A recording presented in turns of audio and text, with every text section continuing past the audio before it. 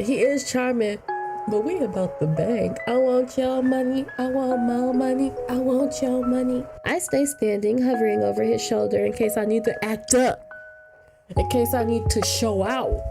Hovering over him like a decoration. Aw.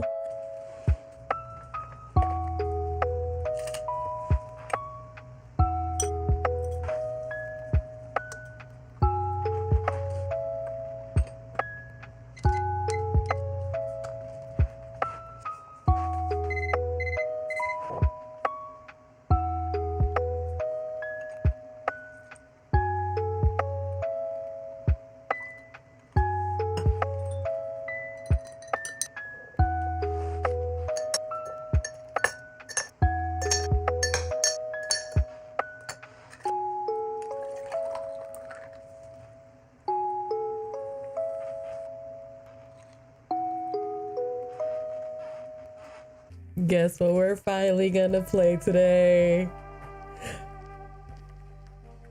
I know I got a little distracted from our Obscura train. I know yell at me. I apologize. Not really, because the other games are fun too.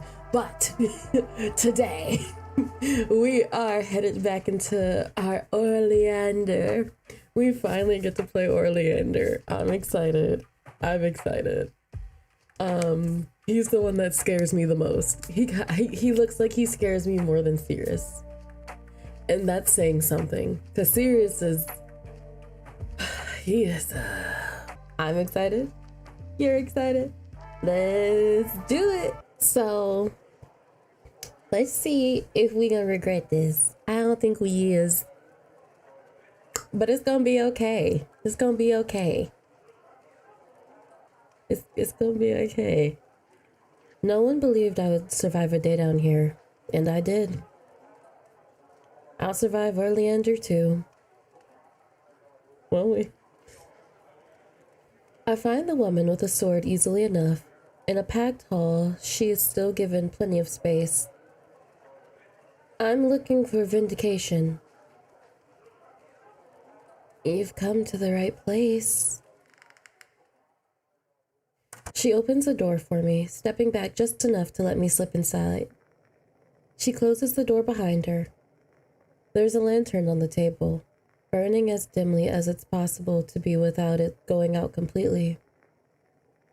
The chairs look plush, something I can confirm when I take a seat. It takes some time for Oleander to show up, in the little room barely bigger than a closet, and with nothing to pass the time. I can't tell how long I've been there. I practically jump in my seat when the door swings open.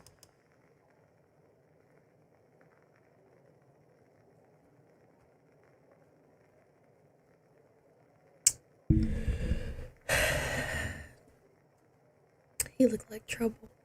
And not in the sexy cure way. He just looked like trouble. And I'm gonna get you in trouble. Well, you're here. Excellent. Apologies for the wait. I'm a man of high demand these days. Took a while to shake off my admirers. I suppose I should thank you for your time. You're welcome. No, I only suppose I should thank you. I hadn't yet. Get him, Mus! Get him and get him sleepy! But, in supposing it out loud, you made your intentions clear to me. And thus, you're very welcome. Jesus. He slides into the seat opposite mine, setting a wine glass down in front of himself. Wine? No more for me, thanks. I've got plenty. Still playing games? Sure. Now, the first order of business. What's your name? If I tell you now, you'll have no reason to stay. Nonsense. You and I both know you have my attention. I'll hear you out, but I don't make deals with people hiding their names. Even though I could very well invent a name on the spot, just for you. Just for me. I'm touched you do such a thing. so much tension and they just met. He pauses for a second, but starts talking again before I can get a word out. It's the principle of the thing, you see. Someone once called themselves no one, and I didn't spot the problem in time. They betrayed your trust and then they forced you to say, no one wronged me? Close enough. Give me a false name for that false face of yours. He holds out his hand. I'm sleepy.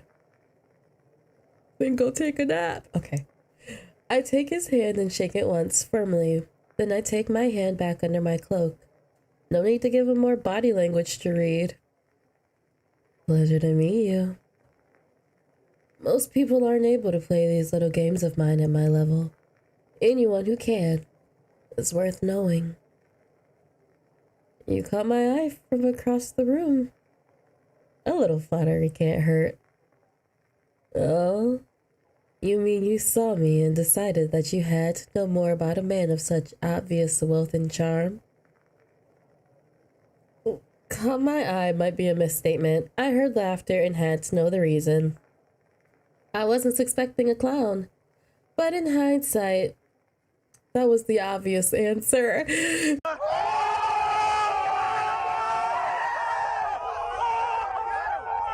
Jesus! Oh my God! Get him. Don't bruise my ego too badly now. I need that. The charm. It's always the charm with me. It's always the freaking charm. Boys, he has loads of it. Well, now you know who I am. Or at least the important things. What do you want? It's the first thing from his mouth that doesn't sound like part of his game.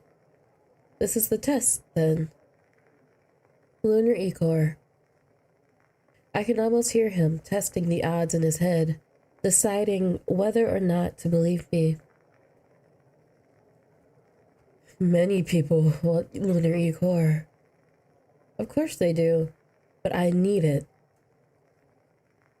That is already more information than I want to give, and it seems like Oleander can tell. Did I pass the test? Well, that sounds terribly serious. He's saying it with a smile so big I could hear it. Let me guess, Sleepy. You've been around and no one's selling the stuff. Worse than that, you're never going to be able to afford what it costs anyways. Then you find a fancy party with a host who's obviously got coin. And you think to yourself that he might be your ticket to rare and valuable objects. I do have to wonder what your plan for wringing Ichor out of me would be. I'll do work. Any kind of work. Any kind of work? Don't make promises you don't intend to keep. The threat is obvious, and I've already made my choice. Anything. As long as I'm alive at the end, I don't care. Oleander sucks in a breath through his teeth. Don't say that now. Sometimes being alive is the worst thing that can happen to you. I stand by what I said. There's another pause. I let it hang there. I'm not about to change what I've said, no matter what Oleander suggests.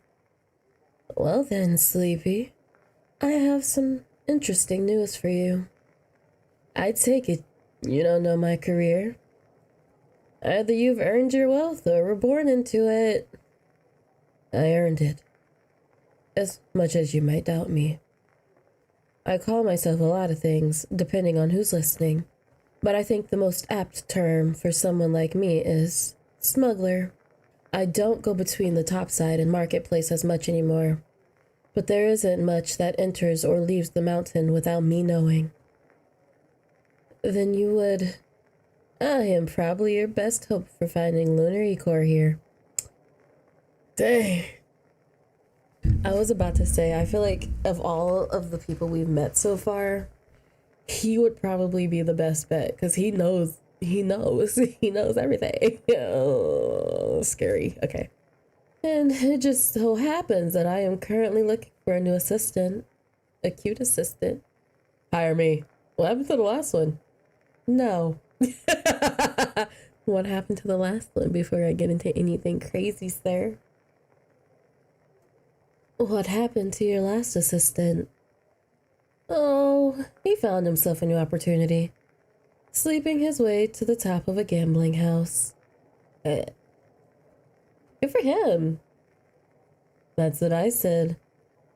Do what you love and you'll never work a day in your life, they say.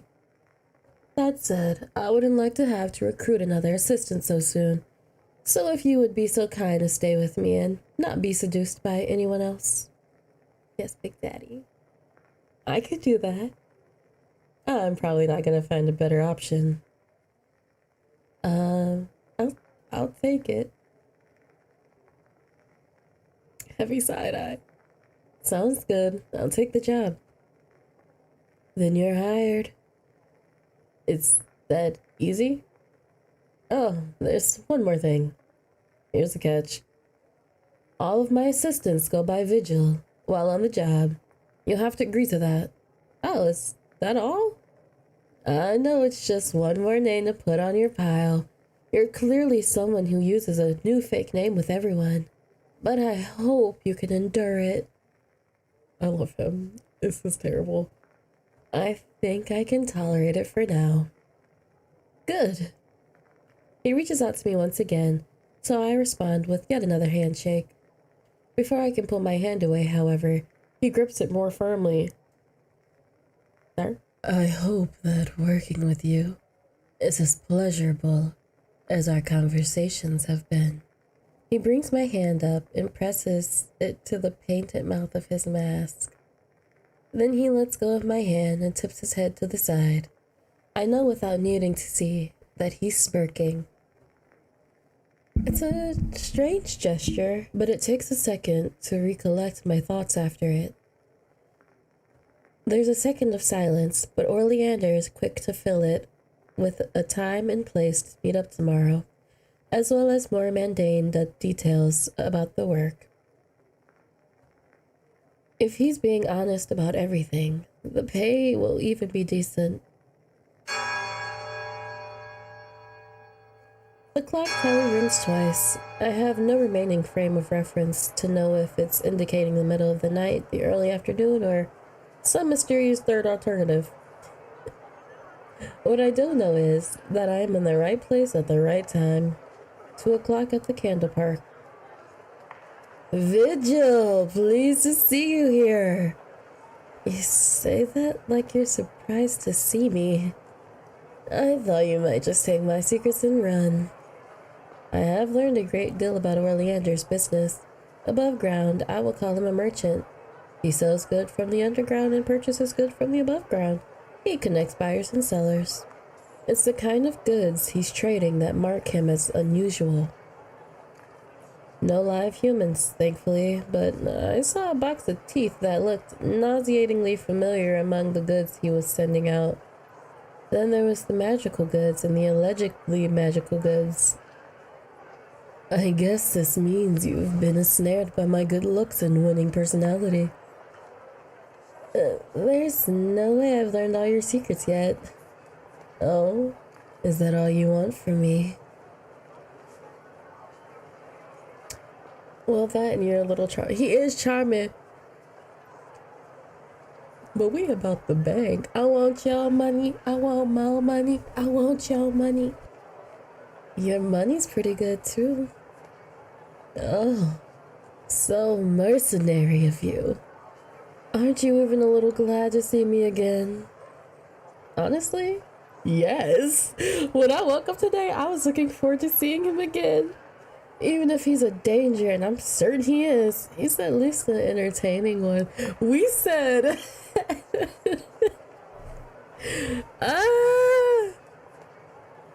I do love me some Oleander so far. He's very cute. But from our first meeting, I've known enough about him to know that saying that would make him intolerably smug.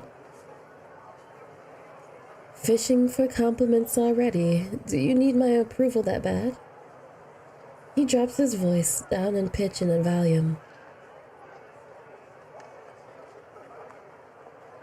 There's a difference between need and want, Sleepy. One I would be glad to demonstrate.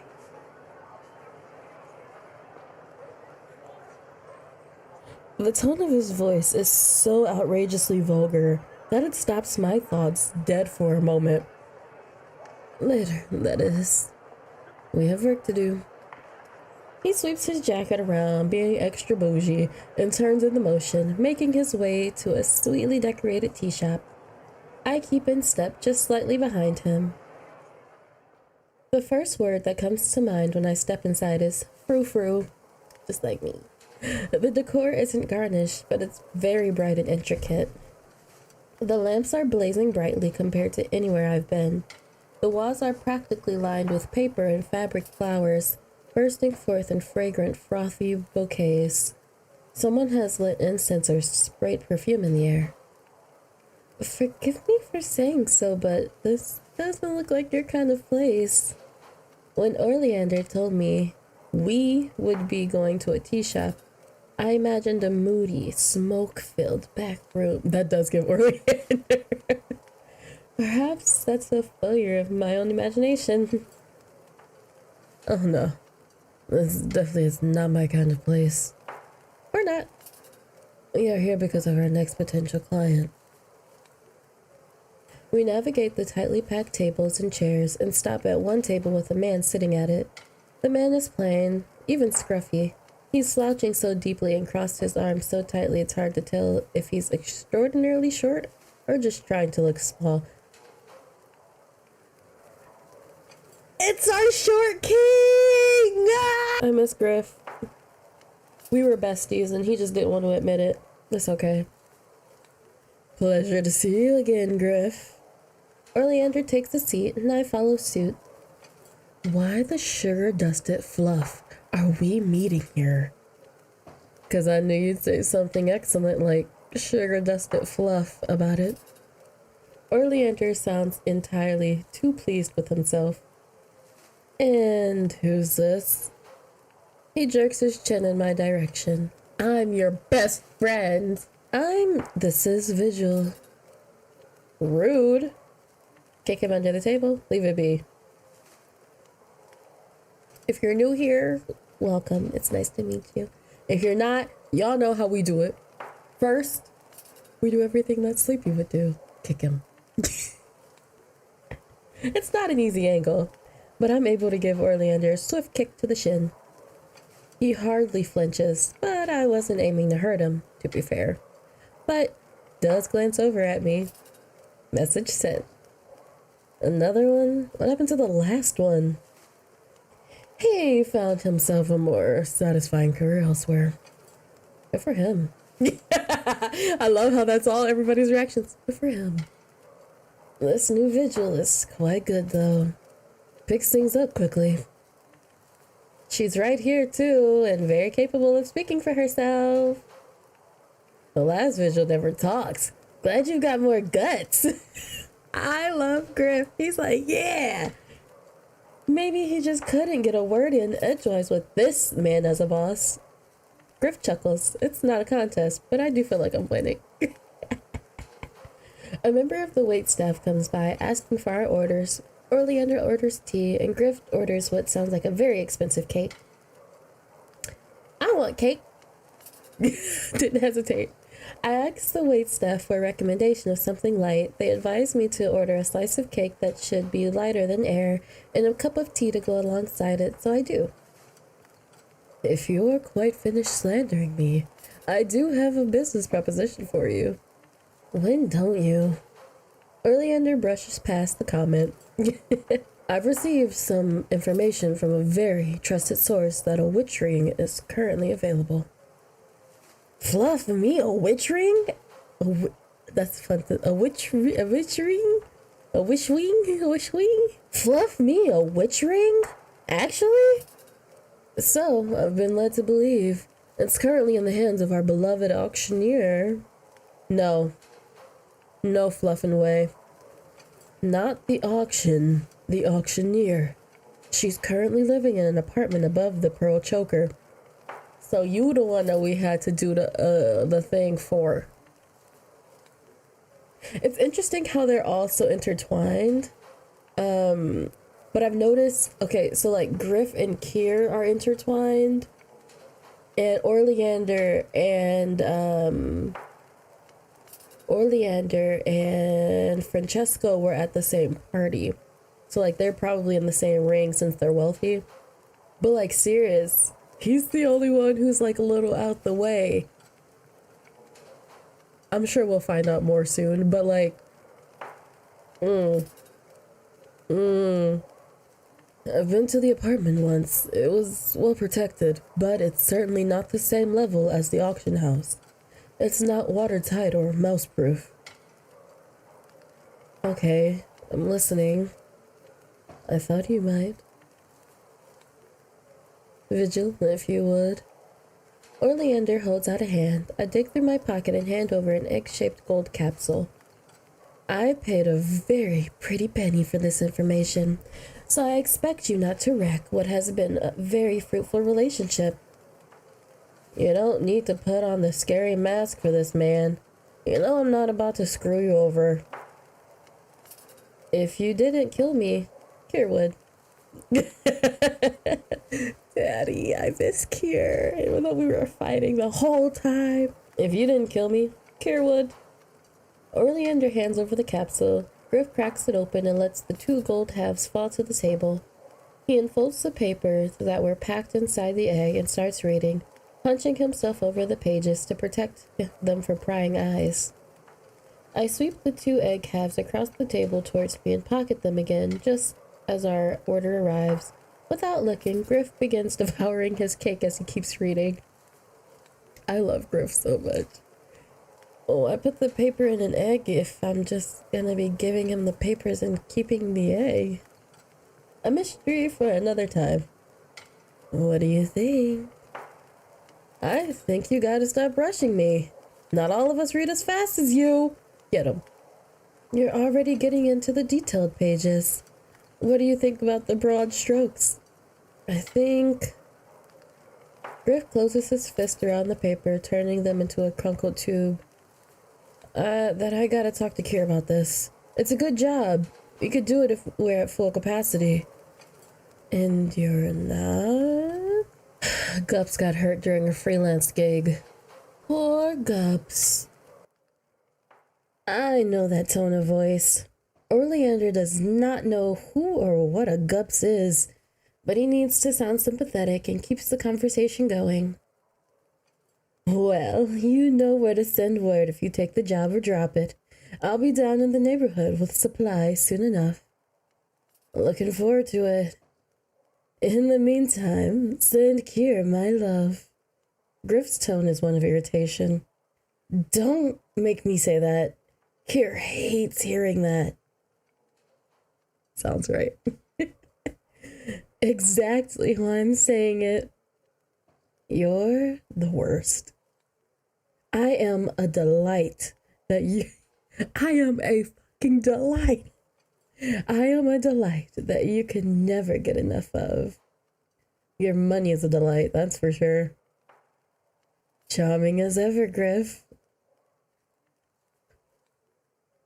Griff stands up and leaves without as much as a farewell. Oleander and I are left sitting at the table with Griff's empty plate. So, that was Griff. He's going to be your best friend, don't worry. In a different life, he's your best friend. He's a funny one, isn't he? That's one way to say it. I started on my cake. Oleander pours himself a cup of tea. And who's Kier? An old friend? I think that's what he'd say. He probably wouldn't say that.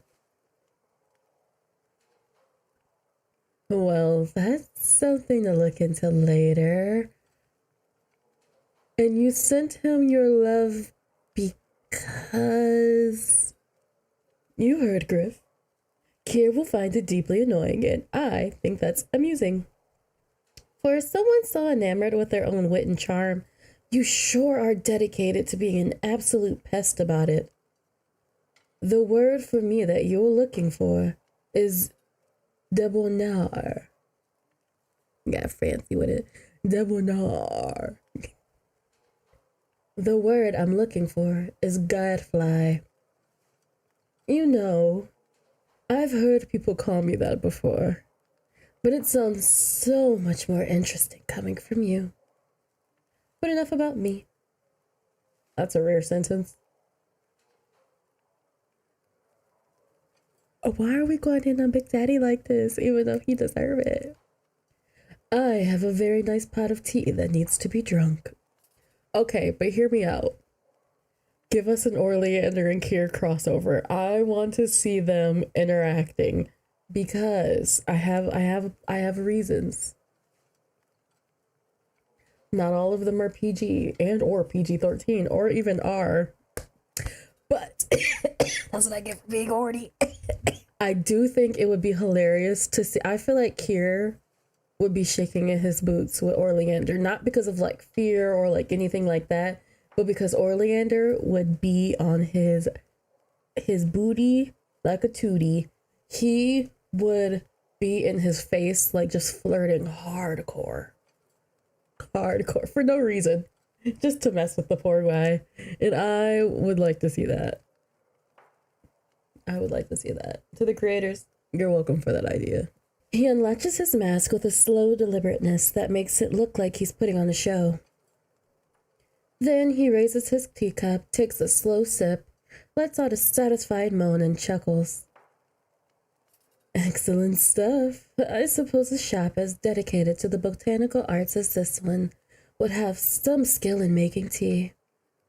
I wonder if they'd tell me their source.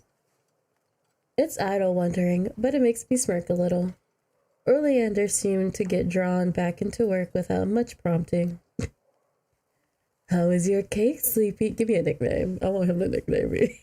give me a like little star, like my star. I miss you. Look at me, my star. Big Daddy. Soon. Delicious. Thank you for asking.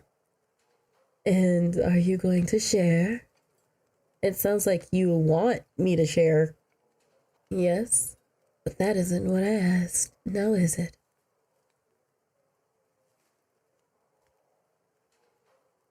Whatever. Are you going to share? Well, that depends on what course of action you take. You're never not a businessman, are you? Oh, trade doesn't occupy my whole life, but I do find life to be better when a mutually pleasurable option is available. The hint of flirtation is getting under my skin. Without another word, I take a bit of the cake onto my fork and hold it out to him. He leans in, slowly and deliberately. I can't see his eyes exactly, but I can't shake the feeling he's staring directly at me as he closes his mouth around the bit of cake. Then he pulls back, and I see the smirk this time as he says, hold on, guys, I gotta get myself together really quick. Exquisite. I'm keenly aware that I'm being teased. But damn, it's working. He lifts his own teacup and holds it out for me. This is so charged. I'm flustered. Your turn. I'll take the drink. I have to put my hands around Oleander's to guide the cup to my mouth. The tea is ginger hot and sharply bitter. It's a complex flavor, and I let it sit on my tongue for a while. Good, isn't it? It's a powerful taste. When we're done eating and undressing each other with our eyes, we pay and leave the little tea house. Oleander promises to forward a list of things I need to do in the next few days. Chores, from the sound of it. Bruna! A letter arrived for you. Bruna sets down my bowl of porridge as well as the letter and leaves. I love Bruna. Bruna, I'm sorry. The letter itself has been scented with some kind of perfume, thick enough to be able to smell through my mask. He's so extra. Sleepy. A client of mine is hosting an impromptu little party, and I have been told that I may bring whoever the current vigil along. I suppose I wasn't doing anything else today. Searching the stalls and trying to pull rumors from shopkeepers is important work, but sometimes I long for a break from it. I'm really starting to appreciate Oleander's intrusions into my otherwise monotonous schedule. Here is your checklist to accomplish before the clock strikes 7 tonight. He makes me want to just.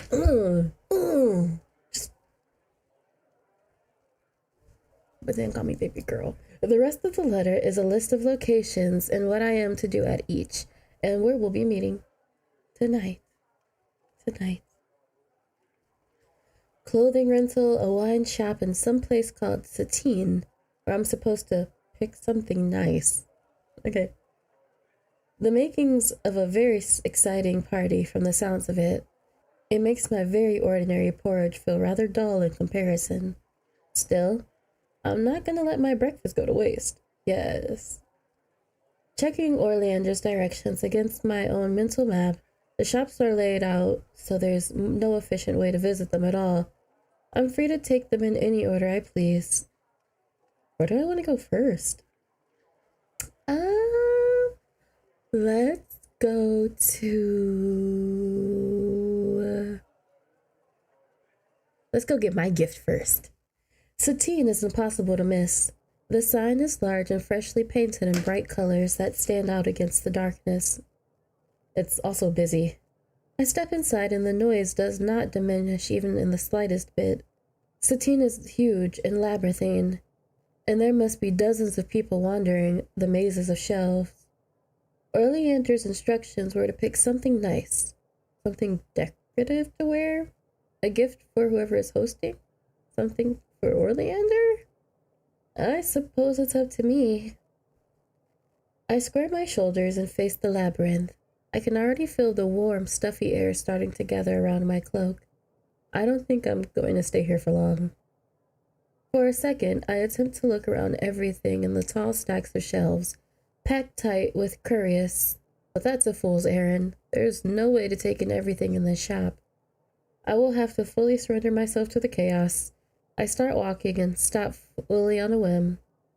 There's a counter sitting up against a wall that is stacked high with papers. For a second look, I think nothing of it. Then I realize the papers must be on sale. Picking one at random from the pile, I found instead of coverless booklet. The pages sewn together. Each page of the illustration is annotated in a step-by-step guide through the autopsy of an anatomical drawings. Anatomical drawing, like body? Autopsy. Is this gonna come in handy in the second part of the game? I want to keep looking around though. I return the booklet to the counter. Unsatisfied, I continue turning to the crossroad of shelves. Sitting on a chair, a table set marked for sale, are a collection of toys. Most of them are very much for children, wooden horses and straw dolls. But there are the small doll that stands out from the rest. Its face has been painted over to give it a mask. It's also wearing a hooded cape. This isn't a toy from above. It was made for children of the marketplace. That sounds very sweet. We'll see. Let's keep going. I'm not the right person for the doll, I decide. I set it back amongst its friends. One more try. If I fail to find anything of interest, I'll just meet Oleander empty-handed. For no reason at all, I pick up one of the many anonymous boxes on the shelves and peek inside. There's a scalpel and strangely shaped scissors, and what looks like a syringe. All of them have lost their edges. I don't want that. So I went to go see if if I reloaded, I can get any different gifts, and I did. So I find myself in a little alcove with a selection of snakes decorating the walls. They're all golden in color with segmented bodies, so they can be shaped. It's just a decorative item, but it's an eye-catching one. Let's go with that one. I take my find to the crowded payment desk. When it's my turn, I have to speak quite loudly to be heard. Does the name Oleander mean anything to you? It does. They look at my find placed on the counter. Are you sure you want to use his favor for that? I am. I have no idea what his favor is worth, but I can't think of worse things to spend it on.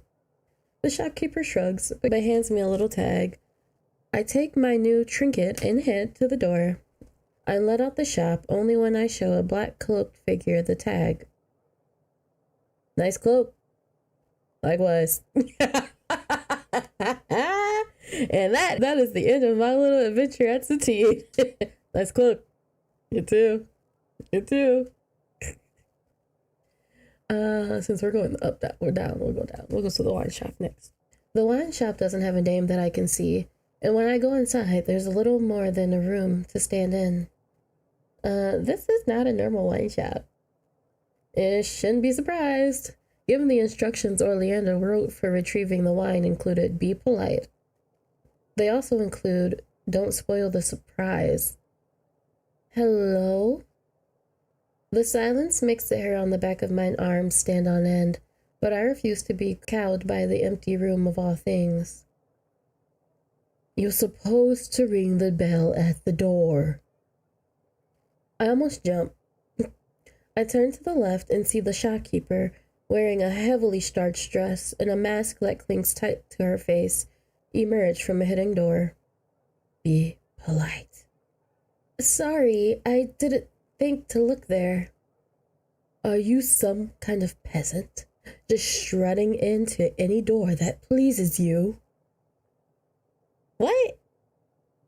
I'm sorry? She don't know me. I'm from the... Did you come in off the street, you stupid thing? I curl my toes tightly in my shoes. Polite. I was sent here by my employer. He didn't write about a bell in his note either. Employer? Oh no. You're not one of absence vigil things, are you? I am. Sorry to disappoint you.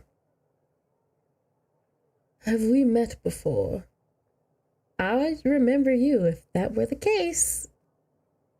I see too many peasants. I don't try to tell them apart anymore. I would be happy to get out of your way, except I don't think Oleander would be happy if I did that without picking up the wine he ordered first. Oh, is he Oleander now? It seems he still doesn't know how to pick names. Get him. I was just mad at her. Get him. I take it my employer hasn't always called himself Oleander. No, he rather fancies himself sly and keeps changing his name as if changing his name will hide who he is when he insists on always wearing that ridiculous coat. Peasants you may be, but at least you're a sensible sort. You keep your looks plain. Polite.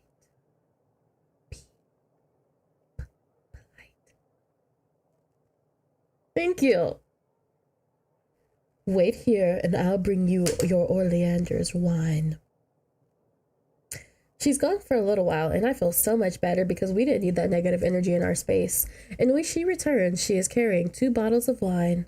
They are unlabeled and, as far as I can tell, identical. Pick your poison. Left is never deft. I don't know what that means. Good. The shopkeeper takes the bottles and disappears again. I've given up trying to understand what is happening here. Good. She comes back with a labeled bottle and a wine glass, with a dram of wine in the glass. Would you like a taste? I don't think I'm supposed. Don't spoil the surprise. Wouldn't the drink be the surprise?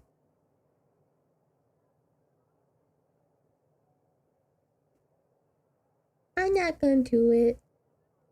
No, thank you. Oleander's instructions told me not to spoil the surprise, and this is probably what he meant by that. I take my chosen bottle and slip it into my bag. It's not convenient by any stretch, but it'll do. I would like you to leave now. I can do that. That's something we can agree on. The shopkeeper doesn't want me to linger, and I don't want to linger, so I don't. I can cross the wine shop, if that's what it was, off the list and get on with my day. Rental clothing! Wow, I said that wrong. The shop I reach when I follow the written directions is a little hole in the wall place. Literally. The shop door sits on what is otherwise the cavern's bare rock face. Huh.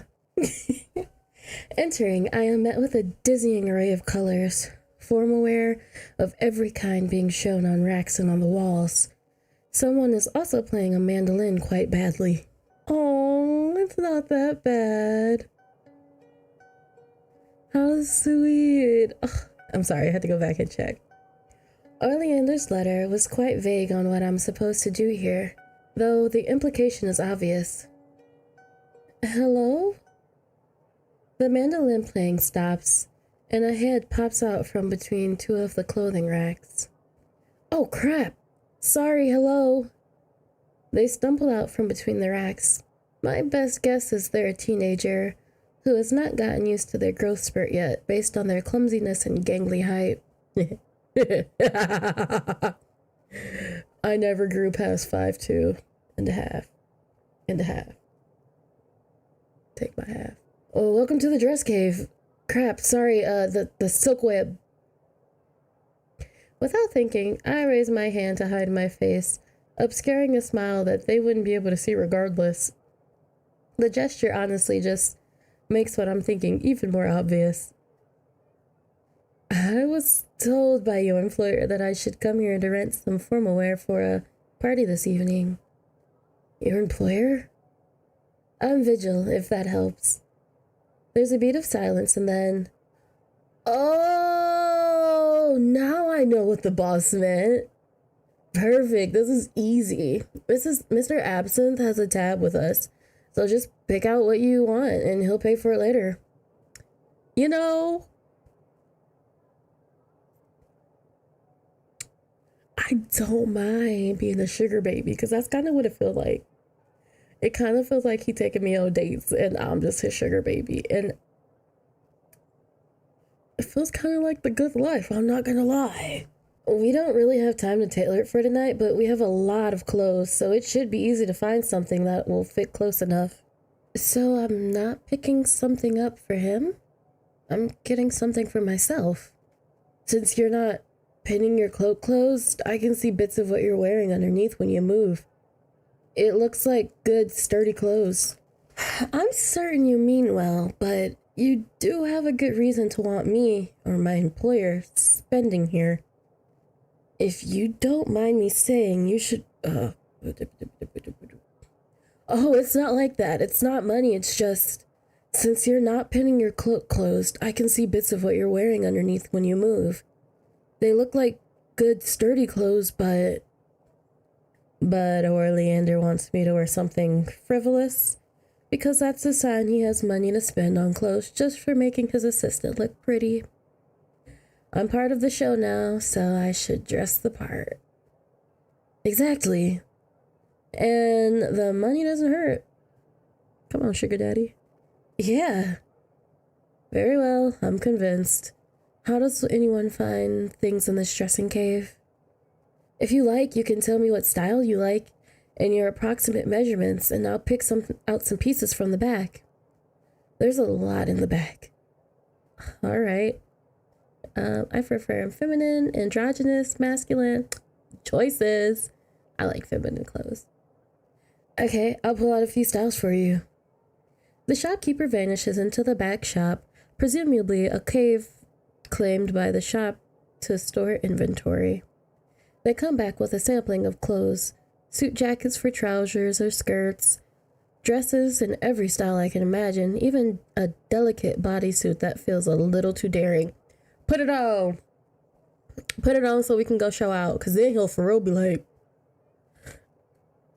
sleepy? I'm like, hot girl shit. Then again, I will be wearing a cloak the whole time. Please get it. I hope we get it. We whittled down the options, with the shopkeeper occasionally dropping back into the cave to find something closer to my size. In the end, I'm left with 2 options that suit my taste for the occasion and fit well enough. An elegant black gown and a bright blood red skirt that pairs with a red bejeweled wrap around my chest. Both are finer than anything I've ever owned in my life. Either of them would work, I think. A fancy outfit is meant to send a message, isn't it? So the last thing to choose is what message I want to send.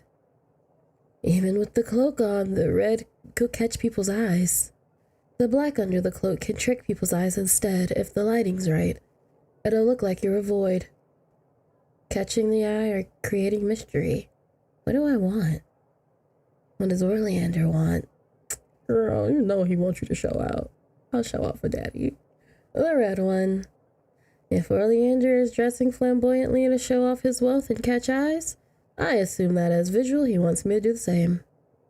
And if I can catch some eyes and start some conversations, well, that suits me fine. Thanks for your help. I don't think I could have braved the dress cave alone. Everything about the shopkeeper's hunched posture and looking deliberately to the side screams embarrassment. Glad I could help. Oh, I love him. I'm out of the shop soon enough with my rental clothes wrapped in a parcel.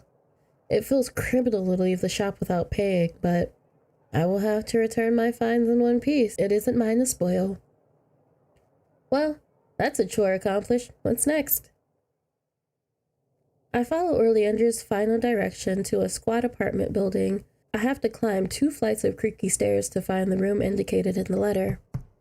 I knock. Oleander? The door's unlocked, darling. I did the voice and got annoyed. It takes a little maneuvering to twist the doorknob when I am carrying several parcels, but I get it done. The room I enter is heavily perfumed, with elegant lamps on every flat surface and an abundance of colorful fabric draped on the ceiling. Bougie. Welcome to my parlor. Oleander is lounging in a well-loved armchair, his head tipped back. You must only see a sliver of me through the eye holes of his mask. I didn't realize that as an assistant I would be doing your shopping. This is a shop trip for your benefit.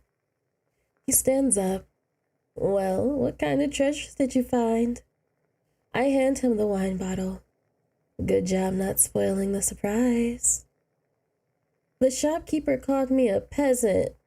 Or, oh no, a pheasant. Not even a peasant, it's a pheasant. Oh my God. Don't mind her. That is just her way. We parted on good terms, I think. Oh. She was happy to be rid of me, and I was happy to leave. A happy arrangement for you both, then. What else did you find? You went to Satine, like I told you. I did. Good vigil.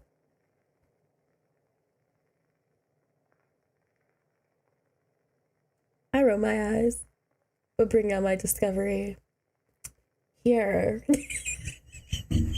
Now that's a sight. Those used to be very popular decor items in my favorite parlors. You just need some snake jewelry to complete the picture. He dropped his voice low and he's smiling. I can hear it. Is he flirting? Anyways, you haven't neglected to rent clothes, have you?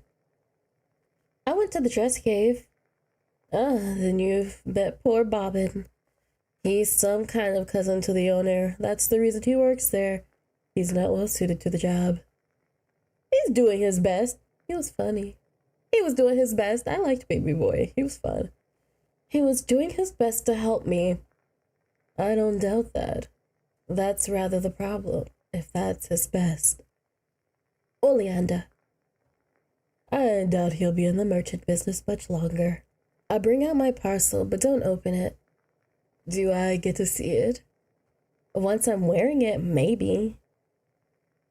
If you're going to keep me in suspense like this, I suspect it'll be very good. If you get your hopes up too high, I'll never meet your expectations. I will set my hopes as high as I please. If you want to satisfy me, you'll simply have to work for it. Okay. With that, he starts in on party preparations. He is going in his usual outfit. He has a brand he needs to maintain. He handles the wine while I go to a small side room to get dressed. I re-enter the parlor with my cloak wrapped tightly around me. Ah, Sleepy, do I finally get to see what outfit you've chosen? Show him or show out? Show out! Show out! I spread my arms wide, lifting my cloak away from my body. I pull it back to my left side and then to my right, turning my body to give him a better look. We said, I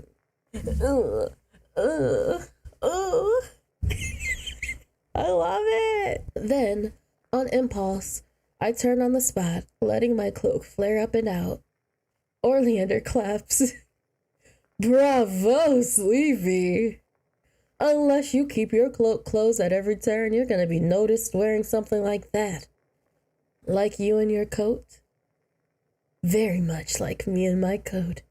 I suppose you want to advertise your wealth and access. As your assistant, I would be advertising your wealth, wouldn't I? That goes without saying. But I wouldn't be surprised if you're approached privately tonight. Plenty of assistants and apprentices build their initial clientele while working for someone else. I'm a faithful girl, baby. Worried about competition for me? Not remotely. If you think you're up to it, come and get me. At any rate, you've chosen something stunning. You'll have to chase off work offers like the stick. I wasn't planning on taking a different job. Your rate is quite good. Good. Stick with that. And as an incentive. He steps to the side and picks up a parcel off a chair. A gift. This one you can keep. I open the parcel and out spills a length of slate gray fabric, thick and smooth. In the fabric there is a shimmering pattern. I thought you might still wear your cloak over your very fine outfit. If you must, at least wear something worthy of the event and your own charms. Something clatters to the floor. A heavy silver brooch has fallen out of the folds of the fabric. You're not gonna ask this back from me? It would hardly be a gift in that case. And I don't owe you money for this? It's a gift, Sleepy, not a debt. It's yours. Thank you. And anyways, it came to me at no great cost. A lovely young thing forgot it here several months back. I just found a brooch to finish the outfit.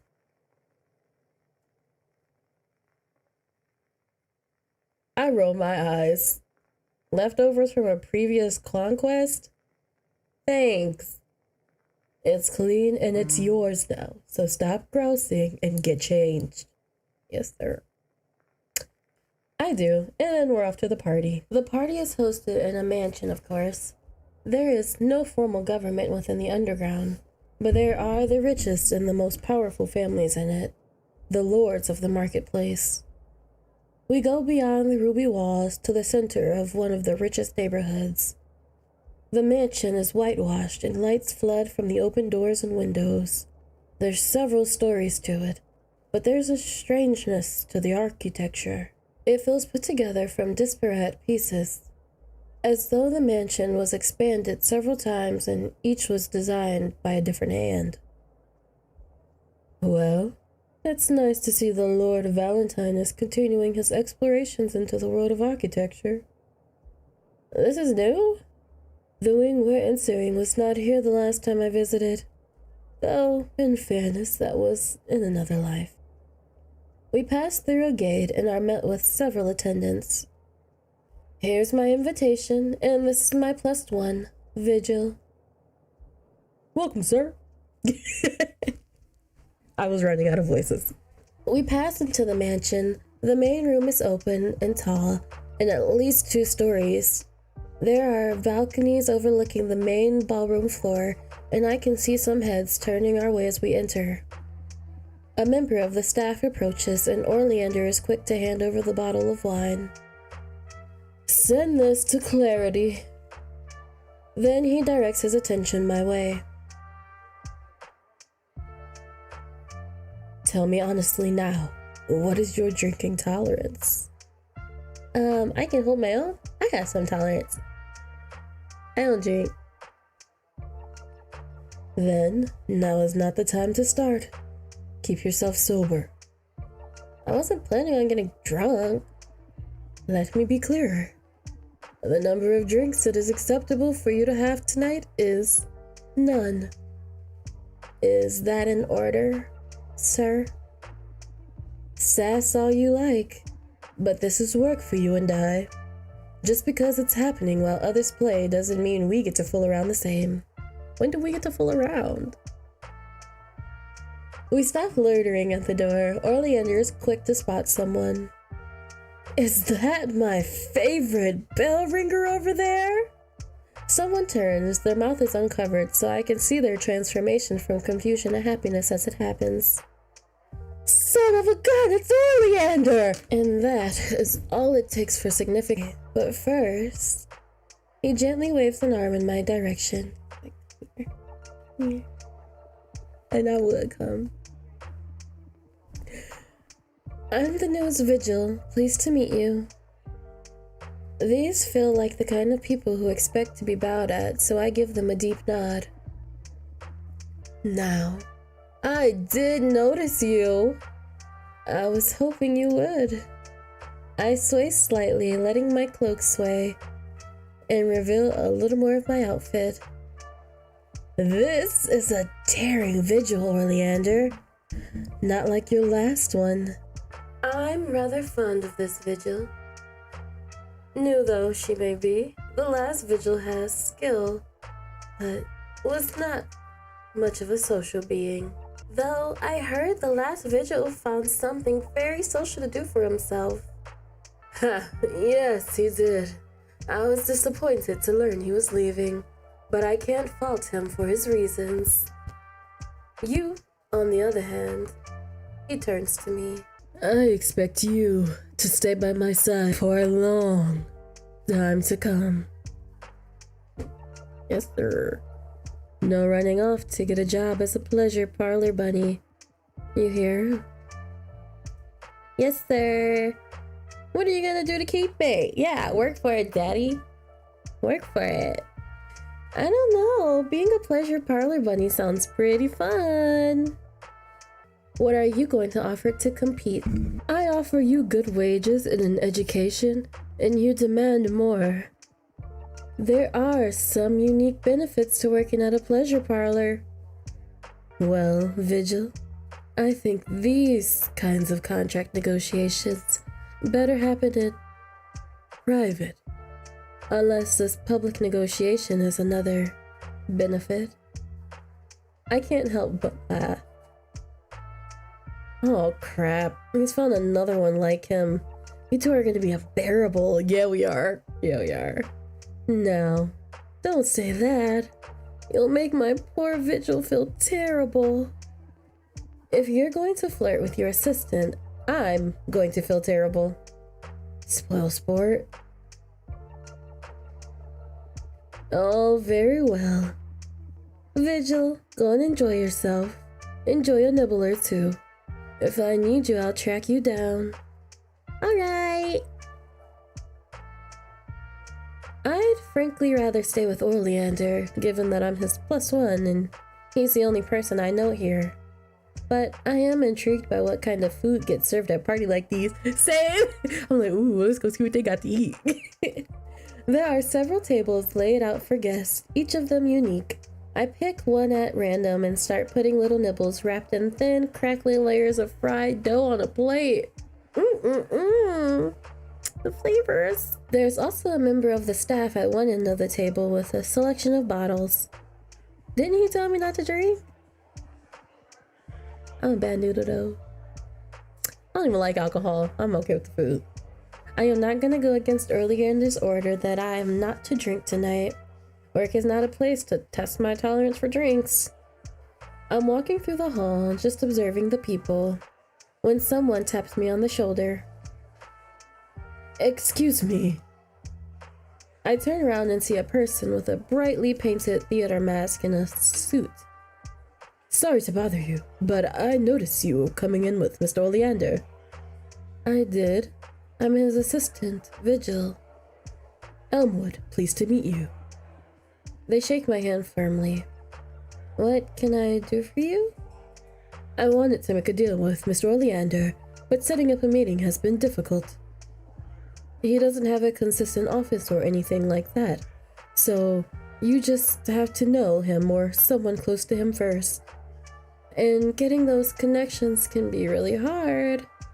Someone in this party he hasn't met? Is that for a reason? Well, what kind of deal are you looking to strike? Might as well fill them out before I make any promises. My business partner is an alchemist. There's already a strong network for most alchemical supplies here, but well, most of those merchants have strong surface identities. And they won't trade in certain items? Exactly. We need someone who is trustworthy and willing to work this less savory supplies. Human parts, strong toxins, intoxicants, rare magical goods. I know he's not cheap, but he's reliable and we're willing to pay for that. You sound suspicious. They know what they're getting into, at least. I'll arrange a meeting. I'll trust you. This isn't a call I can make. I'm sorry, but I don't think I can help you with this. Are you sure? I am. Don't worry though, Oleander's social network is enormous. You may find access through someone else. They sound a little cross, but they keep their voice even. Thank you for your time. With that, the encounter is over with. I continue my exploration of the hall. Care for a drink? Someone steps in front of me, holding out 2 wine glasses. What? Sorry, I couldn't help but notice you, and I thought it was better. And I thought this was the best way to break the ice. I'm Adonis. Vigil? It's a pleasure to meet you, Vigil. Now, about that drink. I'm not supposed to drink. Big Daddy said no. No wine for me, but thank you for the offer. Are you sure it's quite good? He sips from his own glass. I'm sure. Very well then. Also, I'm a girl. I learned to not take drinks at parties. Unless I saw the bartender make it with my eyes. I ain't accepting no drink for no party, especially in the underground. I need to know you for 3 to 5 business years. Nope. Even, actually, it might be 10 to 15. 40. He places the glass on the tray of a passing staff member and smirks. With his mouth exposed, I can see a handsome crookedness in his smile. And what was that about catching your eye? I confess. It was seeing a peek of your outfit from underneath your cloak. That's a very clever way to make seeing your outfit feel a little more forbidden. Well, I dressed to impress, specifically you. I'm pleased it worked. If I'd known you were dressing for me, I would have picked a more daring opening move. Next time. There's a promise in the words, next time. Well, don't let me stop you from your turn around the room. But if a conversation partner would be amenable to you, I could be convinced. I don't like him. I don't want to be convinced. I start walking, and Adonis keeps my pace, staying close enough to me to make it clear we're walking together without crowding me. If random strangers are going to approach me out of nowhere, I can only hope all of them have Adonis's social graces. Well then, where are you taking us? I've found my greatest joy in the marketplace to be wandering around and seeing what happens, so I intend to continue that. Just wandering? Surely a capable guide could give you a better time. Oh, I'm certain one could. My employer gave me directions to Satine, and that was a fascinating shop, or labyrinth. Oh, good old Satine. What an institution. I'm certain you found something fascinating. Oh yes, I rather found my new snake. However, I only found my employer in the first place through wandering the marketplace. Well, consider this. You have wandered over my path now. Perhaps I'm like your employer, someone who can provide another map to the marketplace. I'm considering it. What sort of wonders would you guide me to? Adonis begins talking quickly and with enthusiasm for the food of the underground. That's cute. Every kind of person lives under the mountain, and they brought every type of cuisine with them. And then there are business agreements and marriages, and suddenly there are new combinations of flavors. I think it's fair to say he likes food. That's actually really cute. As he continues talking, he subtly begins taking the lead of our stroll. He brings us down the hall, away from the main room, and then through the many doors. Why he getting me alone? In-game me, we know better than this. Only time you can do this is with Kier. With Kier and Sirius. I would do it with Sirius. And Francesco. I trust Francesco. Not Oleander, though. Would I go with Oleander? Yes.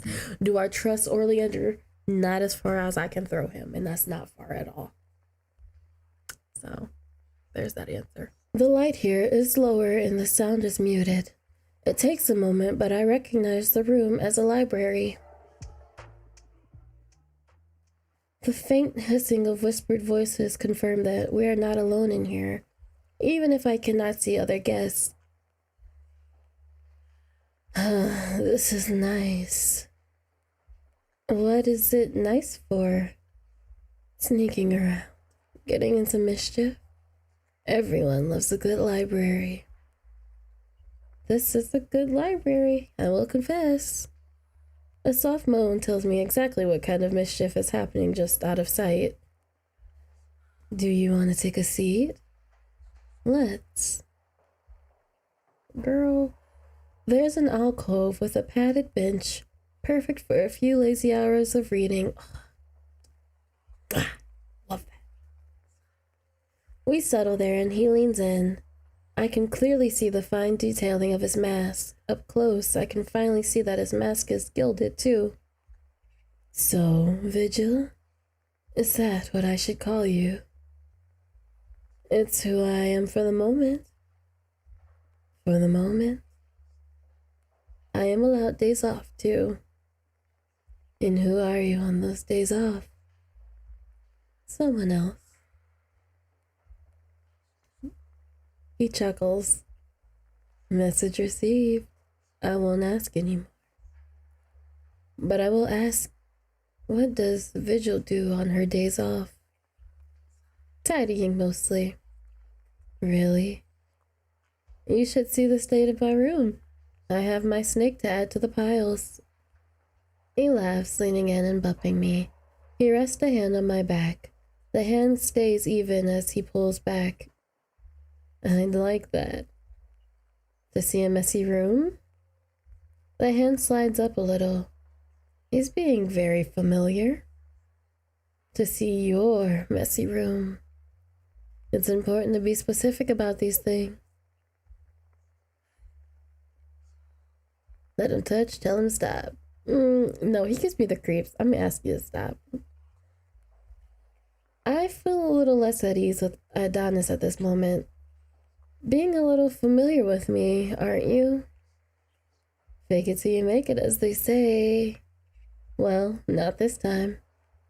He takes his hand off my back. He's still sitting close, but him keeping his hands to himself is already a significant improvement. Apologies. I'll see to it that I earn the right to be close to you. That being said, I wonder if you have a strict prohibition on all touch or if you would be less bothered in a more private scenario.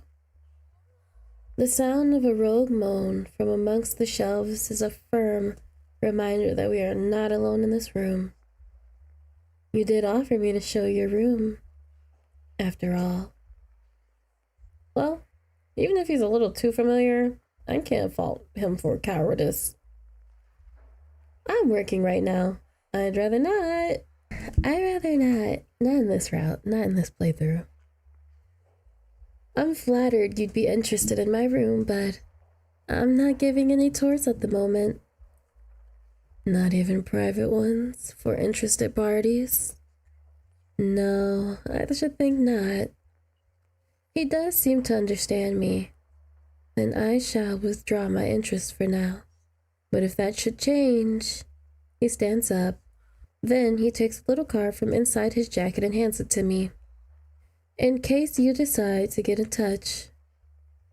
It's a hand-printed card with his name and an address on it. Is there a secret password? He smirks wide and leans in. He whispers something remarkably filthy in my ear. Does that suffice? I'm still attempting to gather my thoughts. It's certainly unique. I'm afraid I must leave you now, but don't forget that address, that password, and you'll have my full attention. He leaves. Well, that was something. His attention was a little unsettling. I mean, I know some people go to these parties to get hit on and stuff, but I just came here to work. I know things are different in the marketplace, but even so, I didn't expect to be approached out of the blue like this. The best I can say for him is that he backed off a bit when I asked. It's inevitable that I would end up in Oleander's orbit again, even if he wasn't my employer. He somehow makes himself the center of the party no matter where he is. Even when he's alone, as he is now, I am able to smoothly fall into set beside him as he moves. Vigil, welcome back. Good to see you haven't gotten into trouble. Now don't pretend to be my minder now. I'd be much more concerned about you causing trouble. I've been having some adventures. Oh, enlighten me then. Someone who called himself M would approach me? He'd seen us together and decided that the best way to get a meeting with you was through me. That name sounds extraordinarily fake. You're the one to talk, Mr. Absinthe.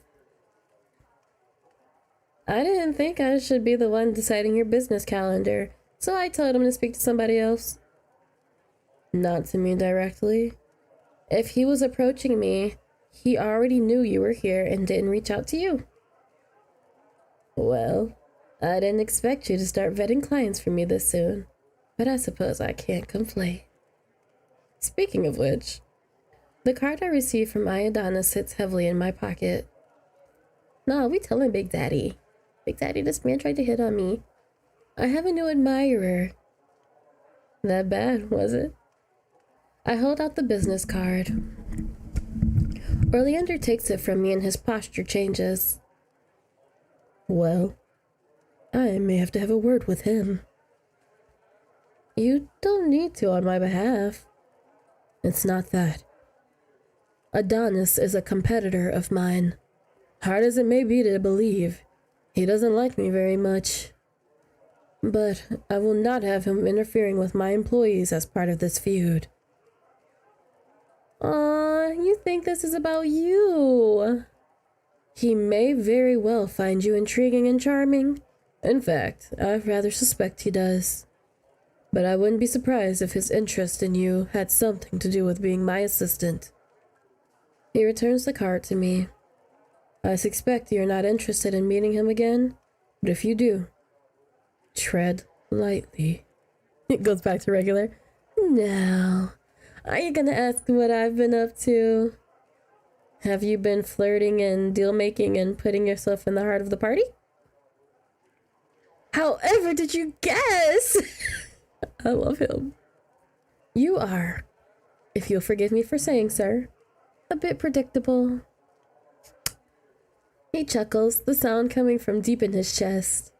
He leans in close, his mask brushing the hood of my cloak, and then he rumbles. Just because you haven't seen them yet doesn't mean I'm not full of surprises, Sleepy. Oh. I feel like I've just noticed a steep drop that I've been walking past unawares. As much as I'm startled by it, the adrenaline rush that comes is thrilling. But how about a drink first? You told me not to drink! Aren't you the one who told— Yeah, you told me not to drink! Oh dear, you've seen through my clever trap. How clever is asking me to drink after telling me not to? Regardless, I will have to decline. Good thinking. Call me good. Don't out yourself, Sleepy. He taps the top of my head in an odd gesture, but maybe he's loosening up. He's definitely indulging in some drinks. Then, to my surprise, Oleander takes a silent step back. Oh. Before I can respond, someone has replaced him.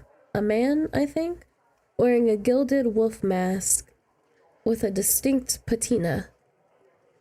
Hello! You're the newest vigil, if I recall. I am. Excellent! I was looking forward to meeting you. I'd say the same, but I don't know who you are. Ah, yes, you can call me. They think about it just long enough that they may be putting on a show. Wolf. That'll do nicely. Pleased to meet you, Wolf. I'm certain that's your name. I see why he likes you. Thank you. Is that why you wanted to meet me? In a manner of speaking, yes. I don't know how much you know about Oleander's previous assistants. Only that the last one left to pursue another career? Well, that was an unusual case, but some of his other assistants left when they founded trading careers of their own. Makes sense. Treat working for him like an apprenticeship. Exactly. And those assistants have gone to be quite successful, and unfortunately, I failed to see their potential in time. So I'm a business opportunity? Patron sounds more appealing, I would say. I think I could bring a few opportunities your way, and in exchange for that assistance, you might be able to find some things that you could do for me. Can't say I expected this. It's an appealing offer, but do you need a response now? Parties like these feel like good places to propose deals, but not to seal them. He laughs. No, I agree with you. Neither the time or place to make that choice. He picks up 2 wine glasses from a passing tray and holds one out to me. But you'll think on it, won't you? I'm not taking that glass. I wave my hand just enough to signal the rejection of the wine. No need to bribe me. I think on this offer even if you didn't give me wine. I would be an idiot not to take this chance. I doubt a patron can open more doors for me than Oleander can, but if I have even more chance to find Lunar Core without him, I need to take it. But I'm not about to be desperate about it.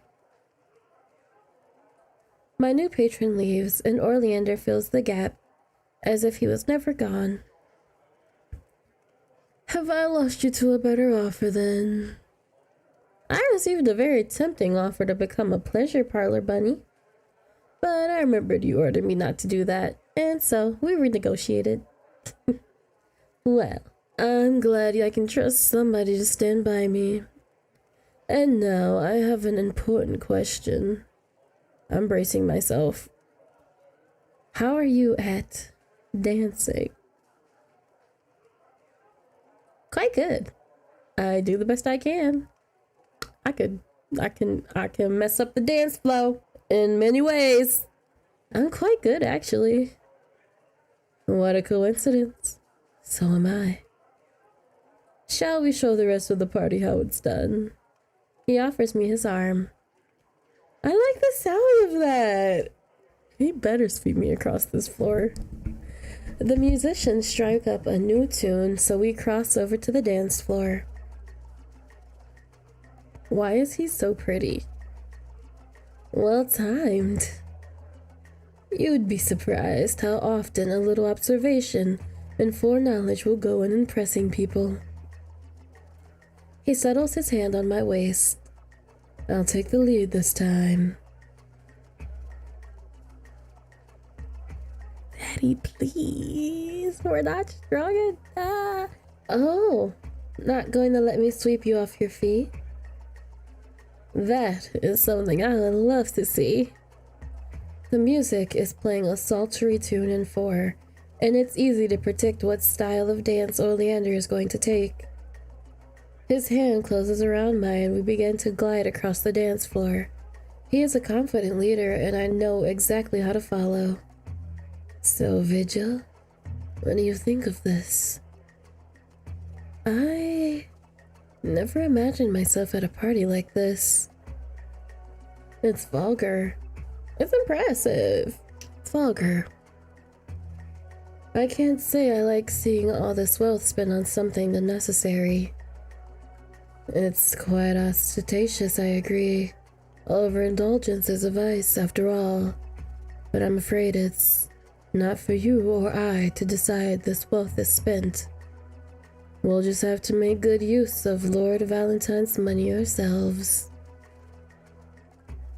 And from the sound of it, you've made some good progress as my assistant. That's a generous assessment.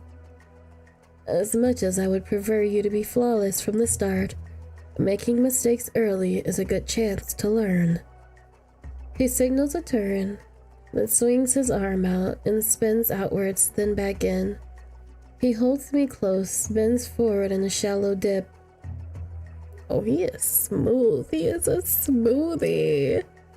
He is a mango peach smoothie. And what do you think?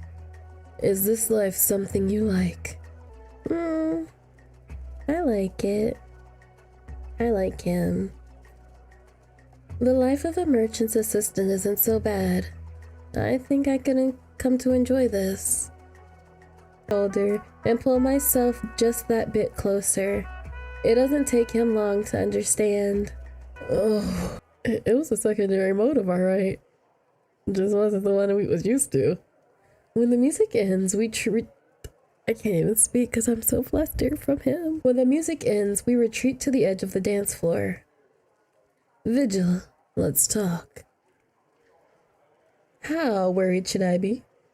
I get the distinctive impression he's smiling at me. Let's take this somewhere a little more private. I expect him to go towards the library, but instead he leads me towards the stairs, and we climb. At the top of the stairs, there is what amounts to a walkway that wraps around the ballroom, with the floor below an easy view. There are people up here, but fewer than I would have guessed. I suppose compared to the library, this is not ideal for most kinds of antics, but it is at least a little quieter. Let's take a stroll, shall we? Oleander offers his hand and I take it. We start our stroll. It's good to be back.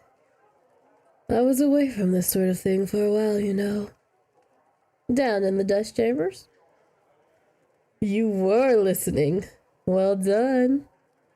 It's my job, isn't it? I'd be a poor assistant if I wasn't paying attention to you. Facts. Except all those times you sent me away, of course. And in sending you away, you had plenty of adventures. Spreading your wings is important in this business. You know what? I really like that about him. Like, he's not mad that his assistants are necessarily, like, more so apprentices and they, like, go and do their own thing eventually. He's just kind of like, But it's also kind of sad because then he's always alone. It's alright, Daddy. I'll stay. I'll be your baby mama. I ain't mad about it. And I quite like you, Sleepy. Not everyone wants to or can keep up with me. I'm glad to have someone with me who is able to follow me so well. His voice gets gentler for a second, and I quite like you, Sleepy. Not everyone wants to or can keep up with me. I'm glad to have someone with me who is able to follow me so well. His voice gets so gentle for a second. I don't trust easily, and you're certainly not there yet. But it's been easy to start the process with you. I don't know how to say what's in my head. If I tell Oleander that being with him has been fun and enlightening, an experience I'm glad to be having, I doubt he'd take me seriously for long. And his ego would be unbearable. It's been a pleasure working with you. You say that like you're about to stop. At least wait until the night is over before you decide to leave me. I still have something show-stopping to show you. What is it, Oleander? He makes it sound sexual. Of course. Is that your way of propositioning me? Depends on if you're looking to be propositioned and what you would want from that. I've hardly had a chance to think that far. We just met. If you're as good as your boasting makes you sound, it's not boasting if it's accurate. Then it's just a statement of fact. After all the facts you've implied to me, your record sounds incredible. Now I'm curious if that man lives up to the legend. After tonight, if you still want to work with me, you can always ask. You won't be winning any advantages in your career, but if you can consider a good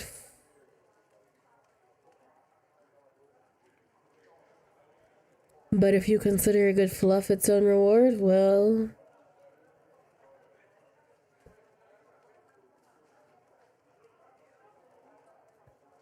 that's not what I was expecting him to say. At least he's not expecting sexual favors from me. I'll consider it. I'm glad. Give it a thought. It's not long until we finished a complete circuit of the walkway. Well, I've got one more bit of business to accomplish tonight. Come along, Vigil. This will be something memorable. I feel a strange sense of anticipation build in me. Oleander promising something memorable has, so far, paid off in impressive sights. He takes us back to the entrance of the hallway, approaching a member of the staff. I believe Lord Valentine has agreed to meet privately with me. Of course, sir. The staff member starts walking and we walk half a step behind them. Just like that? I know Oleander's distinctive, but even so, I would not expect to just be taken to the lord of the house without some kind of proof. Perhaps he has closer relationship to the master of this house than he mentioned? We walk back to a familiar hall toward the library. The staff member leads us through the labyrinth, and somehow we do not come across any couples in the midst of private business. Here you are. Thank you, Clarity. Oleander tosses the staff member a coin. They bow and leave, and Oleander knocks on the door. Lord Valentine, I believe you are willing to speak with me. It's Oleander. Come in, Oleander. Lord Valentine's office feels like a natural extension of the library. He said, I wear my hair back and forth. Lord Valentine himself is a surprisingly small presence in the room, though not for lack of trying. He's dressed ornately, sitting at an impressive desk. He nods to us but does not stand. Strange. I've taken the liberty to order us a bottle of wine. I'm certain you don't mind. Did he?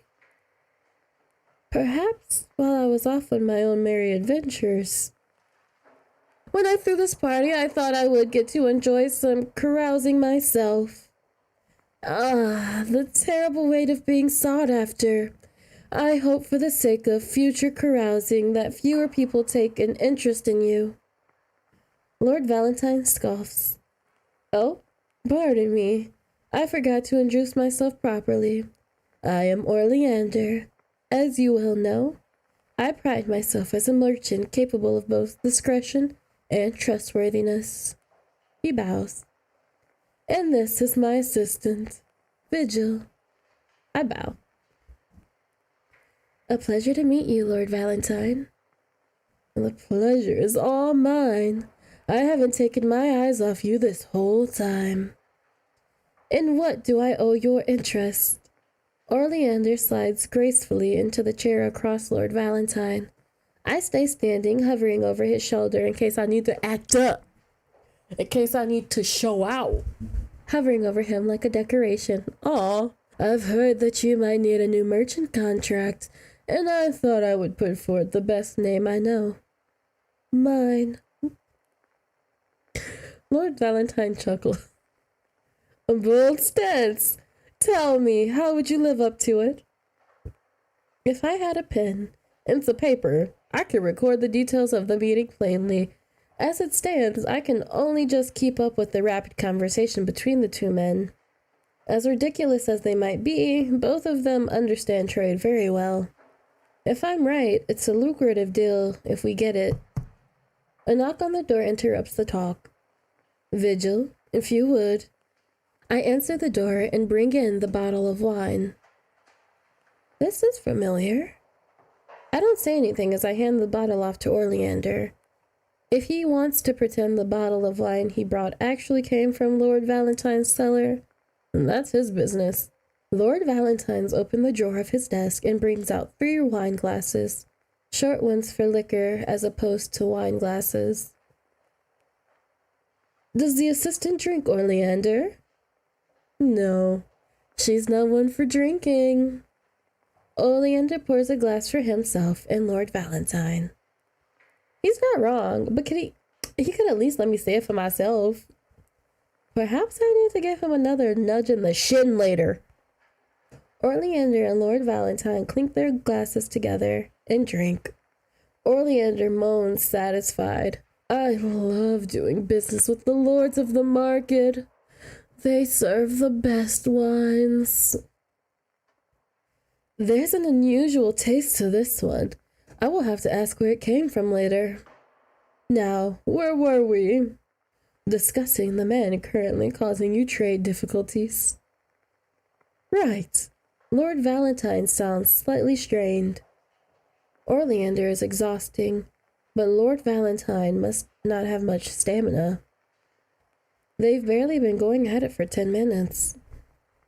If I am to join you in your trade enterprise, I would like to know what you plan to do with your roadblock. We're still deciding between what options. Bribery may work.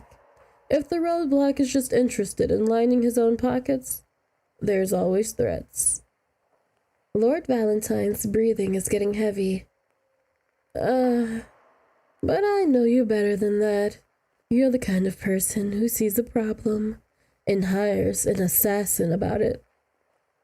What? You heard me perfectly well. You're... Lord Valentine's reaches for his throat. Hush, Sleepy. All is well. How is it possible for a person to choke on air? Lord Valentine's breath comes in thin, labored heaves. He can't get his voice out. Lord Valentine pounds on his desk. Well, look at that. You should be grateful, you know. If I had my way, I'd be killing you very slowly. What the fluff is happening? I couldn't believe my luck. Getting a rare personal invitation to Lord Valentine's estate? No references needed? And he was willing to take a meeting? Oleander stands and pounds the desk himself, leaning over Lord Valentine. Greedy old bastards like you never change. You're the same as you ever were. He levers his mask off his face slightly and spits on the desk. Just die already. If I don't get to savor it, at least make it quick. Lord Valentine stands unsteadily. He looks straight at me, one hand outstretched. I'm watching a man die. I can't move. I can barely breathe myself, my lungs squeezing tight with fear. He collapses, arms stretched towards me. I'm gonna throw up. I do, retching violently and making a mess of the beautiful cloak I was given only hours before. I only just barely pull the bottom of my mask off my face. Oleander's hand is gentle on my back, rubbing his palms in a circle over my spine. Well, you're certainly not about to forget this. I'm sorry you had to see that, Sleepy. Unfortunately, I needed you here. I'm trembling. It's not just about Lord Valentine lying dead on the floor. How are you still breathing?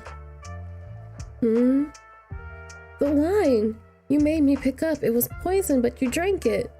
I've had a lot of time to prepare for this moment, including developing a strong stomach and a high tolerance for darker things. If I look up, I will have to see his mask, and I don't want to. But I don't want him to think I'm vulnerable, in case he tries something with me. There he is. Fine and unreadable. A dangerous combination.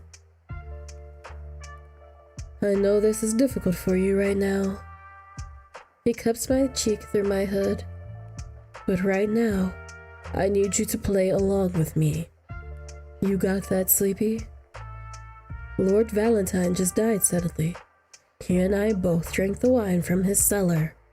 That's what you need to say. I'm trembling in earnest. Shock from seeing someone die? Fear that I'll be next? My empty stomach churns. I'm in hell. I have to scream now. Cover your ears if you need to. He turns to the door and stumbles toward it. Help! For the love of Lunar God, we need help! Lord Valentine just died! Help! Not that big. You just watched a man die. Good end. You've learned the rules of the game.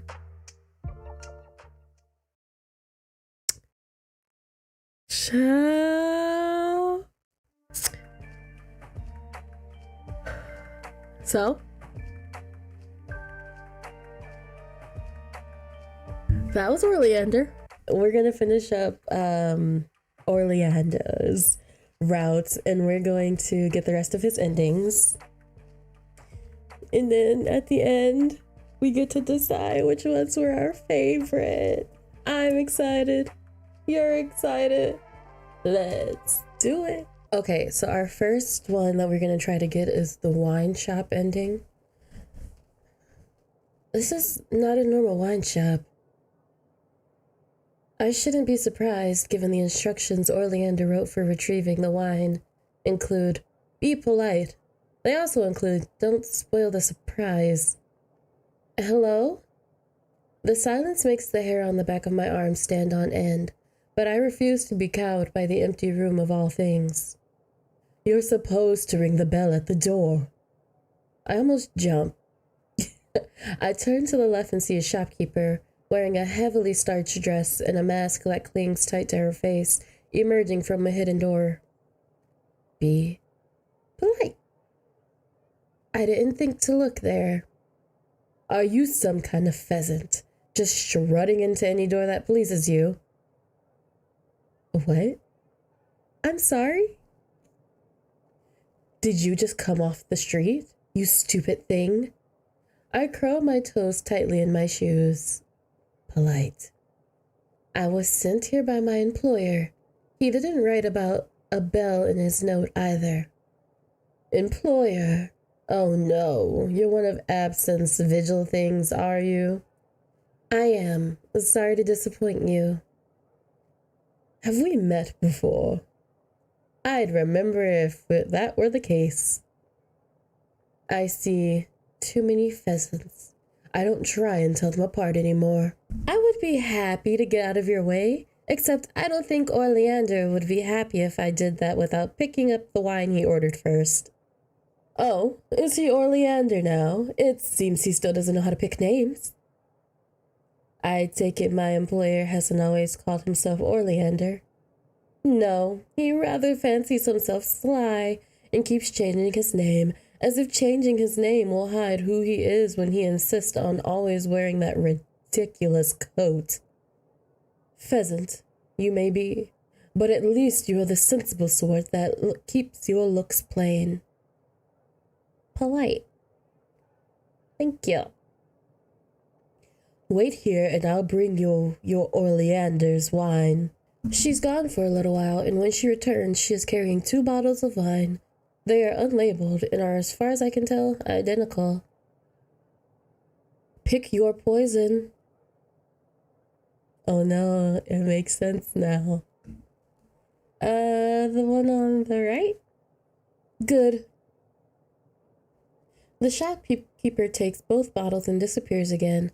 I've given up trying to understand what is happening here.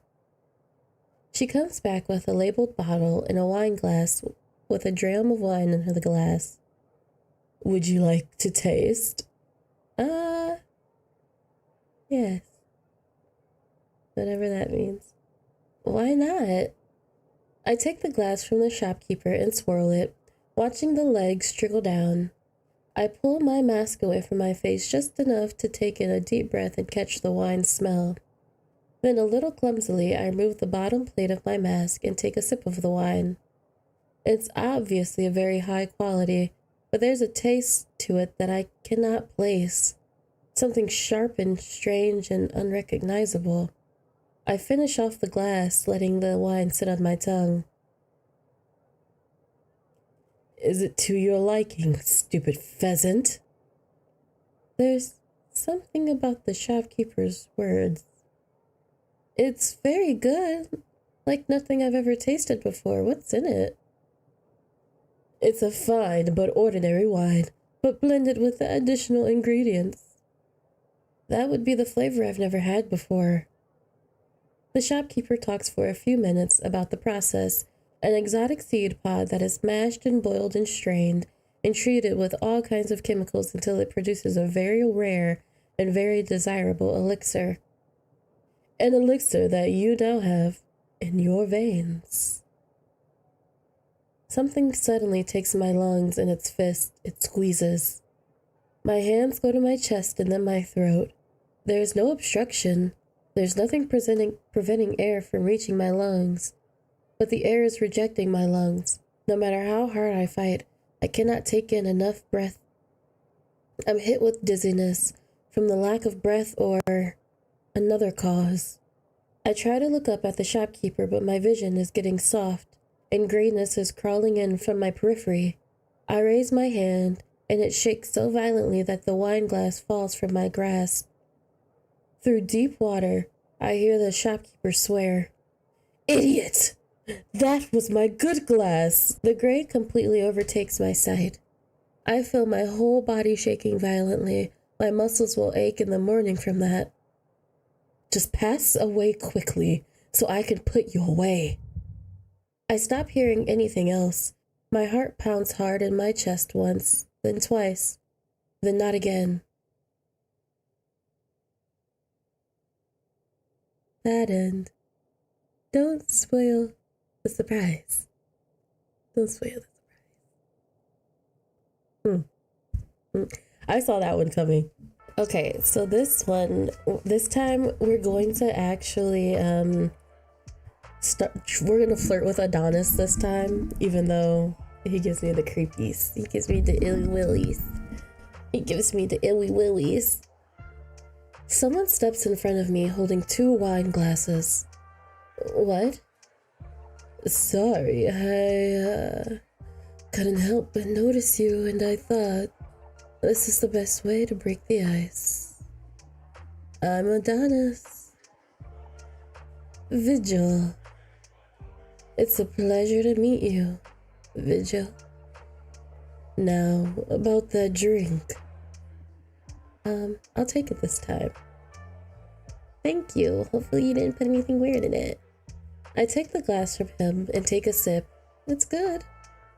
And what was that about catching your eye? I confess, it was seeing the peak of your outfit from under your cloak. That's a very clever way to make seeing your clothes feel a little more forbidden. Well, I dressed to impress specifically you, so I'm pleased it worked. If I'd known you were wearing a dress for me, I would have picked a more daring opening move.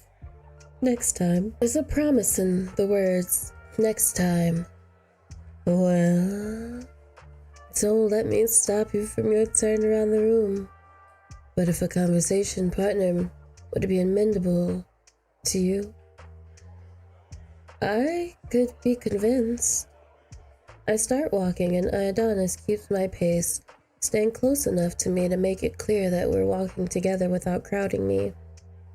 If random strangers are going to approach me out of nowhere, I can only hope all of them have Adonis's social graces. Well then, where are you taking us? I found my greatest joy in the marketplace would be wandering around and seeing what happens, and so I intend to continue that. Just wandering? Surely a capable guide could give you a better time. Oh, I'm certain one could. My employer gave me directions to Satine, and that was a fascinating shop, or labyrinth. Oh, good old Satine, what an institution. I'm certain you found something fascinating. Oh yes, I rather like my new taxidermized bird. However, I only found my employer in the first place through wandering the marketplace. Well, consider this. You have wandered around my path now. Perhaps I'm like your employer, someone who can provide another map to the marketplace. I'm considering it. What sort of wonders would you guide me to? Adonis begins talking quickly and with enthusiasm for the food of the underground. Every kind of person lives under the mountain, and they have brought every type of cuisine with them. And then there are business agreements and marriages, and suddenly there are combinations of flavors. I think it's fair to say that he likes his food. As we continue talking, he steadily begins taking the lead of our stroll. He brings us down a hallway and away from the main room, and then through one of the many doors. The light here is lower and the sound is muted. It takes a moment, but I recognize the room as a library. The faint hissing of whispered voices confirms that we are not alone in here, even if I cannot see any other guests. Oh, this is nice. What is it nice for? Sneaking around, getting into mischief. Everyone loves a good library. This is a good library, I will confess. A soft moan tells me exactly what kind of mischief is happening just out of sight. Do you want to take a seat? Taking stock of myself, I do feel a little tired. Let's. There's an alcove with a padded bench, perfect for a few lazy hours of reading. I sink down until I am on the bench, sagging a little. The tiredness is coming harder now. Why? Are you all right? I feel a little woozy. Maybe that drink was stronger than I thought. Adonis sets a hand on my shoulder and the other on my knee. Just take a deep breath. I'm not about to stop breathing. My head feels unbelievably heavy. Adonis's hands gently guide me to lie on the bench. There we go. My eyes are shut. I didn't realize I'd closed them. Oh crap. The realization hits me. Not now. Please. Please. I can't even open my eyes. My symptoms aren't supposed to be this severe yet. A hand, Adonis's hand, smooths back my hood and runs it over my head. That was surprisingly easy. I guess the old bastard is getting slow, not teaching his assistants properly anymore. What? I can barely think. The moment of panic was the only thing keeping me awake. With the shock fading, well, he'll get what's coming to him. Another stroke. Sorry, Vigil. Not your fault that your employer is a motherfucker. Quiet. Bad end.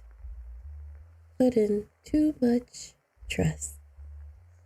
And this is why we don't trust weird men who take us to random lonely spots in the library unless it is consensual 1000%. No slut shaming in this Christian Minecraft Discord. We're gonna be bad noodles because I do have a terrible drinking tolerance. We're gonna be a bad noodle and we're gonna get a drink. We about to get sloshed. I ask for a glass of whatever the staff would recommend, and I get a tall flute of something bubbly and pink. It's not as sweet as I expected, but still bright and pleasant. I'm walking through the hall, just observing the people, when someone taps me on the shoulder. Excuse me. I turn around and see a person in a brightly painted theater mask and a suit. This guy again. Sorry to bother you. I noticed you coming in with Mr. Oleander. I did. I'm his assistant, Vigil. Elmwood, pleased to meet you. They shake my hand firmly. What can I do for you? I wanted to make a deal with Mr. Oleander, but, setting up a meeting has been difficult. He doesn't have a consistent office or anything like that, so, just have to know him or someone close to him first. And getting those connections can be really hard. Someone in this party he hasn't met? Is that for a reason? Well, what kind of deal are you looking to strike? Might as well fill him out before I make any promises. My business partner and I want to make a deal with Oleander. You'll have to be more specific than that. He's an alchemist or an apprentice, I guess. We want to strike out on our own, but we can't without supplies. There's plenty of alchemists here with supplies. Surely you have a network. There's a network, yeah, but only for the normal stuff. My partner wants to try new stuff, but that means getting other stuff. And none of the normal merchants sell other stuff. Not liking how they say normal merchants. Do you mean more controversial goods?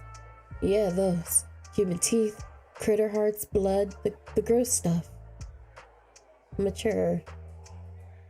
Since the normal merchants won't carry them, we need someone to supply us with that stuff. And maybe give us a deal? What kind of deal?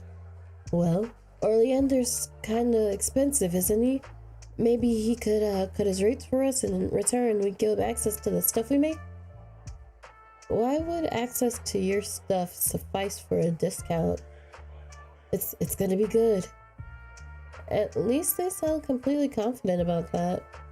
Well, let's arrange the meeting this time, even though the dialogue has changed and he's even more deranged in this one. It's better for Oleander to make that call than me. I can't guarantee that Oleander will make arrangements with you, but I can get you a meeting with him. That's all we need. They hand me a business card. Here's my info. It's handwritten, legible, but slightly smudged. Thank you so much. Don't thank me until you've got a deal. So we ended up with Adonis again. We're gonna let him touch us this time. That sounds weird. I don't say a word about the contact. That seems to embolden him. His hand slips under my cloak until his whole arm is around me. Tell you what, Vigil, why don't you show me that room of yours? Show me your new taxidermized bird.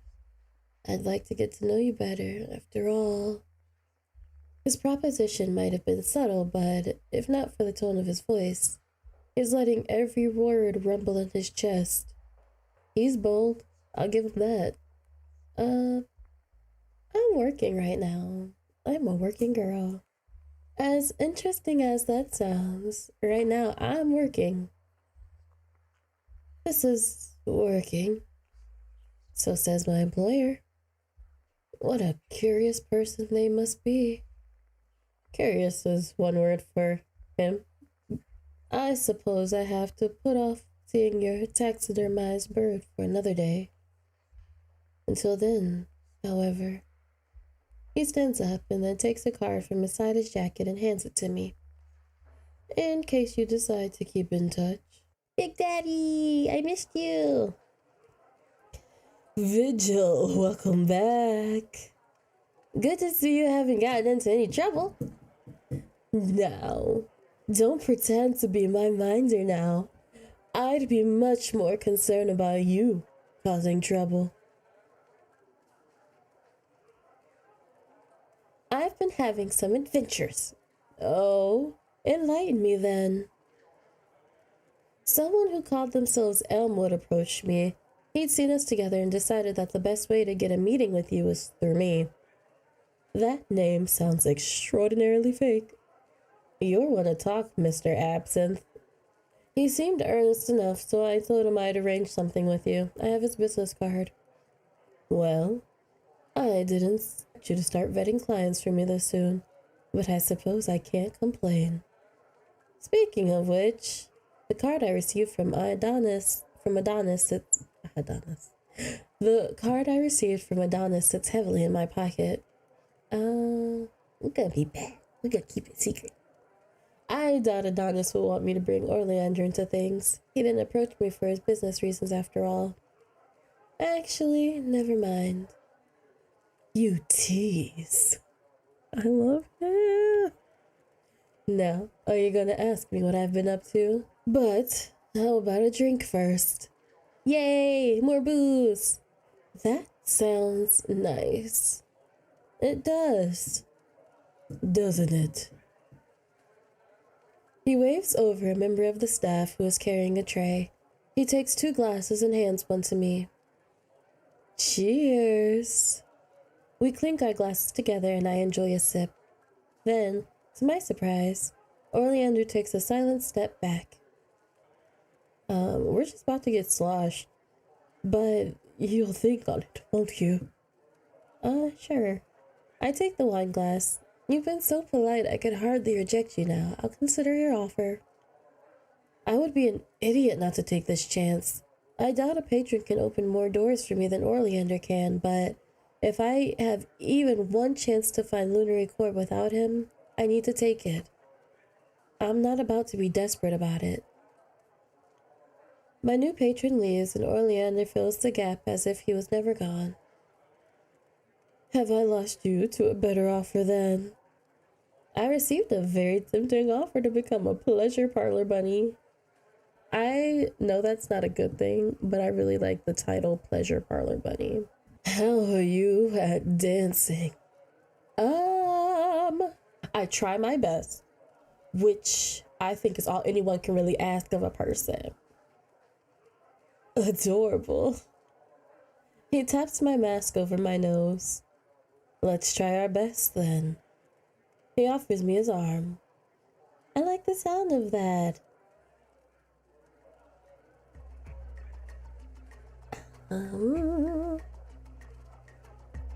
So, Vigil, what do you think of this? I never imagined myself at a party like this before. It's impressive.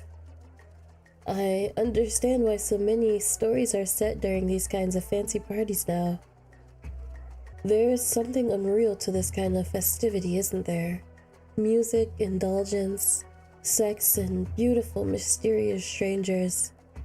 I'd like to read that book. And from the sound of it, you've made good progress as my assistant. It's a start. And what do you think? Is this life something you'd like?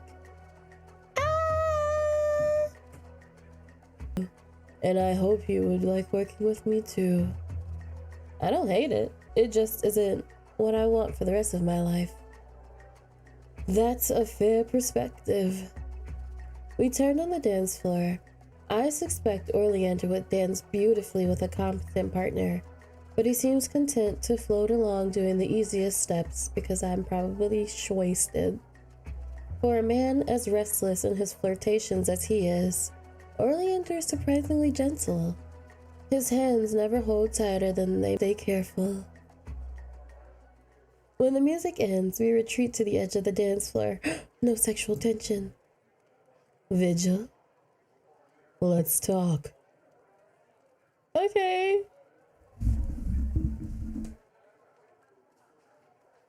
Is Daddy mad at us? I believe I asked you to drink within your tolerances, did I not? You did. And have you? I have. He tuts. You were sloppy while dancing, even for someone who is only able to try their best. I feel fine. You feel fine because you are affected. As much as I want everyone to have a good time, the simple fact is that I gave you a clear order and you went against it. I didn't. That will be all for tonight, Vigil. Go home. Meet me at my parlor tomorrow. We'll discuss your termination then. Daddy, no! Oh, he meant it. I'm left standing bewildered in the hall as Oleander walks away. Daddy! Bad end. You overindulged.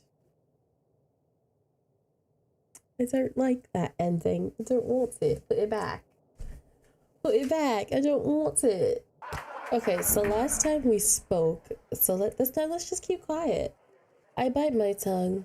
Oleander's got plenty of charm, and I know I'd enjoy chatting with him, but he's dominating the space right now, and for all I know, he might not like sharing the limelight. You know what? That is a fair assumption. That was a fair assumption. This is a fair assumption. Oleander leads us on a thrilling riddle he's just heard to compensate for the lack of amusement. Then there's a conversation about a unique business deal going through. Once I catch Oleander looking at me, but only once in the conversation that must easily span an hour or more, in a half-dozen topics. Finally, he seems to tire of the attention. Well, I think I deserve a little wine for being such a good host. He steps back away from the crowd. I can bring you some. No need, no need. I ought to stretch my legs and see the others, too. He walks away, going around the group and passing behind me. Then I feel a hand on my shoulder, then an arm on the top of my back, then a chin on my shoulder. Don't think I didn't see you withdrawing your name, Minx. You want my attention that badly? Ask the nice lady with the sword of vindication. Then he's gone before I answer. That would have had me shaking in my boots. I would have been shaking in my boots. I'm shaking in my boots. Okay. That was strange. The crowd lingers, but some of the people disperse. Well, I've answered my question. Oleander's quite the entertaining person. I take his hand and shake it once, firmly. Then I tuck my hand back under my cloak. No need to give him more body language to read.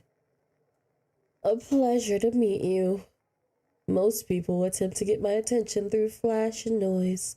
Anyone willing to be mysterious is worth a little investigating. You caught my eye from across the room. A little flattery can't hurt. I am probably your best hope for finding lunar core here. And it just so happens that I am currently looking for a new assistant. Then hire me. It's out of my mouth before I can stop myself. Then you're hired. That's big. That's big eggplant energy right there. Big eggplant energy. It's a kitty clincher. He's the Oleander's a kitty clincher, and I can't with that information. Then you're hired. It's that easy. Oh, there's one more thing. Here's the catch. All my assistants go by vigil while on the job. You'll have to agree to that. Oh, is that all? I know it's just one more name to put on the pile. You're clearly someone who uses a fake name with everyone, but I hope you can endure it. I think I can tolerate it for now. Before I can pull my hand away, however, he grips it a bit more firmly. I look forward to seeing how much fun we can have together. Then he lets go of my hand. There's a second of silence, but Oleander is quick to fill it with time and a place to meet up tomorrow, as well as more mundane details about the work. If he's being honest about everything, the pay will even be decent. I have learned a great deal about Oleander's business. Above ground, I would call him a merchant. He sells goods from the underground and purchases goods from above ground. He connects buyers and sellers. It's the kind of goods he's trading that mark him as unusual. No live humans, thankfully, but I saw a box of teeth that looked nauseatingly familiar among the goods he was sending out. Then there were magical goods and the allegedly magical goods. I guess this means you've been ensnared by my good looks and winning personality. There's no way I've learned all your secrets yet. Oh, is that all you want me for? Well, you're a little charming. Fine, you got me. You're a font of charisma, the likes of which I've never seen before. Truly the most incredible man I've ever met. Is that compliment enough for you, sir? Oleander preens like a darn bird. I'm always ready for more if you have it, Sleepy. I think I fed your ego enough. That's it out. My ego is fat and happy as a spoiled dog, thanks to you. What an image. Now, we have work to do. Oleander's the one catching eyes. My job as an assistant is to be the background, hopefully invisible. And if no one looks at me, that means they won't notice I'm watching them. Thanks for your help. I don't think I could have braved the dress cave alone. Okay, so we're gonna just show him our outfit. We're not gonna be showing. I open my cloak, giving Oleander a good look at my outfit. He gives me an approving nod. Wearing black under your cloak, you're going to blend into the shadows. If I'm hiding in the shadows, I'll be able to watch without being observed.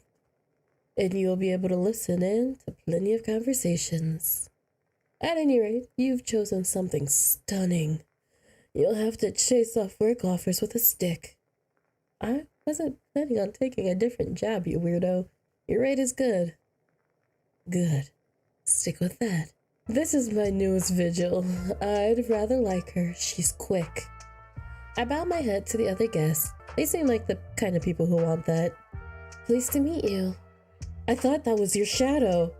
Well, in a matter of speaking, I'm easy to miss when he's drawing everyone's attention. I'm rather fond of this vigil. New though she may be, the last vigil was skilled, but not much of a social bee. Oh, we got a whole different... Okay. I stopped my tour around the hall in a dark corner. There's a lot of dark corners in this place, of course, but this one is unoccupied. I can see a crowd of people where I believe Oleander was before, so presumably he's still there and assuming the group. There are a few well-dressed people getting significantly more attention from the staff than the other guests. These might be Lord Valentine or other so-called nobles of the marketplace. Mostly my vision is occupied by the bright colors most of the guests are wearing. This hall might even put the dress cave to shame. Oh no. Seriously? This is... I hear someone to the left behind me, which is a little strange given my back is to a wall. I turn and cannot see anyone, of course. This is good, but the voices are still there. Curious, I lean just slightly towards the source and focus. If word about this is right, that motherlode of silver dust is real, then we gotta move fast. Oh crap. Silver dust is a drug, but not the domesticated sort like sweet grass or alcohol. Its trade in the underground is tied to dangerous folks. The only deal Oleander hadn't let me see in person involved silver dust changing hands. Aw, I love protective Oleander. Anyway, it does something to me. What does that say about me? But it's fine. There is every chance that this is information that will be dangerous for me to hear. Listen. Yeah. I breathe in and stay put, putting my ear toward the wall. My source is on the boat. They say it's coming in 2 weeks. I keep listening. The strangers argue about the reliability of the source. They bicker about what they can do with the potential inside information. Then, very suddenly, a large painting swings off the wall and towards me, and I jump away. The painting swings close, and I see a woman in a billowing cloak, with peaks of close-fitting feathery gown underneath.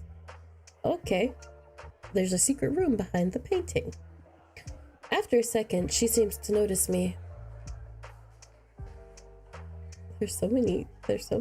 Oh my god, I didn't even know this was here. Let's stay. I stay put, even nodding to acknowledge her. I'd say the painting coming off the wall scared the daylights out of me if I had any daylight left to spare. I didn't mean to startle you. I assumed you didn't. That wouldn't be a very kind thing to do. What the heck am I saying? My mouth is running on its own. Lord Valentine likes his little hideaways. In a house as big as this, he's probably got a dozen of them. I'll have to be careful opening any doors or paintings. Who knows what I'll see. Do be careful, there are so many people engaging in flagrante delicato. And Lord Valentine doesn't mind. I wouldn't dare assume either way. She's maintaining a conversation, but it's obvious in her body language that she doesn't want to be here. That does feel like a dangerous thing to ask a lord. Do you mind all the intercourse going on at your party? Feels like sort of a thing you say to get kicked out. Yes. Goodbye. Farewell. Pleasure talking with you. We're such a little crap. I hold my breath and she leaves and then sigh. 1 point to me for making someone dangerous so uncomfortable they leave. I can let Oleander know what I've heard once we're in private. I decide to continue my trip around the hall before anyone else emerges from a painting. Vigil, welcome back. Call me baby girl. That's how you gotta do. Good to see you haven't gotten into trouble. No, don't pretend to be my minder now. I'd be much more concerned about you causing trouble. I've been having some adventures. Oh, enlighten me then. I think this is the kind of news you'd rather hear in private. Is it that salacious? What have you been up to, assistant of mine? You'll have to wait and see. You think you're teasing me by saying that, but I quite enjoy the thrill of delayed gratification. I genuinely cannot tell if he thinks I have gossip for him, or if he's simply playing it off to avoid suspicion. How about a drink first? Yeah, that sounds nice. It does, doesn't it? We clink our glasses together and I enjoy a sip. Then, to my surprise, Oleander takes a step back. Before I can respond, someone replaced him. A woman, I think, wearing a smooth mask of polished ebony. Hello. You are Vigil? The simple statement of fact catches me off guard. I've gotten used to talking with Oleander, who always leaves some kind of hook in his words. I am. Good. Pleased to meet you. I'd say the same, but I don't know who you are. Call me Snake. I will then. Pleased to meet you, Snake. You don't play games constantly the way Oleander does. I like that. Thank you. Is that why you wanted to meet me? As a less annoying way to access him? No, actually. I'm here for you.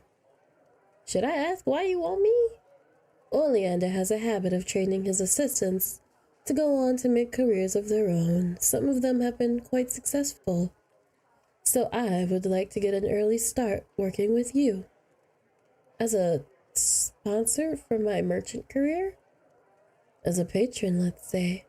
I find some opportunities. You pay me back with favors. I like Oleander, but he is exhausting.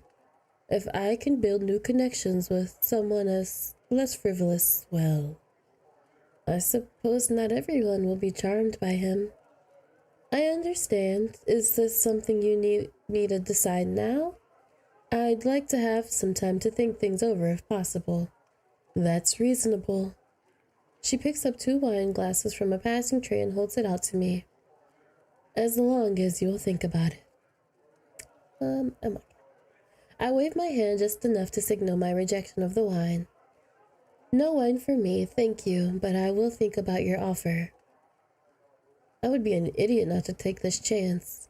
I doubt a patron can open more doors for me than Oleander can, but if I have even one more chance to find Lunaricor without him, I need to take it. But I'm not about to be desperate about it. How are you at dancing?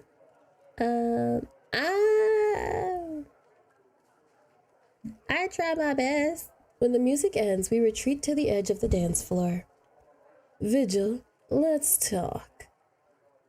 How worried should I be? Not worried at all.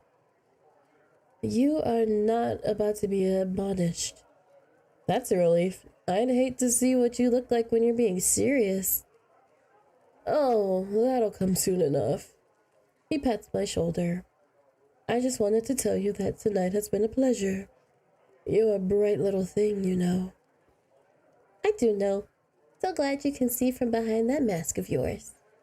I try to put on some imitation of his ego and he chuckles. I hope you're not becoming too much like me now. Given how much you adore yourself, I thought you'd like that sort of thing. He shrugs. One of me is more than enough, I think. I wouldn't want to inflict being me on anyone else. Huh. I don't think he meant that to sound so heartfelt just then.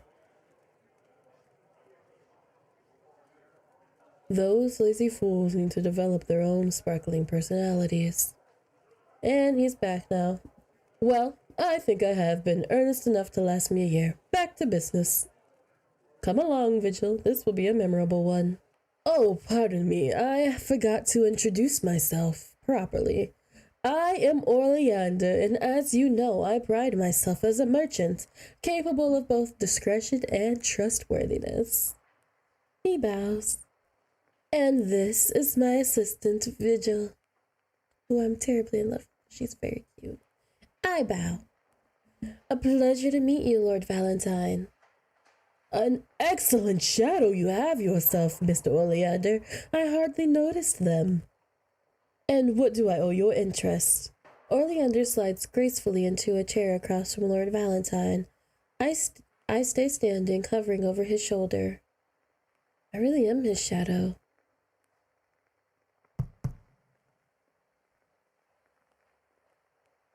Oleander pours a glass for himself and Lord Valentine.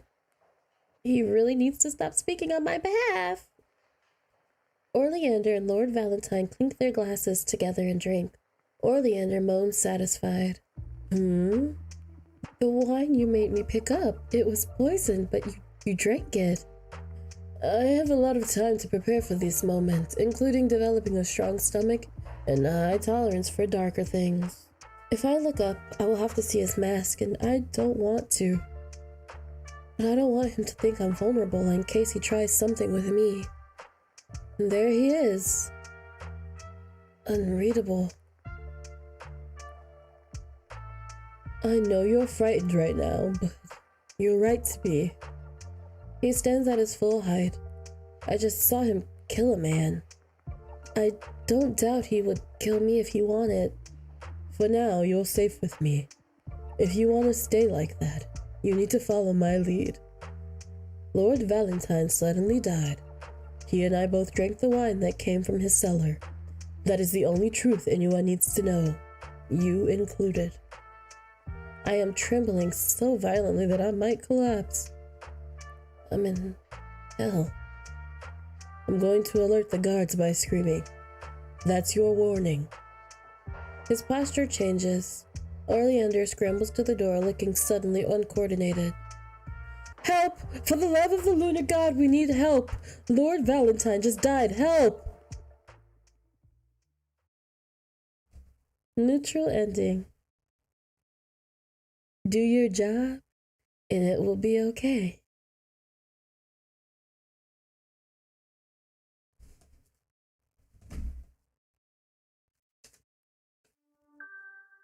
Nah, that's crazy.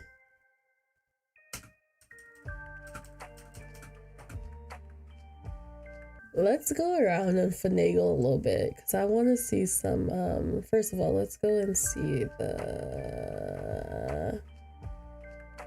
Look, guys! We got all the endings for all the routes. Yay! Good job. We got all the CGs with everybody. Let's go down memory lane! Big Daddy Kier! Okay, so here we go. Oh, so Kier is definitely Kier is my enemies to lovers. He's my enemies to lovers, and he's probably like realistically the one that I would go for. Realistic, like in real for real life, I would be on him like barbecue on ribs. But I would pretend like I didn't want to be. No, serious. Hear me out. I know he's crazy. I know he's sadistic. I am a serious apologist because look at him. Look at him. How could I not be? He was my first. He was the first, guys. He was our first one. I have to. He's so beautiful for no reason. Oh my God. His scenes were intense though. He was intense. He was the one that I was about to be like, Peaches. But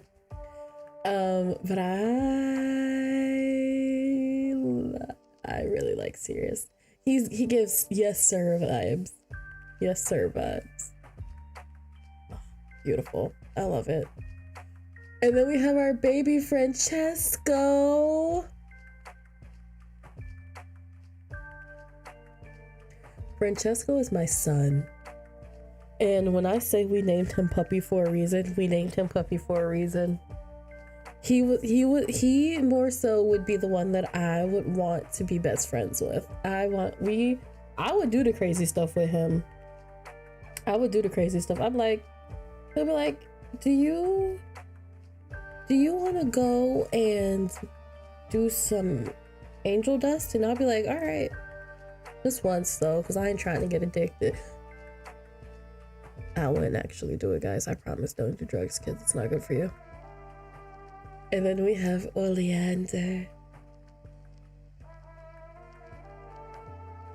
This man is dangerous. He's the type that I couldn't even talk to. Like I would just I wouldn't be able to. I wouldn't be able to. I couldn't do it. I couldn't do it. Okay, so if we're ranking, Kier will be number 1. Don't judge me. Y'all know how I am with redheads.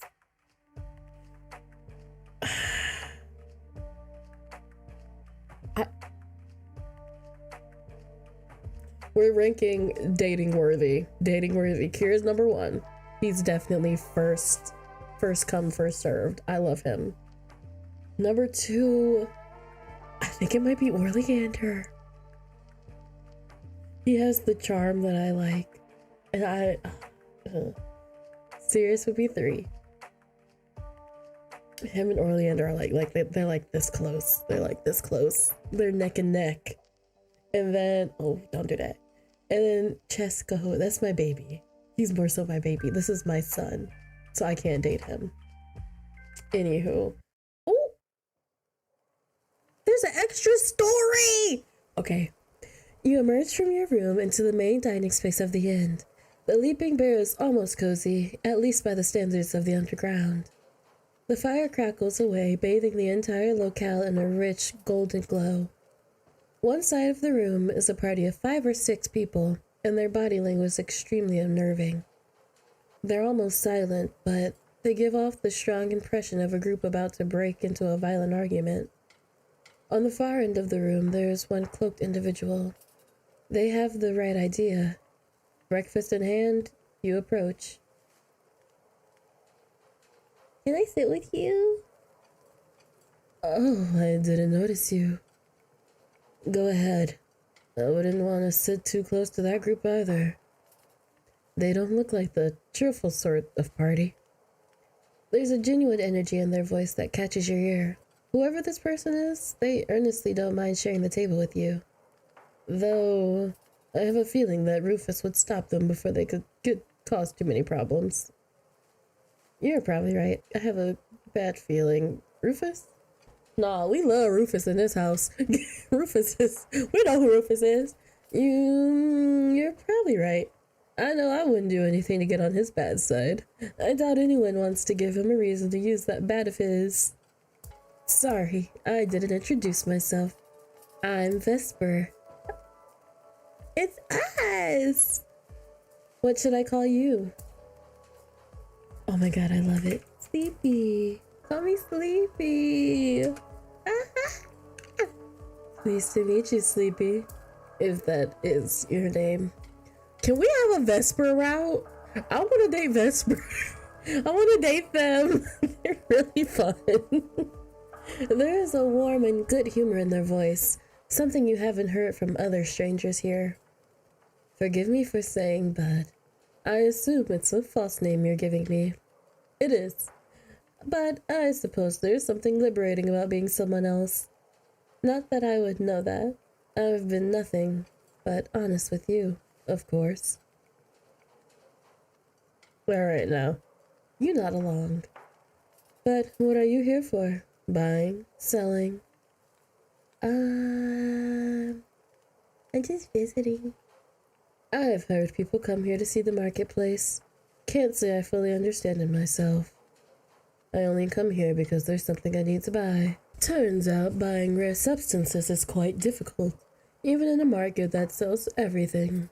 A market that deals with rare goods just has all sorts of rarities, not an abundance of them. What are you buying? Nothing at the moment. I'm rather picky about the rare goods I buy these days. Not just any rare goods can satisfy my taste. I'm fortunate to have found someone knowledgeable to help. A lunar priest, actually. He's got a particular taste for things I've never considered before. But he's giving me a lead and I need that. That's interesting. So like canonically is like Sirius who we end up with.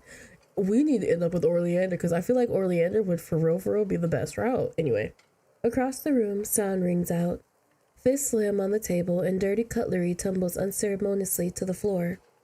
Vester makes a point in ignoring them completely. They lean in slightly.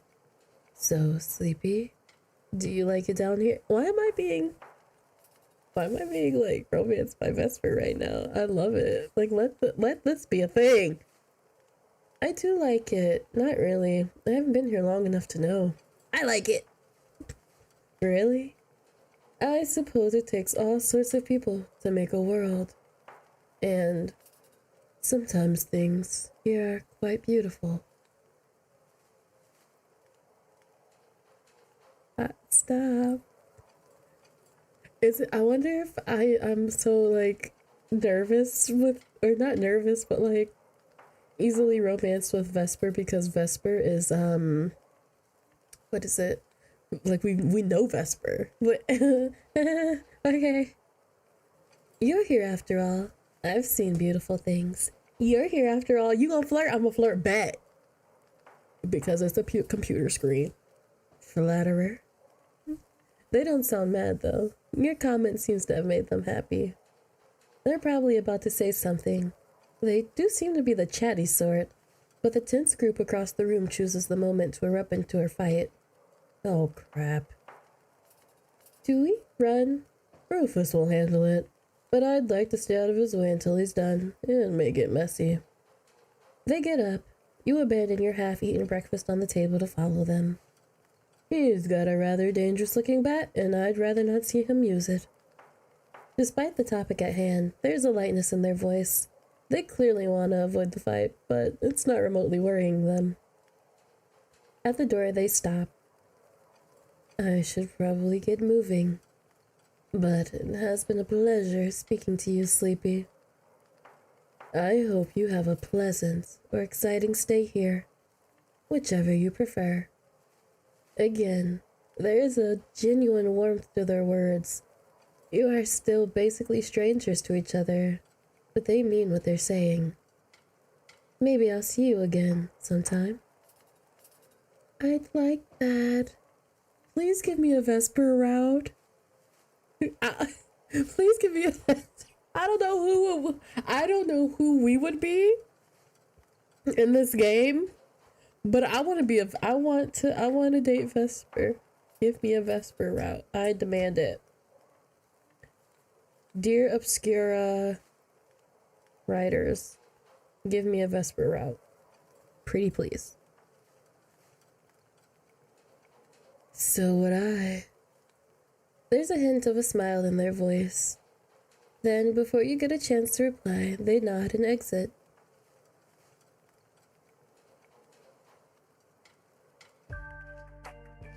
I shouldn't be blushing that much from that. That was fun. I liked that. Let's go through one of the self-care.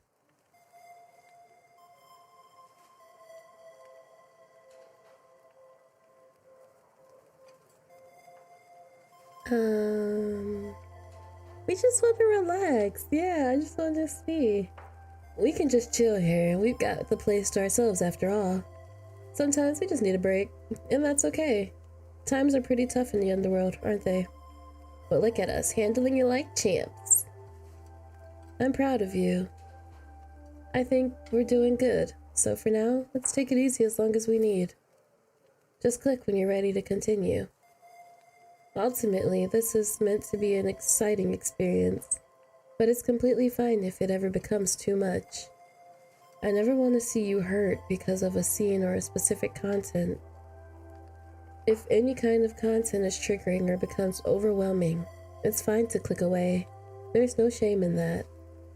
Before I let you go, promise you'll take care of yourself.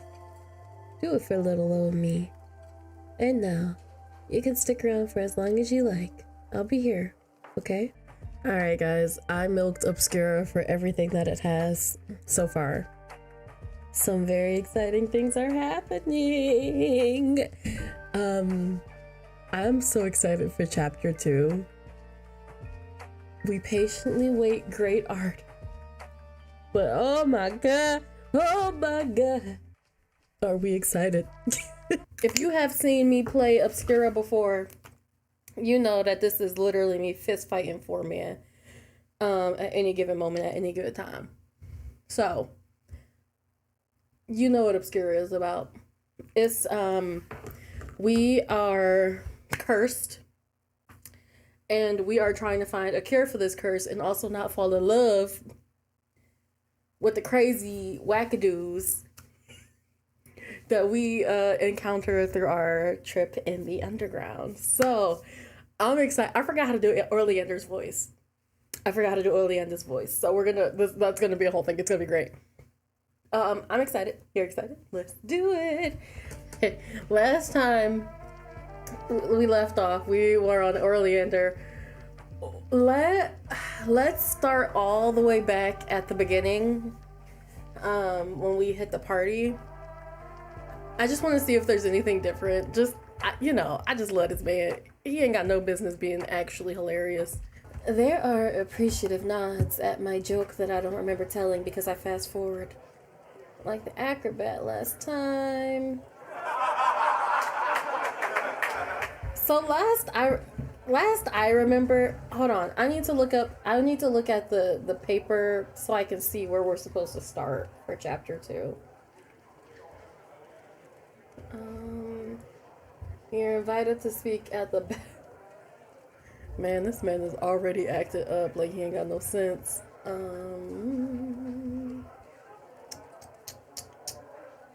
Let's go load. And then, how many does he have? Okay, so he only has the 3. So let's speed through the ball really quick. Not help it. He can't help having people just fall in love with him. These endings are determined by Oleander's affection points.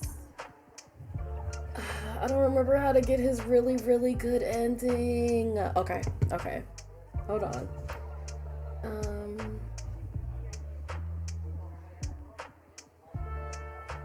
We can say I have no drinking tolerance, but I'll say I'll have some. Well, good to hear. Some folks like to drink together as a social activity. It's always nice to partake with others. Alright, King, go off. Hello? Didn't I just... Okay. That said, keep it to 1 drink tonight. I need you to keep your head on your shoulders. Is that an order, sir? Sass like you like, but this is work for you and I. Just because it happens like others play doesn't mean we get to fool around the same way. We stop lording at the door. Oleander is quick to spot someone. Is that my favorite bell ringer over there? Oh god, I forgot how much I love this man. Oh, just to let you know, while it gets dark, I'm gonna head to bed, so let me know. Oh, go to sleep when it gets dark, please. I can't help you because I don't know you.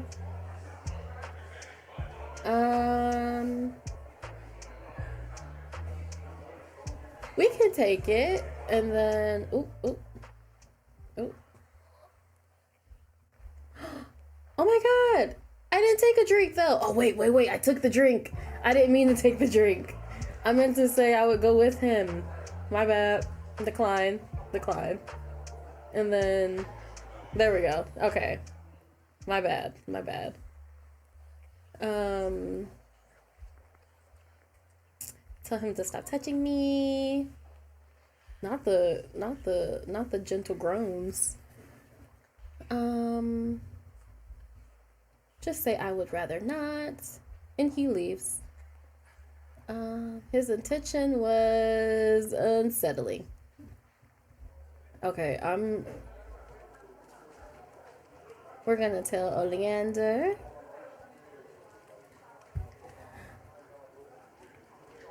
This is my fault. I forgot to, Oh.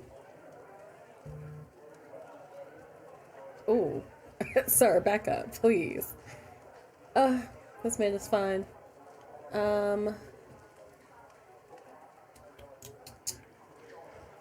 I'll accept it from him. Decline. I am quite good. It's impressive. Okay. Okay, alright. So this is when we have to actually start, like...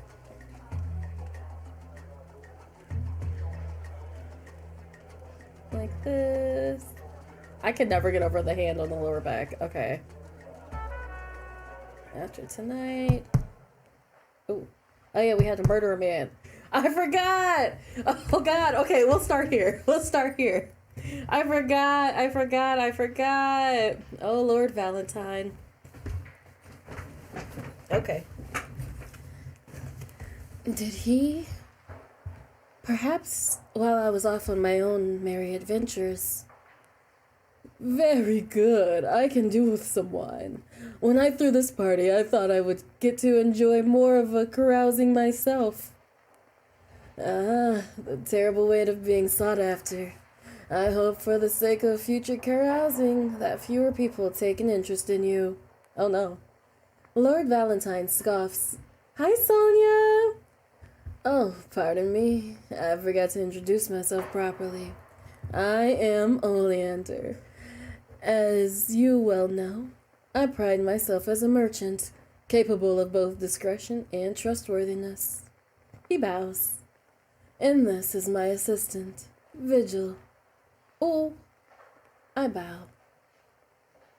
A pleasure to meet you, Lord Valentine. The pleasure is all mine. I haven't taken... It hit me in the throat. I am happy you're live streaming. You need it? Oh, are you having a rough night? Oh, my water is empty. All right, y'all, I'm gonna have to fill that. I'm sorry you're having a rough night. Also, it'd be like that. I apologize. Okay. The pleasure is all mine. I haven't taken my eyes off of you this whole time. Oh, okay. Into what do I owe your interest? Oleander slides gracefully into the chair across from Lord Valentine. I stay standing, hovering over his shoulder. Ooh. Hovering around him like a decoration. Okay, so if you didn't know, last time before we left, we wore a baddie dress. He had us in a baddie dress. It was a sleek black dress. Or no, wait. It was a dress that like really stood out because I was trying to be a brat. I've heard that you have information of a new merchant contact, and I thought I would put forward the best name I know. Mine. I love him. Lord Valentine chuckles. A bold stance. Tell me. Oh, that was it. Tell me, how would you live up to it? If I had a pen and some paper, I would record the details of the meeting plainly.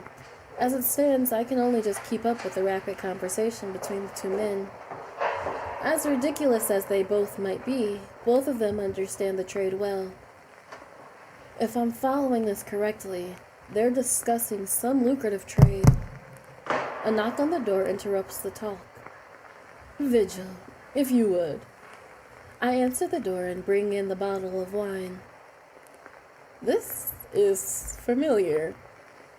I don't see anything as I hand the bottle off to Oleander. If he wants to pretend the wine he bought actually came from Lord Valentine's cellar, that's his business. Lord Valentine opens a drawer from his desk and brings out 3 glasses, short ones for liquor as opposed to wine glasses. Does the assistant drink, Mr. Oleander? No, she's no one for drinking. Oleander pours a glass for himself and Lord Valentine. Oh, so in this route, he literally does not even let us, he don't even let us get a taste. He really needs to stop speaking on my behalf. Speak on my behalf this time, please. Please. Perhaps I need to give him another nudge in the shin later. Oleander and Lord Valentine clink their glasses together and drink. Oleander moaned, satisfied. I love doing business with the lords of the market. You serve the best wines. There's an unusual taste to this one. I'll have to ask where it comes from later. Now, where were we? Discussing the man currently causing your trade difficulties? Right. Lord Valentine sounds slightly strained. Oh no. Oleander is exhausting, but Lord Valentine must not have much stamina. They've barely gone for 10 minutes. If I am to join you in your trade enterprise, I would like to know what you have to plan with your roadblock. We're still deciding. Between what options? Bribery may work. If the roadblock is just interested in lining your own pockets, there are always threats. Lord Valentine's breathing is getting heavy. But I know you better than that. You're the sort of person who sees a problem and hires an assassin about it. Who? What? Oh. You heard me perfectly well. You're...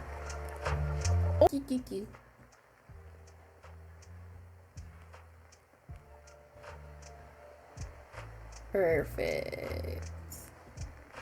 What about here? Okay, I feel like that's good. Okay. You should be grateful, you know. If I had my way, I'd be killing you very slowly. What the fuck is happening?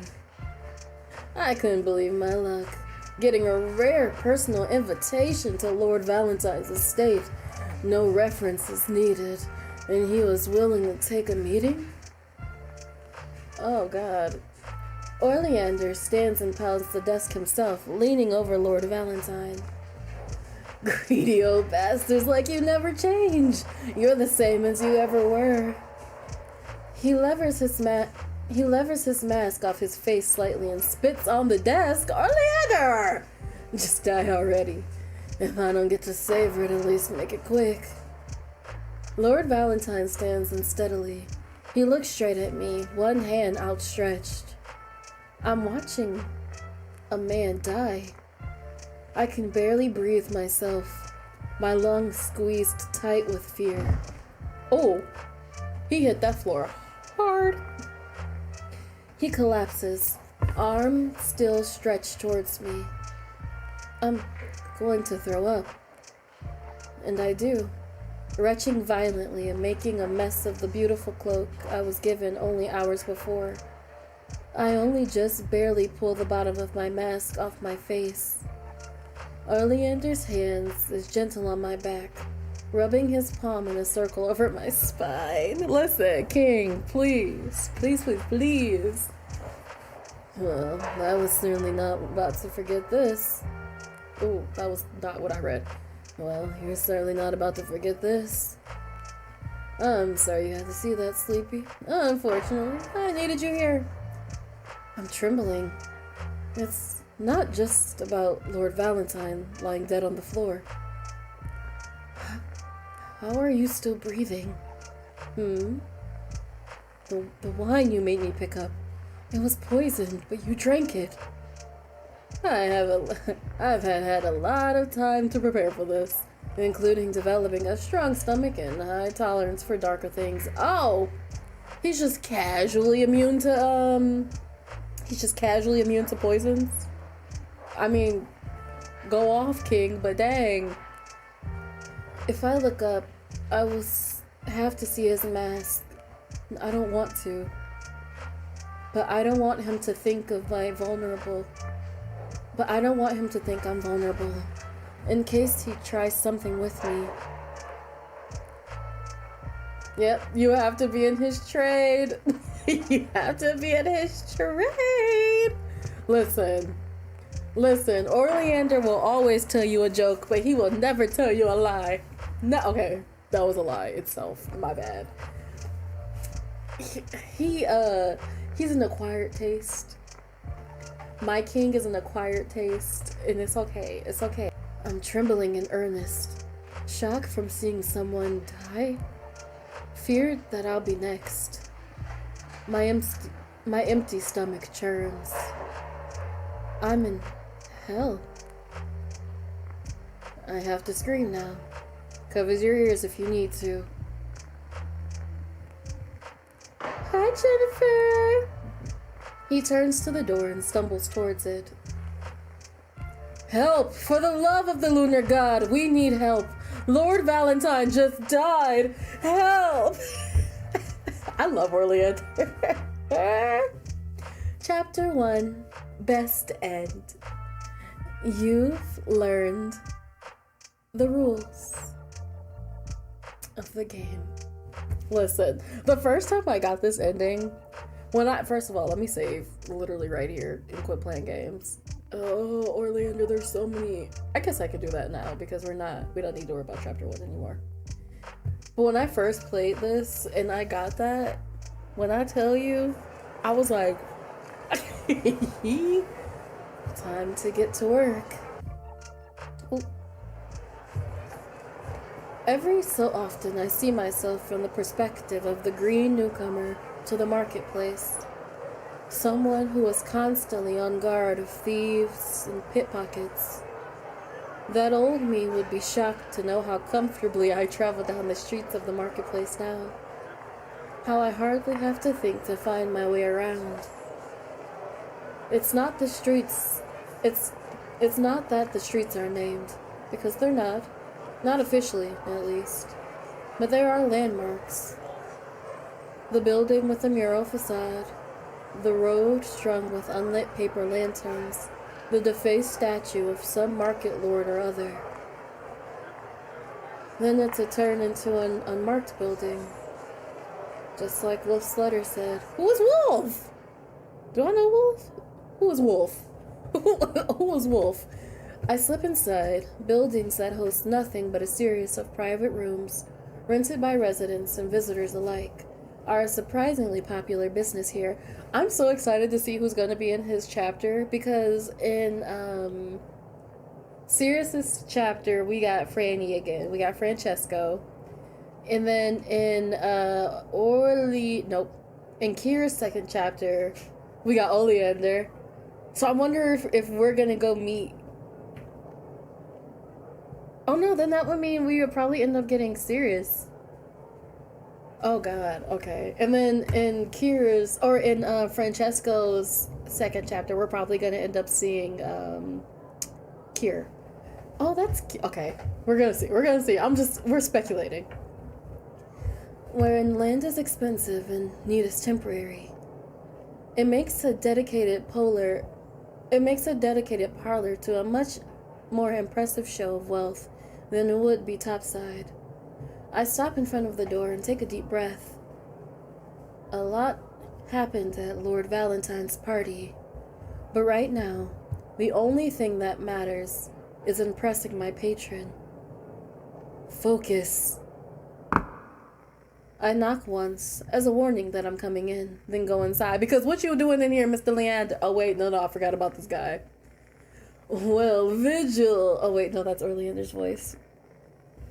Well, Vigil, you're right on time. I couldn't be late for you, after all.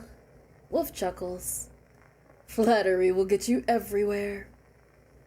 No wonder you like my boss so much. Another laugh. So, would you like the chair or should I take it? Why is there only one chair? What they about to have me in here doing? He gestures towards the one chair in the room at the desk. Well, this is a subtle test. Oh, y'all got me choosing already? Y'all. Okay, guys. So should we stay standing or sit down? Y'all choose, cause I listen. Hold on, I can make a poll. Cause this one, I don't want to choose. Cause the actions that we choose have consequences. They have consequences, and I do not want to partake in them. Oh my goodness. Okay. Let me see. I am happy live streaming. You look good. I look gorgeous. You got a lot of work done today? Okay, before you go, please vote for if you want me to sit down or stand up. Because not the 50! You guys! I'm glad you got a lot of work done today. Claps for you. Because we all know it's not always easy getting the work done. Because did I get any done today? Oh my god, I don't think I got any done today. Today was supposed to be my YouTube work day too. Oops. Dang, y'all, we can't do 50-50. Okay, we're gonna figure it out. Everything's fine. Not the 50-50. Not the 50-50. Okay, not me having to choose the last one. Okay. Eeny, meeny, miny, mo. Catch the tiger by the toe. If you had to let it go. Eeny, meeny, miny, mo. Whatever we click. Okay. Okay. We're standing. We're standing. I'm here to work. As the employer in this scenario, the chair ought to be yours. Good. Oh god, that was the right answer. That was the right answer. Good answer. Okay. Wolf takes his seat, leaning back as he crosses his feet on the desk surface. It's casual, but it also screams out our power imbalance. Wolf gets to put his feet up, and I have to stand. Well, should we get to business? It's why I'm here, after all. I know topside that markets are mostly involved with buying and selling. Some travel to get the best prices, but you must have seen that now, that Oleander is a different sort of merchant. He's a very hands-on in doing things, yes, yes. Well, what I'd like to ask is also quite hands-on. Obscura can go one of two ways. 3 ways, I'll say 3. My business, performed under the auspices of my Lady Lumina, and under the different name and face, of course, is to provide a place of leisure to weary travelers. It is not a typical pleasure parlor, and very exclusive besides. Yeah, this went the other way that I thought it was going to go. Part of the appeal is the rotating supply of amusements. Do you want me to get you a new source of amusement? Or do you want me to be the source? Listen, we don't... Wolf outright laughs at this time. Okay, alright, listen. I had to ask. I was very concerned. I was concerned. I don't think you would satisfy the interest of my clientele, Vigil. I know I shouldn't be insulted, but no. I have some inside information on the supply of amusing tablets coming into the marketplace. Your job would be to retrieve some that supply. That is very concerning. Well, I suppose it was inevitable I end up trading drugs eventually. Was it inevitable, though? Okay. I guess I'm the one who's making the choices, so it's fine. The trader bringing in the supplies and uses a fig leaf as her symbol, and the poor mule bringing things down will absolutely have the symbol somewhere visible on them. The handover will happen at a party, or perhaps bacchanalia? Bacchanalia? What is that? Would be a better term for it. The host are the infamous sort, the disorderly conduct, best thought of as a sex and drugs death cult. Officer, it was not me. It was not me. Okay, but I do want to look up what bacchanalia means and make sure I'm pronouncing it right. Bacchanalia. Oh, it's a Roman word. It's the unofficial, privately funded Roman festival of Bacchus.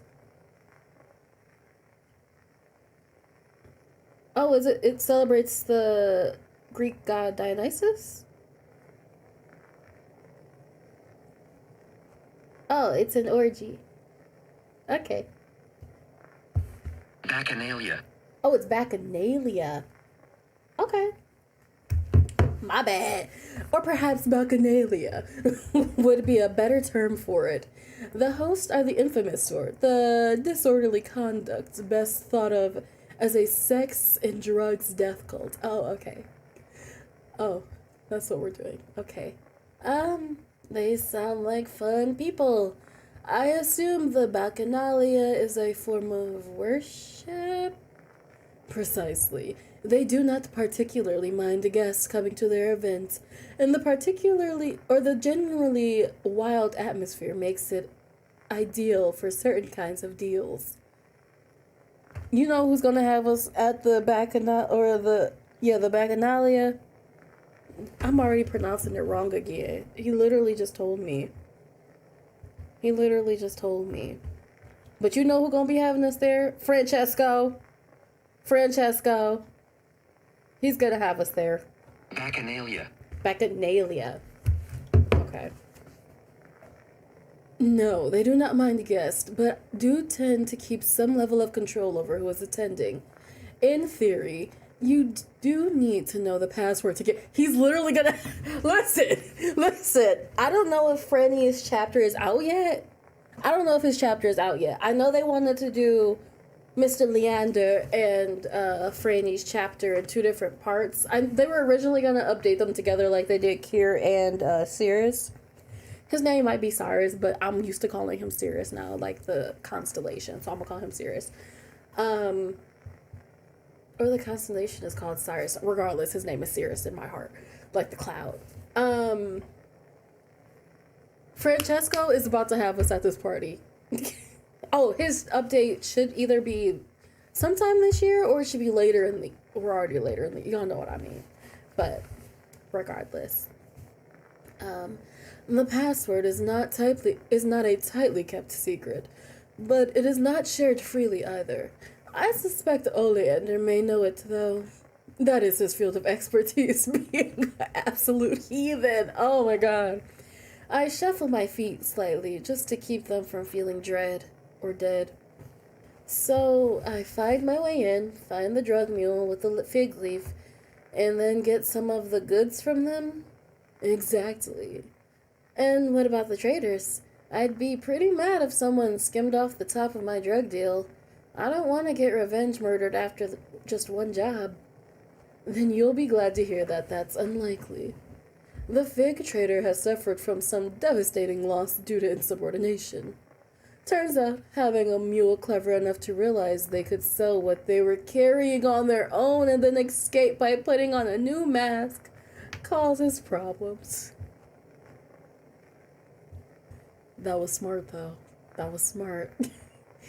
The perils of anonymity in business. It's amazing the marketplace functions at all. A naive drug mule will probably lose some goods to theft and manipulation, but they're far less likely to steal the lot and become competition. Unless you're truly greedy. There is something you can take that will upset the trader. Don't get greedy. Steal from the naive drug mule. Okay. Sounds morally gray. I can do this. Hold on. I think I kind of want to go for, I kind of want to go for all the endings.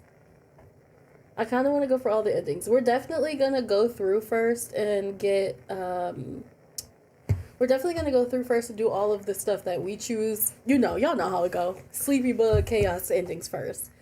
And then we're going to go back through and do all the other stuff. This sounds morally gray.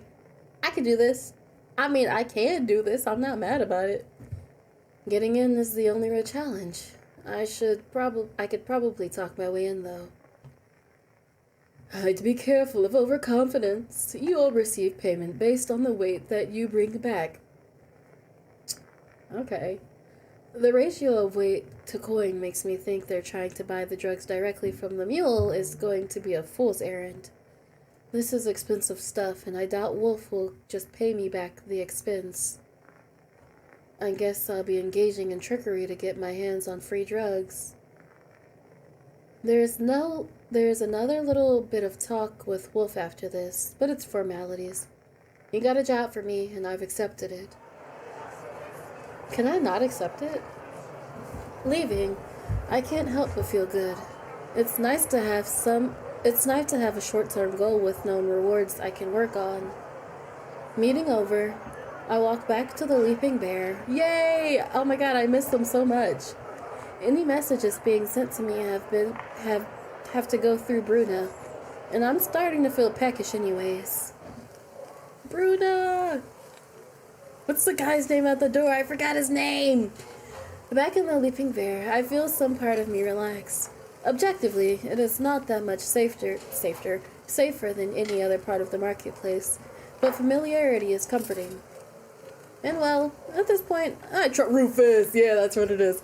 At this point, I trust Rufus to only make use of his bat if someone here misbehaves.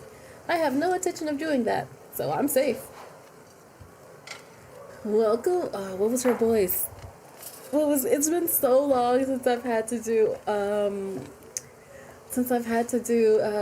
Obscura. What was her voice? Welcome back. It was very like, hi, my name is Bruna. Welcome back to... No, it wasn't. Was it this? I think it was this. Okay. Welcome back. Should I be sending a snack to your room? Oh, thank you, but no. I'll have a proper bill in a little bit. Bruna! I'm just planning on going to my room for a while to relax. But there's an envelope waiting on the floor of my room, visible the second I open the door. Leave me alone! I suppose Bruna or another staff member slipped it there while I was out. I've been here long enough that it's probably just easier to deliver my mail that way. The envelope is made from a thick, smooth paper. This is high quality. And there's a faint scent of perfume from it. Oh no, it's from somebody rich. Oh, it's from our somebody rich. Oh, I guess he would want to talk to me. Even without the sender's name, I know exactly who this is from. No, I'm too hungry to deal with this right now. What about our curse? I pocket the envelope. I can't ignore it forever, but I can delay the matter a little longer. Change my mind. I'll have something to eat now. Brat. We're just full bratting. Bruna looks up at me. The bear mask is so normal to me now that I think that even if I saw her actual face, the bear would still be how I imagine Bruna. That's so cute. Right now it's soup. That's alright with you. Yeah, soup sounds good. Whatever it is, it will be tasty. Bruna delivers a bowl of soup in a chewy, dense bread roll, perfect for dipping. I want some. I want some bread for dipping my soup. There's also lovely wine that some other guest cracked open. Want a cup? I don't want wine ever again. The thought of drinking wine sends a bolt down my spine. I just about checked my gut reaction. No, thank you. No wine for me right now. I bite my tongue. More for the other guests then. They'll definitely appreciate it more. I try to keep my mind on bread and soup. It's simple, but it's hot and filling. Oop. But whenever my focus wanders for a moment, my hand drifts down to the envelope again, brushing it over in case it somehow disappeared. When my bowl is empty, I sigh. There's really no avoiding this any longer. I untuck the envelope flap and pull out the letter. I can't stand his. I can't stand him. Sleepy. I can imagine that you're feeling rather apprehensive about meeting me right now. Well, at least he knows it. The handwriting in prose is very him. It's easy to guess how he would have gestured if he was saying it out loud. Oh, did y'all see that? That was scary. I don't know how I do that. The handwriting and prose are very him. It's easy to get up. I understand your concerns and would like to reassure you, to the best of my ability, but I mean you no harm. If you are willing, I will be at the Sleeeeepy bathhouse tomorrow morning. I can guarantee privacy for the both of us. What you trying to do with me in a bathhouse, sir? We will be able to talk there. There are certain things I am not eager to discuss yet, but I'm certain that I will be able to answer at least a few of your questions. There's a little sketch in the area around the bathhouse. There's a little sketch? As well as a time. Oh, he's showing us the direction. Okay.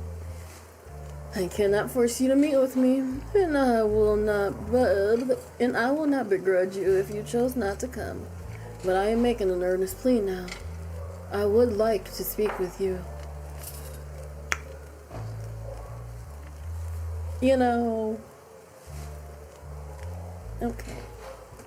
I gave in too easy. Okay, I'll go.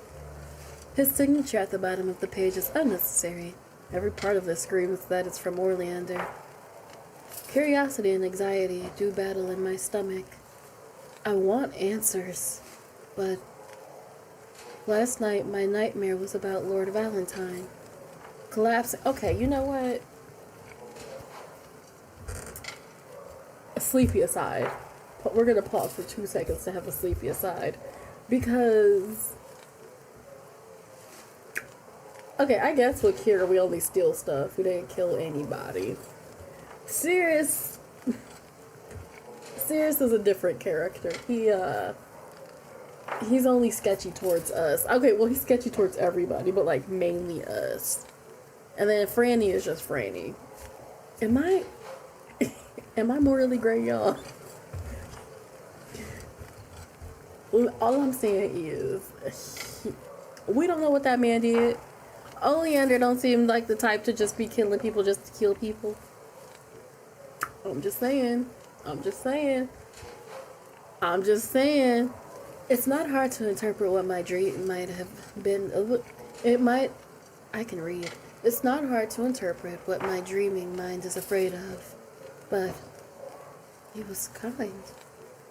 Or about as kind as could be expected. He cupped my cheek and sympathized with my fear. And it's obvious that it was personal for him. Aww. See? Curiosity is winning over the anxiety in me. I look at the letter again. Oh, we're gonna hear Big Daddy out. He has done nothing wrong. I want to know why. And if the reasons are awful, I need to be in the room with him to give him a piece of my mind. He could have let me drink the wine as well if I was meant to die in that room, which he does in one ending, but we didn't go through that. Watch the other video. The amount of death endings in this game is actually kind of ridiculous. Because you gotta realize, you don't even just have death endings, per the character you were playing, but, all of them. And then at least 5 of the 6 endings are death endings. My bad, 4 of the 5. Or 4 of the 6. He could have let me drink the wine as well if he meant for me to die in the room. I can trust that he's willing to keep me alive for now. I don't know how I feel about that for now. The bathhouse is supposed to be closed, but when I knocked on the door and tell them I'm here to meet Oleander, a sole attendant brings me aside. Why you got me in the bathhouse, Big Daddy? The air is heavy with perfume and thick with water vapor. Are you going to the bathhouse today? No. I don't know what's going to happen with Oleander, but at the moment, I am determined to remain fully clothed. Take 'em off, Sleepy! Take 'em off! The only thing I leave behind is my footwear, and only because the attendants tell me that I just realized we're gonna get a bath picture of Oleander, and I'm not ready for it. Okay, hold on. and only because the attendants tell me that they are not allowed beyond the entrance. Wearing borrowed slippers, I am brought into a private room. What are y'all about to show me? What are y'all about to show me?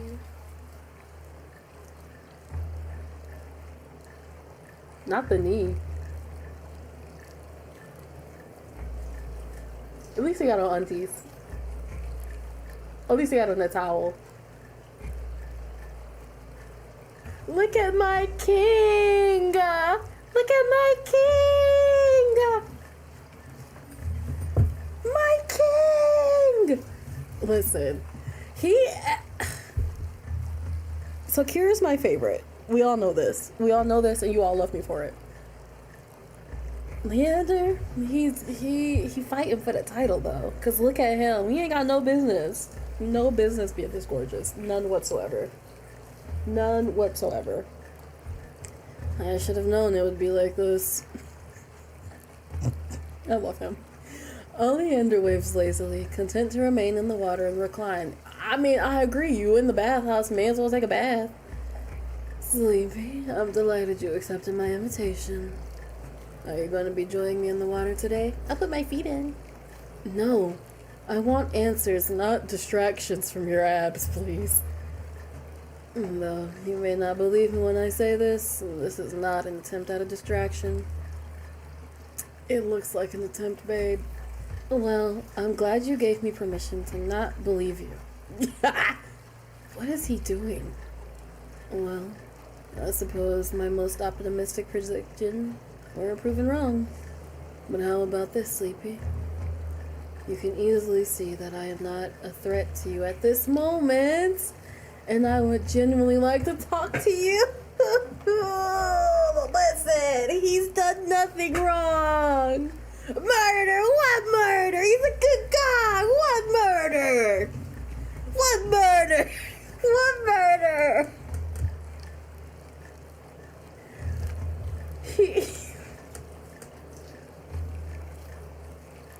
He's done nothing wrong.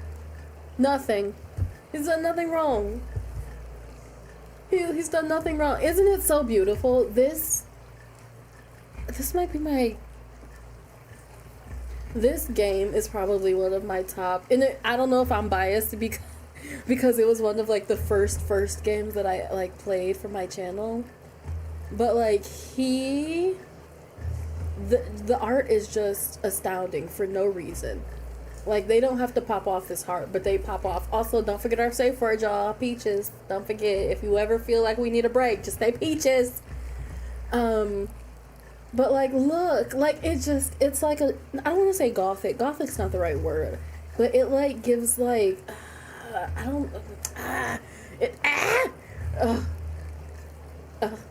because... I just... I'll let it go. I'll let it go. I am kind of sad. He would drown us. He would just trip us and drown us. I do want to say, though, I do wish that they kept his tone a little darker. Because now he's kind of giving light skin king. And, like, usually Oleander isn't this light. It could be because there's a bunch of candles in there. He's supposed to look like it's, like, reflecting off him. But, like, from one brown skin to another brown skin, I wanted him to stay brown skinned. Matter of fact, give me a dark skin king. Where was I? I got distracted. Oh, he was like, I want to talk to you, girl. He said, let me talk for a minute. I want to explain my murder. And we said, oh. Oh no, he got the boombox and everything. Let me talk for a minute. I swear I killed that man for a good reason. We love this king. Okay, I'm done. I'm done being silly. So, ask me anything you please, and I will do my best to answer. And you're going to answer honestly. There are things that I would prefer to keep private, if I may to be so bold. But I will tell you when I would like to decline to answer. And I will, in other ways, be open and truthful. Aw, of course. I could be lying at this very moment. Oleander, I cannot stand you. Nothing will ever surpass the betrayal from Kier, though. So, like, I'm not even, like, phased. Nothing will ever surpass my betrayal from Kier. I still cannot get over that. My heart was broken. But that's always the risk you take down here, isn't it? He doesn't have to sound so pleased with himself about it. But it's true. I believed in Oleander's promise enough to take the job with him. That was already a leap of faith. You know, I could show him my face, and who is he going to tell? Who's going to believe him? They don't know what I'm going to look like, you know? So, like, even if I did take my mask off in this room, they don't know. They'll know. They'll know. They'll know. That's all I'm saying. That's all I'm saying. I'll never forget Kier ripping off our mask and kissing us. I'll let Kier go. I am done talking about Kier. I'm sorry. I'm done talking about the love of my life. My bad. Fine. I'll ask questions then. Oh, goodness. Why are you basically naked right now? Why did you kill Lord Valentine? Am I being fired? I think that's all we need to talk about. Oh, we can do them all? Okay, sweet.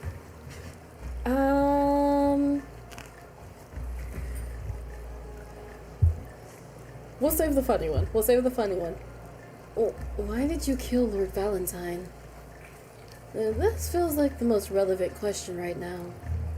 Right you are. This is the reason I invited you here, after all. The simple version is that he very much had it coming. The casual wave of his fingers is extremely at odds with what we're talking about. It feels like an automatic gesture. You sounded pretty emotionally involved once the poison hit. And you said that Lord Valentine hires assassins to solve his problems. This is why I like you, Sleepy. You were in shock, understandably, and still picked up on some important clues.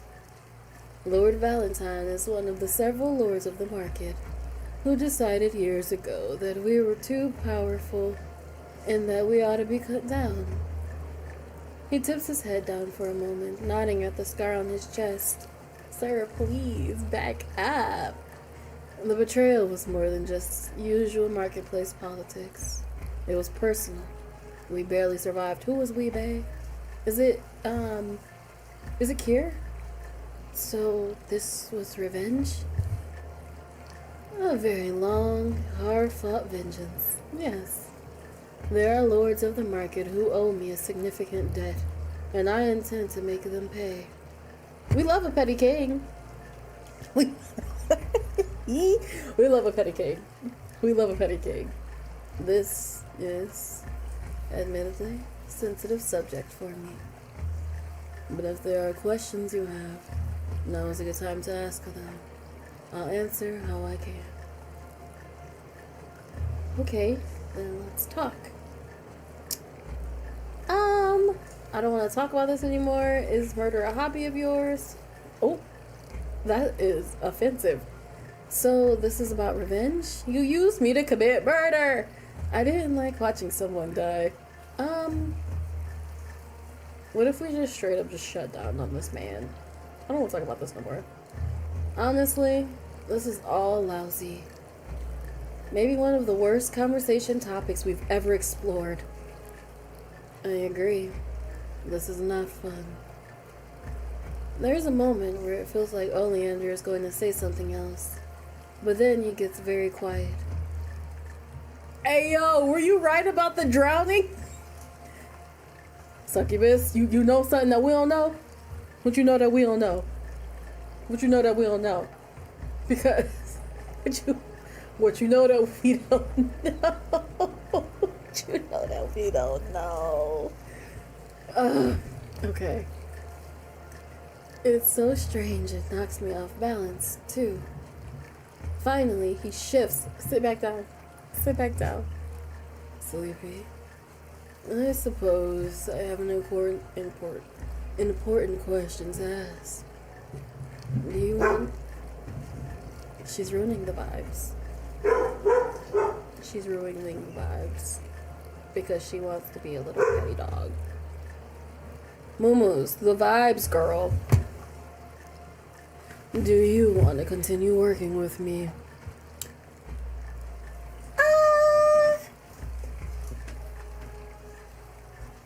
What if I say no? I'm scared. I'm scared. I'm in danger. I'm in danger. We going all in. It's not worth working with him to save my life if it's just another, more immediate danger. Oleander turns away for a moment. What you got? What you got? Oleander? Well, I can hardly begrudge you that decision, even if I am rather disappointed. You're not gonna make that disappointment my problem, right? Leander, please. This is black on black crime, Oleander. We can't do this. Please. He sighs and suddenly sounds very tired. I'm scared. No, Sleepy. I have no intention to take your life or do you harm. I never have.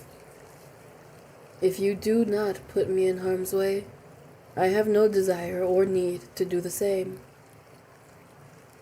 I guess I'll have to trust you as much as I must trust you.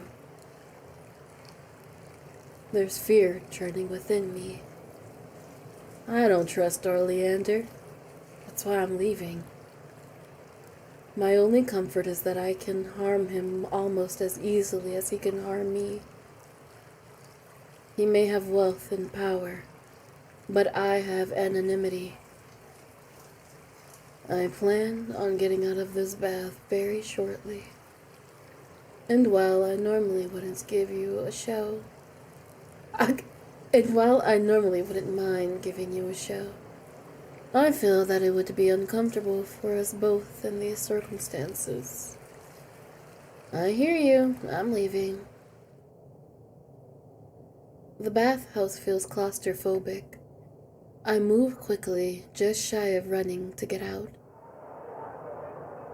And then I'm left alone in the marketplace. It'll be hard without Oleander, but I have a job to do. I'll be fine. Better alone and safe than getting help from someone dangerous. Oh, not us getting an ending. Okay, y'all, we got an ending.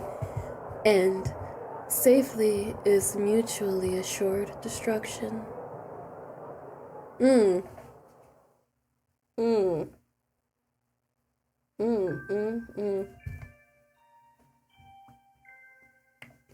I've missed the ending so much.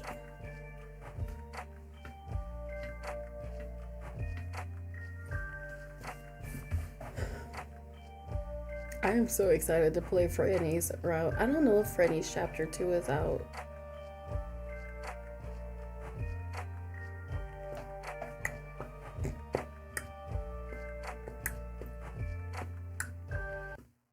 Okay.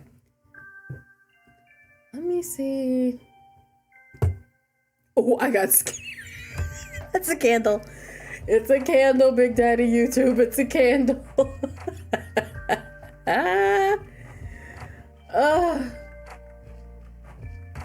Oh, serious. Oh, serious. Okay, so... Oh, yeah, okay, so they haven't done Franny's new chapter yet. My sweet baby boy. Okay.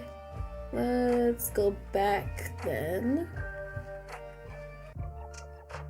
And then we'll skip through. What if I sat down? No, we're gonna be good. We're gonna be good. Keep making the same choices. We're gonna hear him out. Okay. Oh, is it? Thank you. Sometimes I feel like my voice is like super squeaky and high. So I feel bad. I'm always like, I feel like I'm like digging in people's ears because I'm like, hi, how are ya? Like Elmo. I feel like I'm Elmo sometimes. So thank you. I really appreciate it. Oh, sweet. You know what? Aspar definitely said today, she's like, I have a, when I narrate and when I read, I tend to have like a low, seductive voice. And I was like, oh my god, thank you. Thank you. Thank you so much. Thank you so much. Thank you so much. Okay. Alright, y'all. So now we're not going on the impulse of seeing the bad ending. Why are you basically naked, babe? Oh! Sir, please! My goodness. I suppose that is a reasonable place to start the conversation. Well, it would be rather silly of me to be fully clothed in the bath. If you want to know something specific, then ask what you mean. Just because I know what you meant to ask doesn't mean you've asked it. Okay. Okay. You know how, Sirius is the brat tamer, right? Is Oleander a brat tamer, or is he a brat enabler? Or is he the brat? You know, like, is he, like, are we bratting at each other? Is that the issue? Is that the issue that's going on right now? Are we bratting at each other? King, is that what's happening right now? Is that the issue we're having? I'm trying to understand, babe. You think he's the tamer and the enabler? Oh my god. Because I know Sirius, he shut that down. As soon as we fix our mouths to say something, he'd be like, say that's literally us at Sirius. Oleander, he likes it when we're sassy. But he also has to be sassy back. He's a brat. He's a brat. But a little bit of him be like, girl, if you don't be quiet. And I'll be like, okay, whatever you say, babe. Somebody come get me. Red flags are okay, but only in 2D men. I'm so mad that he made us go around that. Then let me rephrase. Why are we meeting in a bathhouse while you're bathing? Because I wanted to multitask, of course. Amen to that. This is an excellent bathhouse. I have a relationship with the proprietor where I can rent small rooms while the rest is closed. And I was due for a relaxing soak. The question is, why are we not in there with him? Like, we don't have to technically be naked and we can sit on the opposite side of the bath. But we ain't the only one. He don't be the only one who get to soak. I'm a bath girly. I'm gonna be like, I got the bath bombs, I got the salts, I got some oils. What? You need some? Did you bring your basket? Did you bring your scrub? Did you bathe first? Did you wash up first? Okay. Like, me and him would be in there. I would have to put him through the 7 stages of, like, did you do X, Y, and Z? Did you bring X, Y, and Z? Why didn't you bring X, Y, and Z? And you weren't thinking at all about trying to seduce or distract me like this? You've already made a pretty obvious proposition. This has nothing to do with that, I assure you. Though, I understand how it may appear to be related. Matter of fact, can we take up on that proposition in this one? Oh, I love this man. The fact that this is an excellent multitasking is part of it, but there was something more to it, I admit. And what would that be? It is a bit silly to confess aloud. This is a visual metaphor. He's so irritating. I can't stand him. Oh. You're trying to show me that you're not hiding anything. Well, I'm exposing everything in this moment. But you're trying to show me that you're only hiding what you have to, and everything else is open for me to see. Exactly. It's a bit on the nose, isn't it? In my expertise, being overly blunt is, with these things, is wiser. Otherwise, people may miss the message being sent. Well, don't worry this time around. You're hard to miss like this. And have I got your attention? You do. You do. Excellent. I do work hard to keep myself visually appealing. It would be so disappointing if I heard it was all for naught. Now it makes me want to know what his...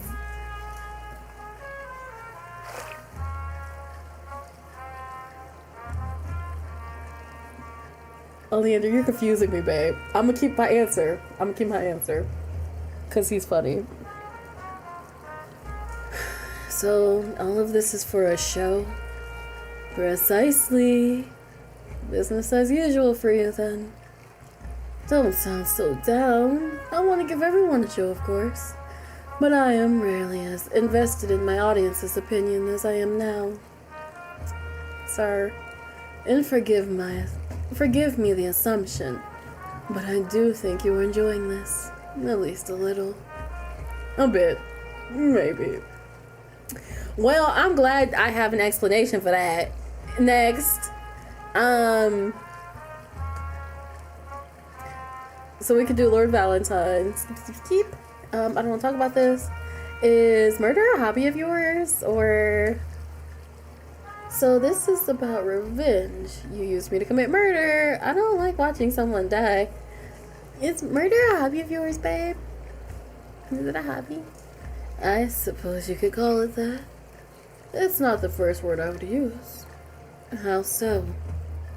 Hobbies aren't typically a pleasurable pastime.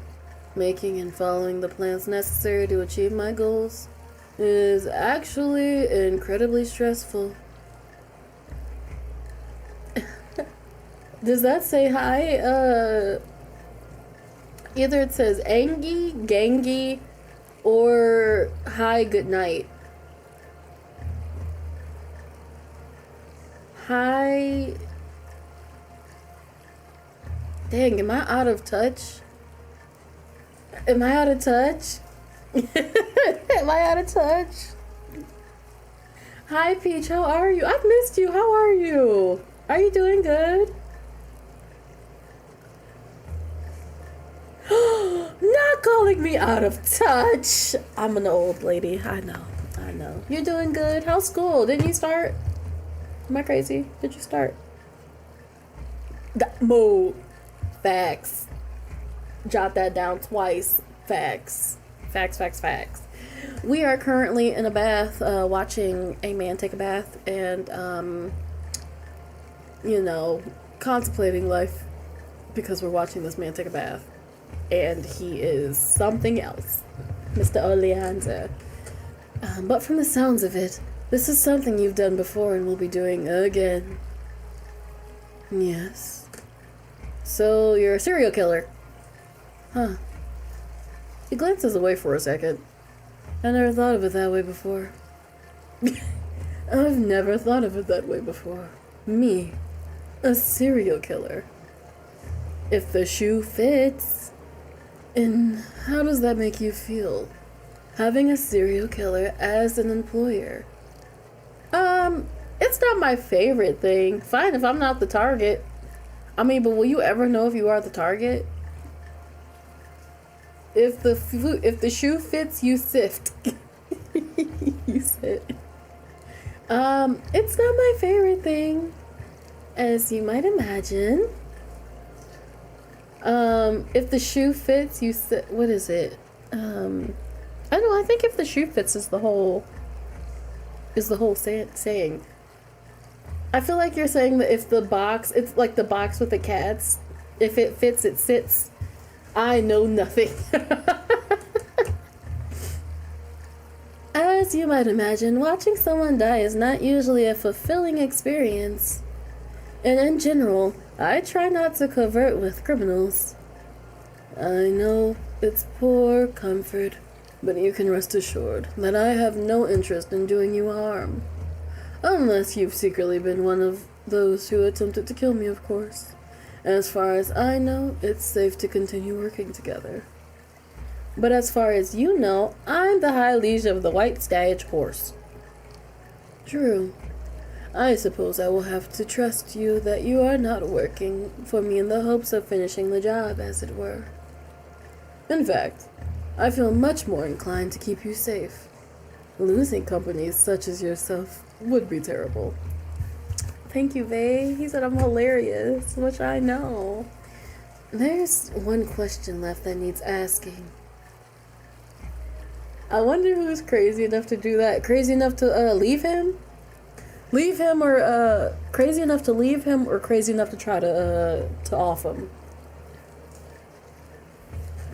Because the last one, absolutely not me, but the first one, if he get on my nerves enough, yes. So, are you planning to kill again? A serial killer usually is. How does that make you feel? Uncomfortable, scared, anxious. For him as much as for myself, I don't like it. You are not obligated to like it. My only requirement for you is that you don't sell me out. Who am I gonna sell you out to? There's no police down here. It's not worded like one, but I know a threat when I hear it. This is a secret Oleander expects me to keep. I mean, who am I? I'm not about to go around telling everybody, my boss is out here offing people. Have the conversations that are meant for you and nobody else. Don't be having no conversations that are not meant for you. Keep your mouth where your mouth needs to be and your ears where your ears need to be. Simple as that. I don't want to talk about this anymore. So this is about revenge. I can imagine you have some feelings on the topic. Revenge is toxic. I mean, I get it. There are things I would do anything for as well. I don't like it, but I understand it. And that's all I can really ask from you.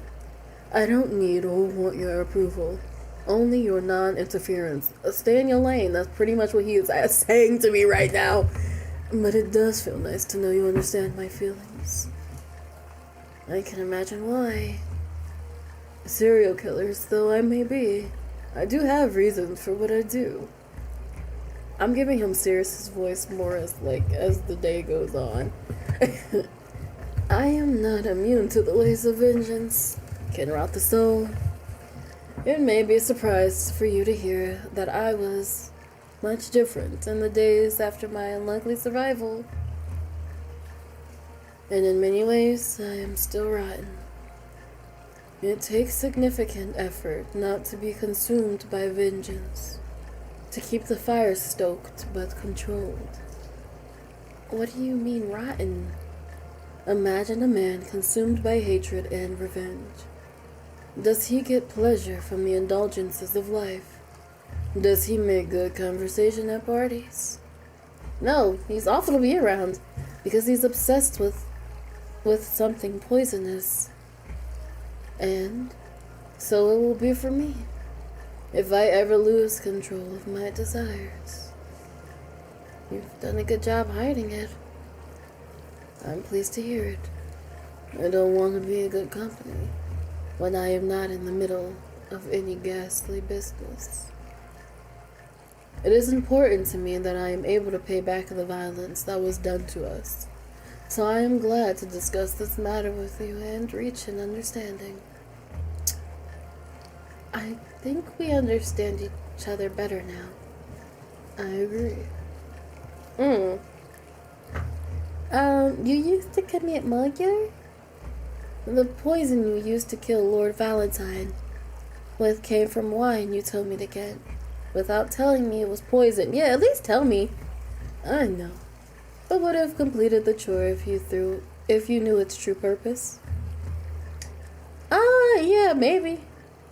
I promised to do anything to get Lenore, didn't I? I'm someone who keeps her word. So you did.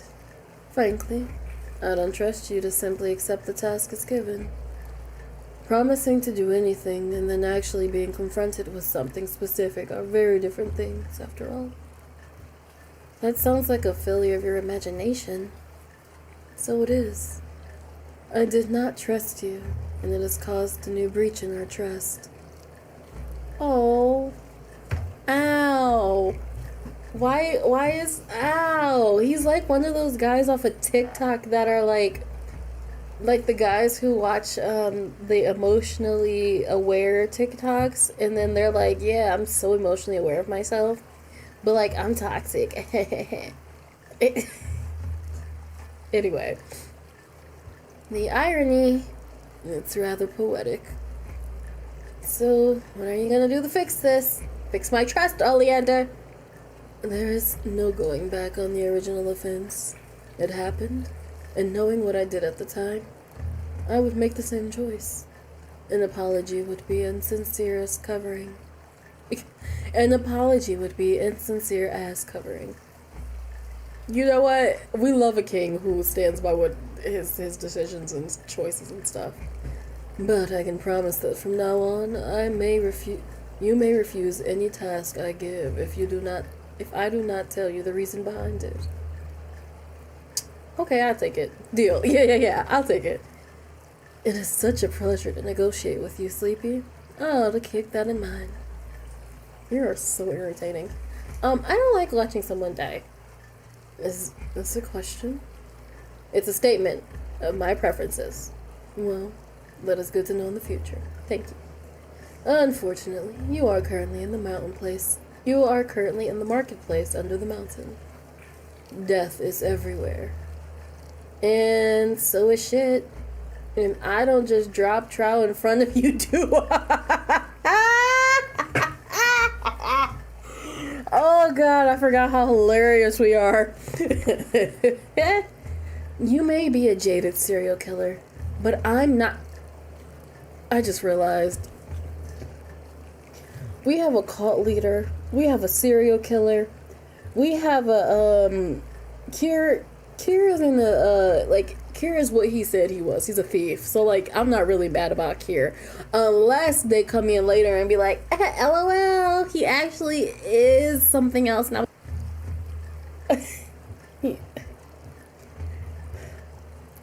They're like, who do you choose? The cult leader or the serial killer?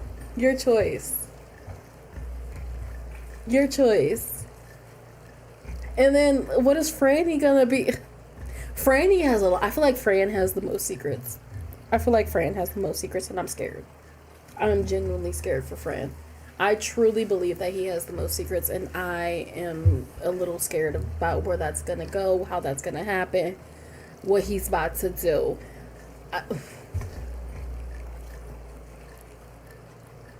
Genuinely, I'm scared for Franny. Scares me. Fran scares me. It's like he's missing a part of his brain, and not in the way that like he's stupid or anything, but like he lacks impulse, he lacks fear, and he lacks comprehension, and like not in the like autism way, like not in the like the serious like diagnoses of something, but like he's not all there, you know. He's not all there. I'm convinced he's not. So I'm scared. Franny scares me, especially because his family is rich up on the surface. So at first, like a sociopath? What is it? A sociopath? Like a psychopath. Yeah, I think Fran might be a psychopath. Because either a psychopath or a sociopath. Because he likes you until you choose to do something he doesn't want to do or he doesn't like. And then he's like, oh, you're useless to me, essentially. So he has a Pisces manipulation, and I say that as a Pisces. I know a Pisces man when I see one.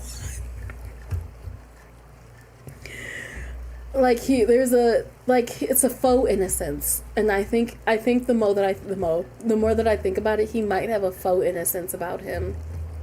Oh my god, are you Pisces? Me and Yenny, what is Yenny's birthday? Yenny's birthday, I think, is the day before mine, and it's funny because she's in Australia. So when I was saying happy birthday, it was actually my birthday. Or wait, no. I was saying happy birthday, and I woke up really early to say happy birthday to her, and it was like shifted. Ugh. Oh, Yenny is so sweet. I'm just so blessed to have met so many fantastic creators. Like, they literally melt my heart. I was in Lion's stream watching him, and first of all, Lion is just hilarious in general. But I was in his stream watching him, and he was like, Sleeeeepy. I was like, oh my god. It's so interesting. Oh god, I'm going on the tangent. We might have to do a part 2. We might have to do a part 2, seeing how long I talk. But it's just so interesting how people, like how you affect people and you don't even realize.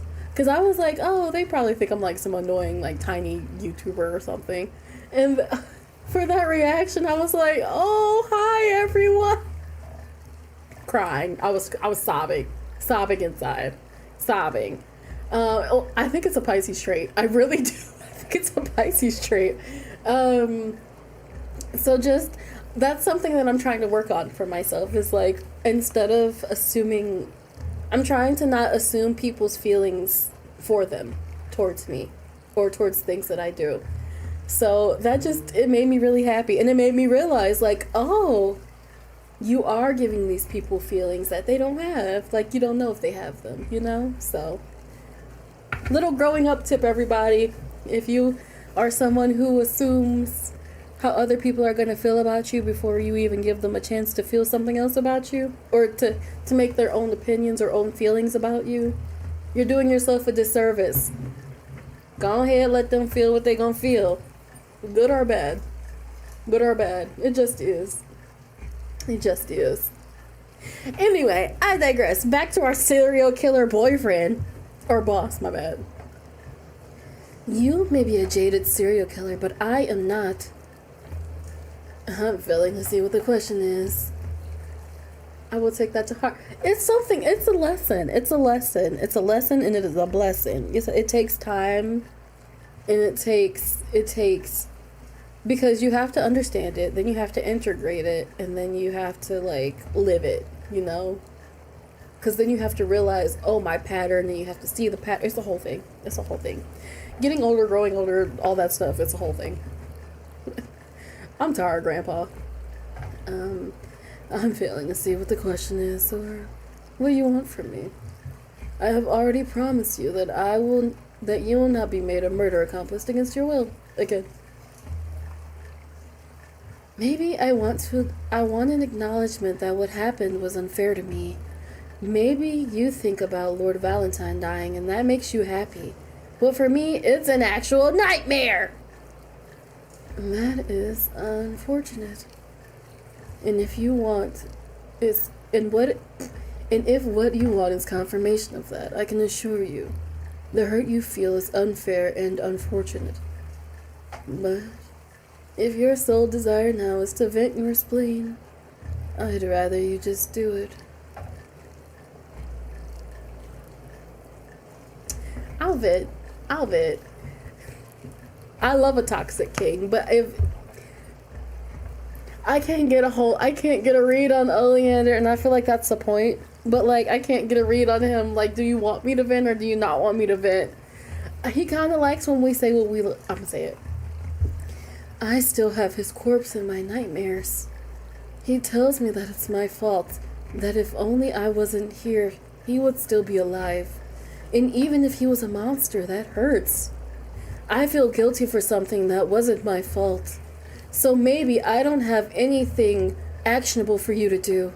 Maybe I'm just in pain and need you to know that. Why is he low-key the healthiest one? I don't understand. I don't get it. Oleander, stop. giving me confusing feelings inside. I'm gonna give you a country accent just because you're making me feel weird. You have my word that if I can avoid it, you will not see anyone die in front of you. But it is best if you come to terms with the fact that you may witness death at any moment here. The marketplace is not safe. You know that.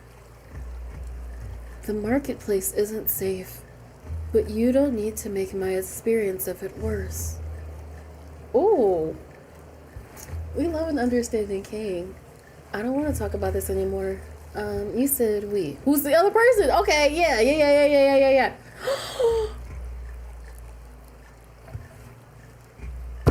I am sad.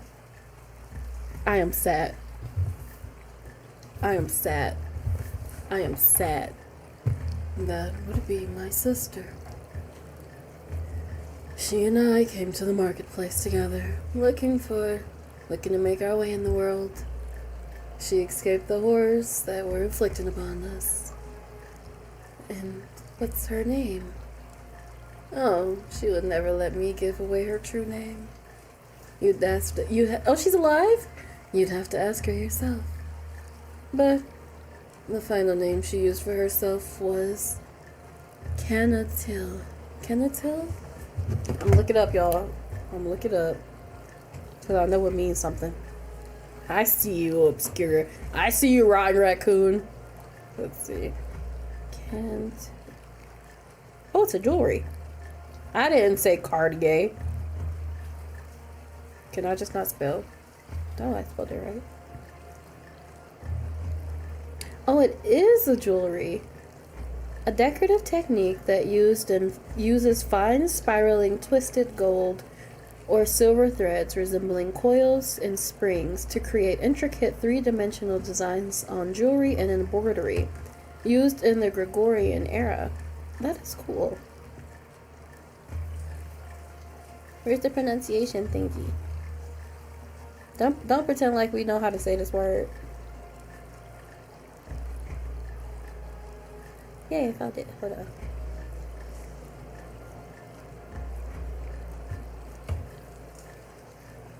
Oh, does she own the tea shop? That's actually really cute. Canatil. Didn't he say she's gone? Well, I guess he didn't say she was gone. But if she owns that tea shop, that's really cute. I really like that. Let me go there and be her friend. But the final name she used for herself was Canatil. Though I doubt I ever call her that. There are far too many nicknames possible. He sounded genuinely fond. Oh, she and I were frequently accused of being the same person, you know. Oh no, were they twins? Okay. We're not the same age, and we're not making any effort towards looking the same. But our tastes converge so frequently that it simply happened regardless. Were you competitive?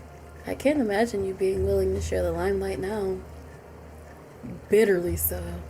Our competitions for attention were a great part of our success. Oh no, they're just competing all. Oh, that's really cute. When she escaped and I stayed here, I needed to find new ways to measure my performance. I was so used to Kana being here. Oh, she left? You two must have been an incredible show. But if she escaped, why are you still here? Are you just here for revenge? That is how it started, yes. I could not bear to go to the surface. It would be giving those who did us harm exactly what they wanted. A thorn out of their sides. There goes our theory, yeah, there goes our tea shop theory. But over the years, we've been able to build a new, successful business relationship. Oh, yeah, she deals with the merchandise above and you handle matters below. They understood the assignment. I'm sorry if I'm screaming, but I love Oleander. We have been in this bathhouse forever, Oleander. Somebody something happened. Precisely. We do not talk as such, and I have not informed anyone else that one of my preferred contacts is, in fact, my sister. So I'm the first to know? Oh, this man's obsessed with me. He's obsessed. You are. I feel a rush of pride. Yeah, I'm like, ah! Screaming. As long as goods continue to be exchanged, she knows that I'm well, and I know that she is safe. Only you could combine communication and business like this. It only really meant to be it's not really meant to be a compliment, but Oleander clearly takes it as one. He casually waves a hand. Stop it. Stop it. If you were in circumstances where you needed to do it, you would also piece it together. Maybe I would. And so, when you've done your business down here, are you planning to go back up with her? I am not entirely certain. The marketplace has been my home for bulk of my adult life, but I am certain Kana has built herself a comfortable life there that she would share. Let me go up there and marry this man. Let me make a man out of him. That didn't sound right. I mean, I know how I meant it. Anyway. And it is entirely possible that I may need to flee when my business is done. Facts. I suppose we'll have to decide once we've reached the moment itself. You and Canatella. There we go. And yourself, Sleepy. If you're still working with me at that point. I guess we'll see. Not him having our life planned out with him. I'm fine. I'm okay. One thing I enjoy about Oleander, he knows that you are his. He seems like a slightly possessive bastard. He seems like a slightly possessive bastard. Yeah, I'm still working for you. I love this man. Maybe I'm being gullible or projecting what I'd do if it was me looking for revenge. But having a serial killer for an employer isn't a deal breaker for me. Kier threw us under the bus way too many times, way too easily. But he does seem like once he's down bad, he is down bad. Listen, when we were in that cave and he was like confessing his love to us, I was like, oh my god. But Sirius also seems like he has attachment issues. Like, he seems like he doesn't like clingy people. He needs space. Oleander, though, he said, listen, long as you don't rat me out, when we done, I got a space for us. Come on. Like, sir, say less. Say less. Say less. Say less. I'm sorry that I had other plans, Big Daddy. Do you want me to just tattoo Daddy on my forehead? Because that he didn't have to move like that. He didn't have to move like that. He said, I got you. Like, okay. Whatever you say, sir. Whatever you say. Oh. And you're still my best route to getting Lunar Core. Well, he's not, but it's okay. Oleander chuckles. He said, I am the Oh! We love a king who how do I explain it? I can't explain it. He, like, provides safety. He listens. Honestly, he also had the least amount of, accidental death endings in the last game, I believe. He wasn't the cause of them. We did something and that was the cause of that. Fran just left us a lot. Sirius killed us a lot. And then Kier also got us killed a lot. Oleander, I don't think he,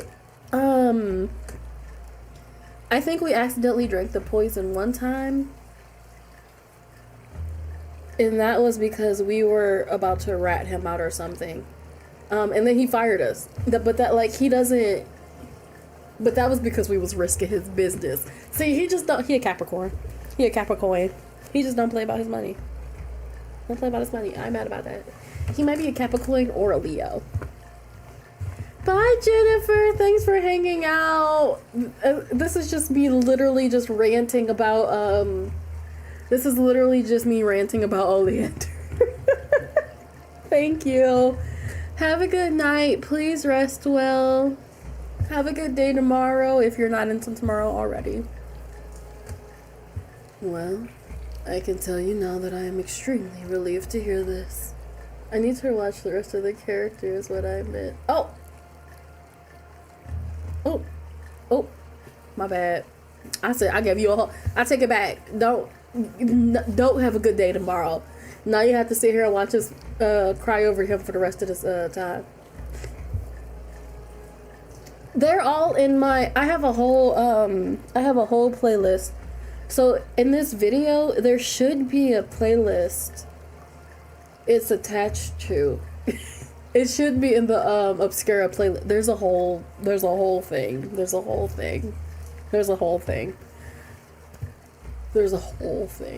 My bad, Jennifer girl. My bad.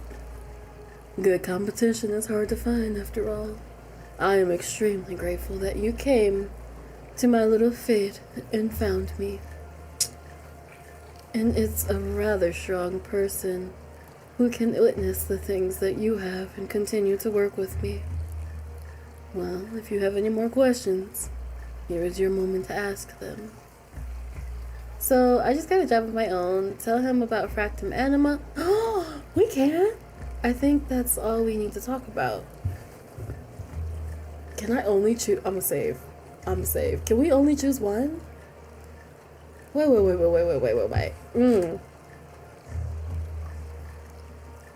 I say he was possessive, so I'm scared to say. Let's do this one first, because I want to see. I met with Wolf. Excellent. I have no doubt that you've been giving an interesting and engaging challenge in that case. Wolf and I work in similar realms, after all. It's finally my turn to get involved in the drug trade. I'm certain you'll be cautious in that case. And while I am your main employer, I presume, at least, you are under no obligation to tell me anything more. I was not the one that hired you for this job, after all. Tell him more. Are you going to attempt to steal this job from me? It would make a terrible impression on Wolf, so no. Then I don't think there's any harm in saying that I'm intercepting a drug mule at the Disorderly Conduct's Bacchanella. I still can't do it. What a happy coincidence. I happen to have an invitation to such an event. Big Daddy come through. We're going on a date. And are you planning on taking anyone else? Not at all. If you are available, you are welcome to be my +1 for the event. That suits me perfectly, though I would prefer if we wait until I am clothed before we attempt to hash out anything for certain. Yeah. Good idea. Yeah, now let's get him the depressing information. I take in a deep breath. Oh, that man is fun. Oleander just shared some important information about himself, and I want to do the same.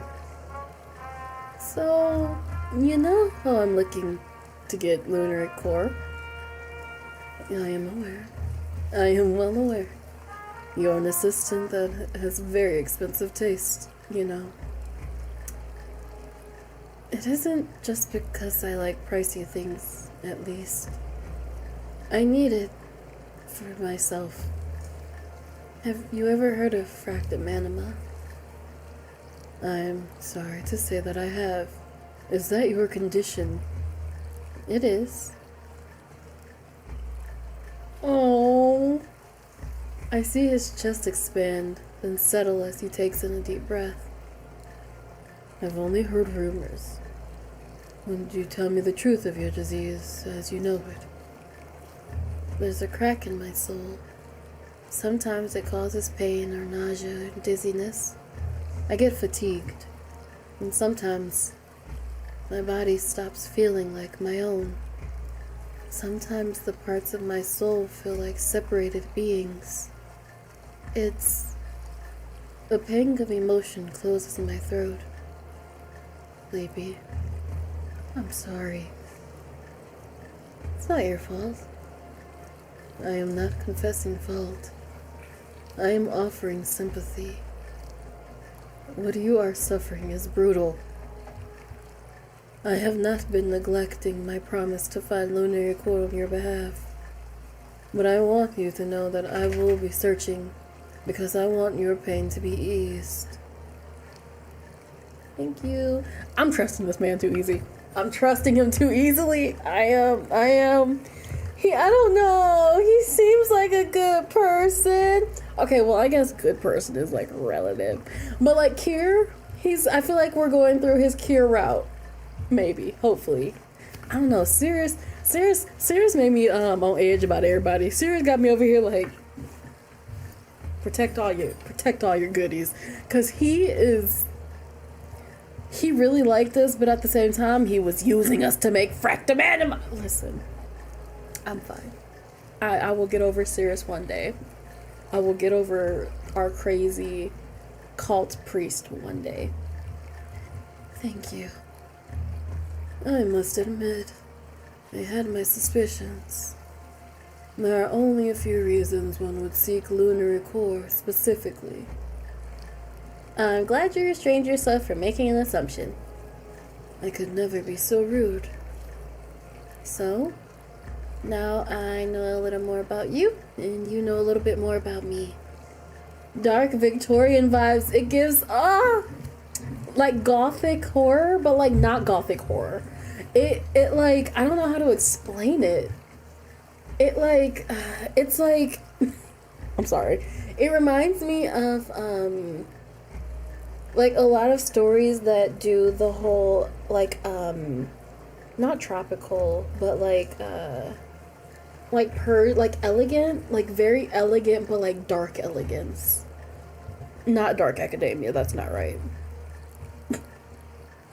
One day. I'm pretty sure it's on the store page. Let me look.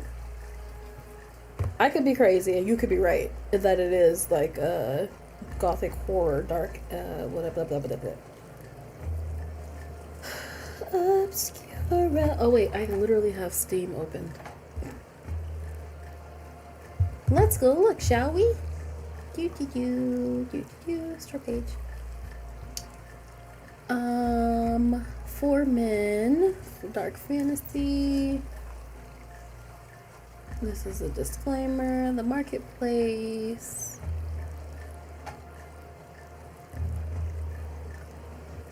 Original music, that's fantastic. Humble priest, my butt. Dark romance. I don't know if dark romance is the right title either, because all the romance games I play are dark romance. Okay, I'm done. Not frequent nudity. Yeah, it doesn't give like a specific, it's not giving like a specific like genre that they were focusing on. Anywho. So, now I know a little bit more about you, and you know a little bit more about me. Oleander's nigh at his grave. He's taking this seriously.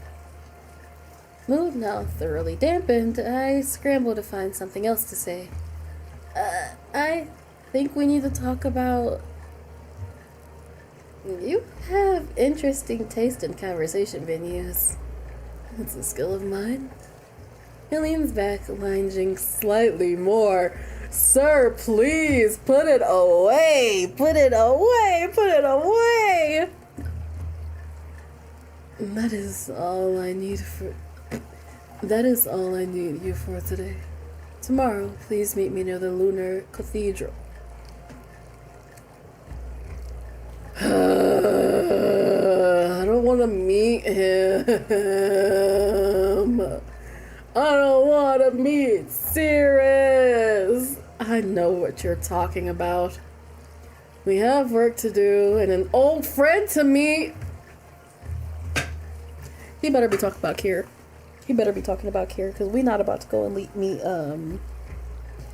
I'm not about to mess with Sirius. We're not doing it. I don't want to mess with the cult leader. I don't want to do it. I don't want to do it. Onomatopoeia. He really loves pretending to be cryptic, huh?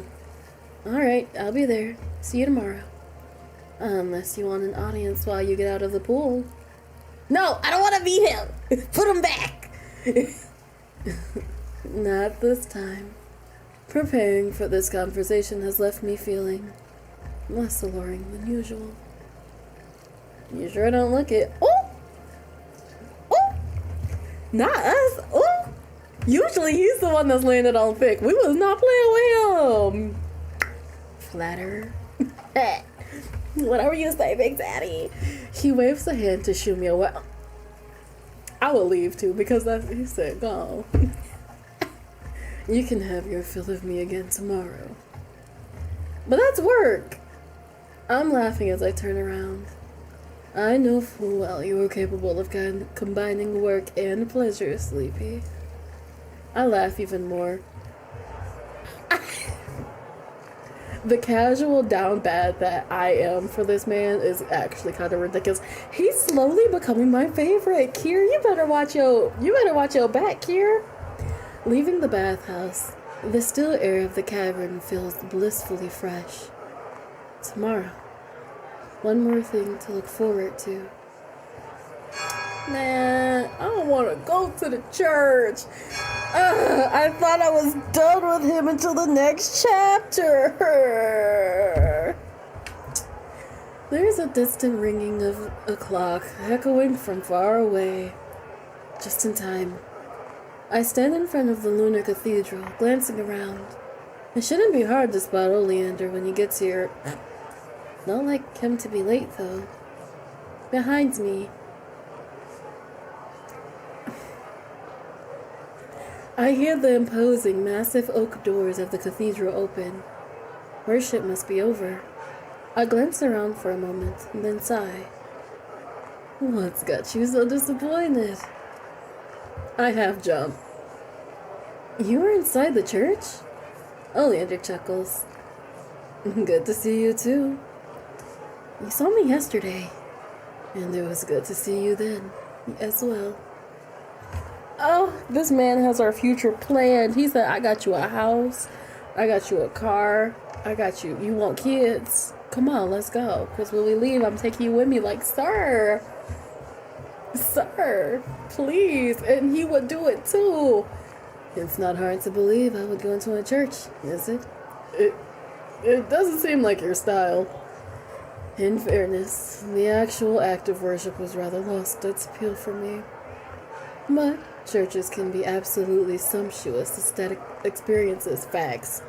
This one has some beautiful oil paintings too.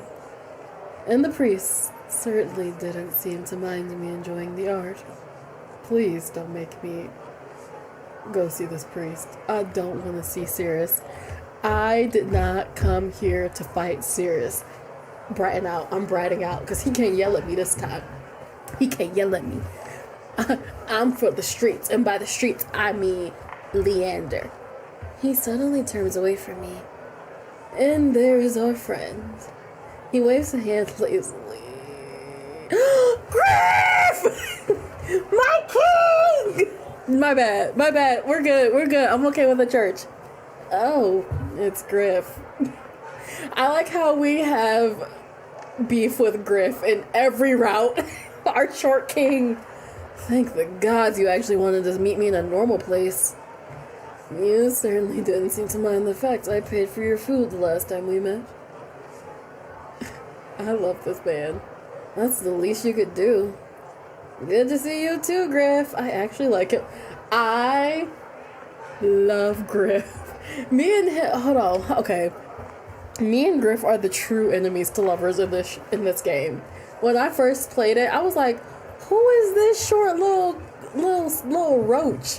And then he kept going and we kept arguing and I'm like, he's kind of rubbing off on me. I think it started happening when they started asking Griff if he had a crush on us at some point. And he was like, I am a faithful man. And I was like, that's what they all say, sir. But anywho, Oh, hey, you're the same vigil as last time. I didn't realize being a vigil is such a high turnover rate. They don't. I think. Oh, the cult leader? Man! Sirius was the first route that I chose because I was like, oh my god, he's gorgeous. He's absolutely gorgeous, and I love me a brat tamer, right? Turns out that was a lie, and I actually like the enabler more, so that might be why I like Oleander. But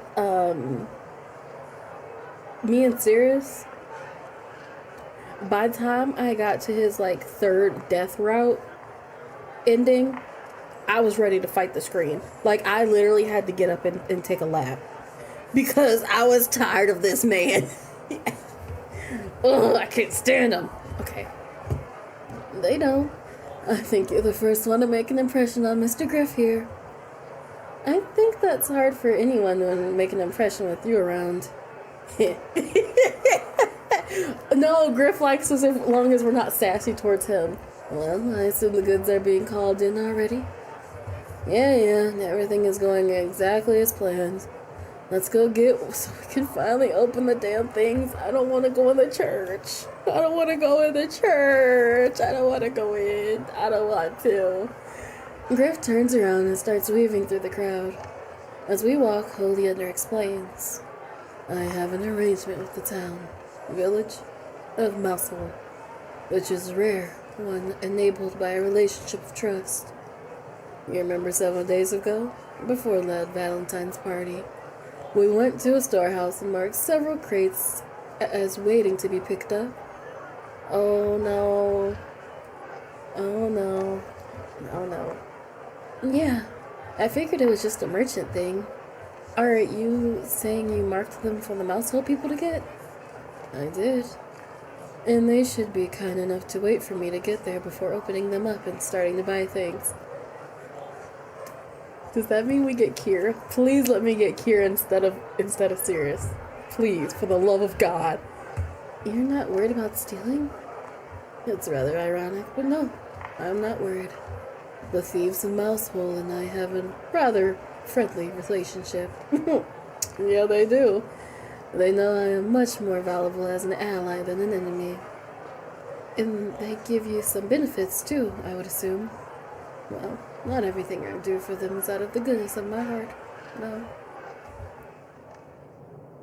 Hey. Oleander, please tell me you weren't the result in the Mousehole being burned down.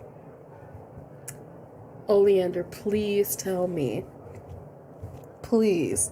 Because so far, everyone has had a shocking thing at the end of their chapter. Oleander, please tell me you did not get the Mousehole burned down. Oleander, please tell me you did not get the Mousehole burned down. I'm trusting you. We had a future planned out. We got 5 kids on the way. You be responsible. Be a good example for our children. We momentarily enter an empty shop. Griff ignores the keeper and goes through the back door. Oh, wrong way. We walk through some clutter. I didn't like the way he said that. If he did, I'm gonna be very sad. Kier definitely deserved it because he just put us through the rancor and got us killed at least 6 times, but rude. We walk through some cluttered, dirty alleyways until we reach a dead end filled with empty pallets. This way. Griff squeezes behind the pallets. After you, Sleepy. I go too, and see a gap in the wall. Griff is already sliding into the gap. There's no turns or anything. Hands on the wall and keep going forward and you'll be fine. It's like Griff says, the passage is a tight fit. My hips will not allow that, baby. But we're all able to keep moving forward until the passage ends, and we're in a much more open space. Mousehole! I missed you guys! Ah! A teenager by the entrance waves. Griff, you're back! Password first, Kicks. Come on, you know this. But It's obviously you and Absinthe. I can't read. I go by Oleander now, actually. Kicks. Password. The teenager sighs, then steps in front of us. We've got garlic for dinner. Great, cool, now you can go in. I love teenagers. Kick steps aside. I can feel the annoyance rolling off of him. Alto Kier! You're slacking, kid. It must be so frustrating for teenagers to grow up here to be able to communicate casual disdain when no one can see them rolling their eyes. Oh. I swear. Griff mumbles. Well, I only catch an odd swear word. Mouse hole. It's my squad. I missed you guys. I missed you guys so much. Look at my king in the back. Look at my redhead king. You dirty, dirty, filthy liar. We step into what feels like an important square. There are plenty of people milling about in the market are standing at the center waiting to be opened. My pookies! Oh my god, my pookies are here. They even have shell. Oh my god, okay. Let me see. There's shell. There's, not Echo. Oh my god, I don't remember anybody. Never mind. My bad, I guess y'all ain't my pookies. Oleander suddenly walks forward briskly. Here, good to see you. Please feel free to start opening things up for your perusal. The large man, a beacon in the crowd, looks over to Oleander and then begins directing people in the crowd to act. Vigil, this is Kier. Kier, this is my latest vigil. I'm pleased to finally put a mask to the name. What have you been saying about me? Oleander only has good things to say about you, I promise. Kier scoffs. The love of my life. After a moment, that's how you know. That's how you know. See? Oleander, I want Oleander to be my number one. But the second I see Kier, I act a fool. After a moment of small talk, Kier goes off elsewhere. He seems to have a leadership role here. I suppose he'd be quite busy. So, Vigil, I ask you to stand over there. I'll be on this side, and between the two of us, we'll be able to assist people at a better pace. You remember the value of each crate, yes? Yep, I was listening back then. Was I? Oleander? Lolo, how can I help you? Why is he talking about a girl like that? I take my place near the other end of the square. Folks are milling about, but they do seem to notice that I'm not from around here and approach me. It makes sense to assume I'm with Oleander, I guess. People pass me rum and gents while clutching at various goods they found. I keep a tally of how much I've gotten. At the moment, everything is just ending up in my own coin purse, and it'll all be sorted eventually. This. I'm fine. It's been like 6 months since I've seen him. And I was very upset for a second that he was being so rude. But I forgot that he's just rude until you meet him and he is down bad. Okay, I'm fine.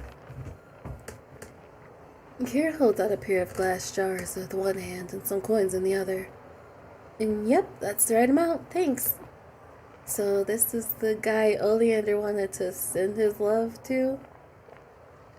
You're not what I imagined, you know. That's a surprise. I thought your boss never stopped talking. Would have painted a clear picture. Maybe it's a lack of imagination on your part? I take it back. I take it all back. I take everything I just said back here. Hey, I resent that. My boss has a lot to say, but he doesn't talk only about you. In fact, he hardly said anything at all. And what did he say about me? that he likes you. And if you're who I think you are, he also considers you trustworthy. Care laughs at that. Yeah, should have expected that. Listen, Vigil, we're not good people down here. No one is. If they're living in the market.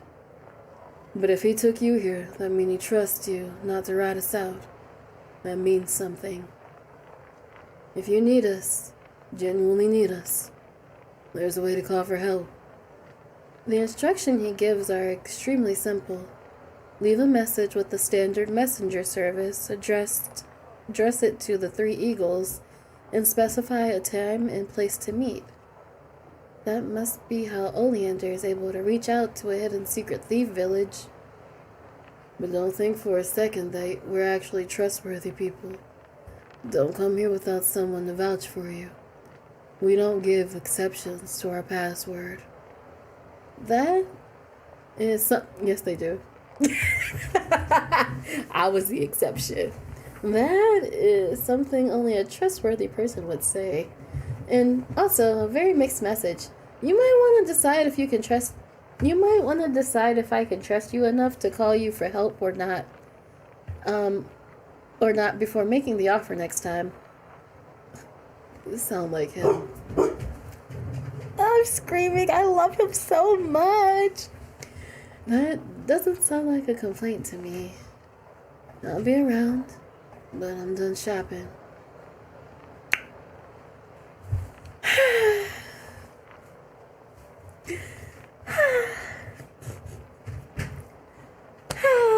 What is something serious? Oh, do I need to remember that?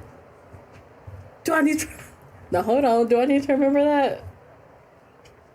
Do I need to remember? Do I need to write that down?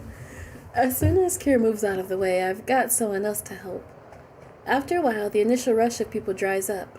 Folks still trickle in, and I'm able to go back to standing with Oleander. It's a southern saying.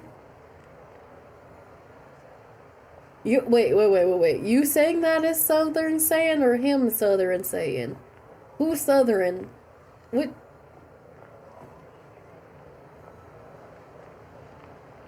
Wait, I might be. My family is southern, kinda. Ish.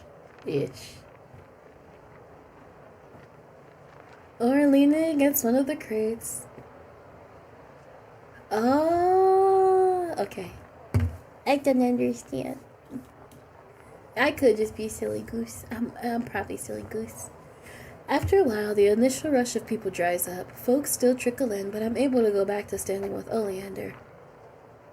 Or leaning against one of the carts to take some of the pressure off my feet in this case.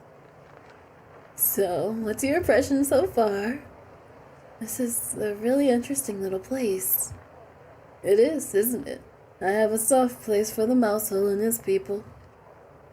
So, is there anything on your mind at all? I get the impression this place is a secret. Why is it called mousehole? Nothing on my mind. I get the impression it's a secret. You're correct. I shouldn't be surprised. A secret community in an underground marketplace? Makes sense. I guess they have really good reason to hide. The people here arrived because they were rejected even by the marketplace in some way. Whether through personal grudge or some strand of surface discrimination. Oh no, Kira was discriminated against because he was a redhead. Because he was a redhead. He's not helping me in my my bias. I have a thing for redheads apparently. That would be a good reason to hide, and it makes sense why they'd be thieves then. Oh, that's something serious? Why do you trust them? Are they honorable thieves? Yeah. Not so honorable as to abandon reason, of course, but they do manage to behave in honorable ways as much as a thief can. Consider for a moment what an honorable thief does. They would steal only for people who aren't deeply harmed by the loss. And the people able to lose the most are the ones thieves can gain the most from. So, it's a matter of honor, but also a simple practicality of pride. Stealing from the most valuable people is not profitable, and it's rather humiliating. I can read. Though I suspect that they would deny their pride has a role to play in their choices. I don't think it matters why they're acting as long as they're acting in an honorable way. Very true. And they do make an effort to help others when they can. They have a history of rescuing auction-bound individuals. Oh my god! Also honorable, I agree.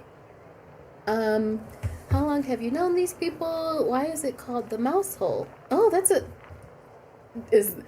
Which part gets me to realize that you were fucking here? Huh? He's like, I wasn't doing the fucking. Years.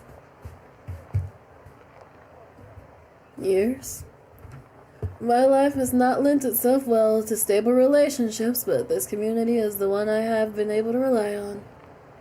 They saw me at my worst rotten, when I was an intolerable person who could only harm others, and they found it in them to forgive me. There are things I cannot take back, of course. Relationships that were irreparably harmed, but even Kier saw fit to let me back into his life, one fashion. You don't know Halo yet, but I can assure you that she would not accept a stranger calling her Lolo. That's what it is, Halo! Impressive. I guess I'll just have to hope that one day I'll achieve the same. Now. Lolo is my cute nickname. You'll have to find your own. I'm obsessed with him. I can't. Well, that's not fair. Hey sounds much worse than Lolo. You've already got the good nickname. I do. So smug. I'll just be forced to find a nickname rooted in an inside joke after a long friendship, I guess. That'll show you. I'm looking forward to seeing it. Sometimes this game makes me want to sob.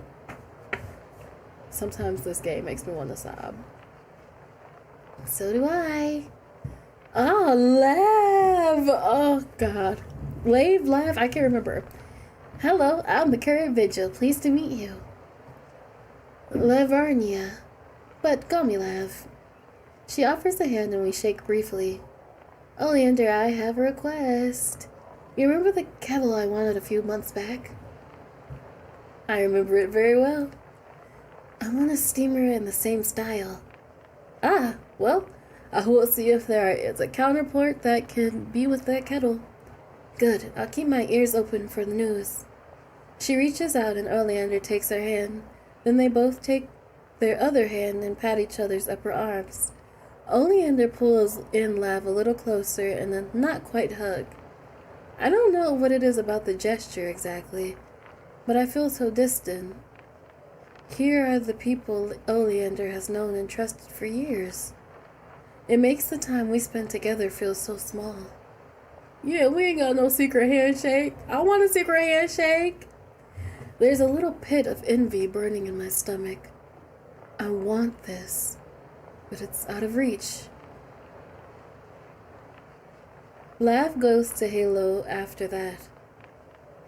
Well, any more questions for me? What's your history with Kier? What's your history with Kier? You've been coy about it, but I'd like to know the actual answer. Go ahead, babe, lay it on. I suppose that's fair. I've talked about it for a while now. I should assure you that you have no reason to be concerned. I'm not concerned. Why would I be concerned? I ain't concerned. No, don't be bashful. Don't be bashful. I can't stand him. I'm certain you've picked up on some implications I've made. The simplest explanation is that Kier is the reason I'm alive today.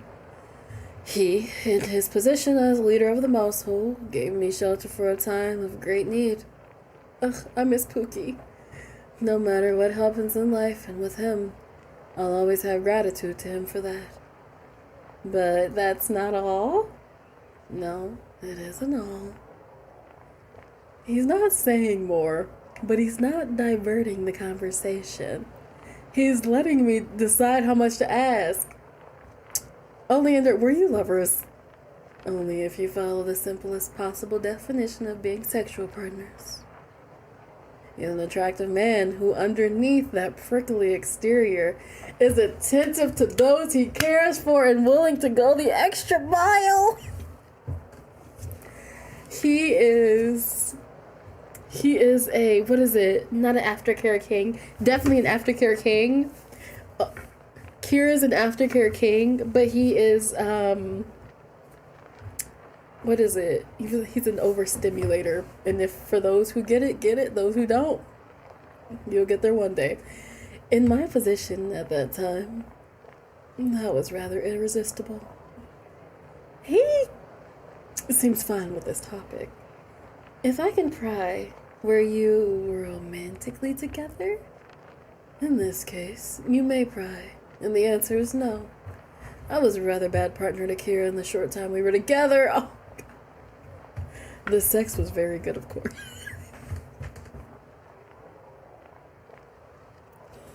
I need a second. Kira gave us bits and pieces and was like, he didn't want to talk about it, right? Oleander? This man, he, yeah.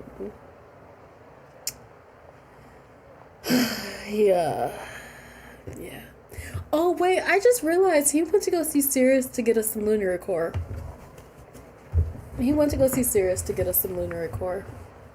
Oleander is not playing with us. The sex was very good, of course. But, like I told you, I was thoroughly rotten. I was a poisonous person to be around, and intentionally so. As you might imagine, we did not last very long. I was terrible, and Kira's own nature only made me act in more terrible ways. Yeah, Kira would be a very good boyfriend. It's hard to imagine, but I'll take your word for it. Do you regret what happened? Obviously you've changed since then. I am lucky to have rebuilt a good relationship with Mousehole, so there are no regrets for me to hold on to.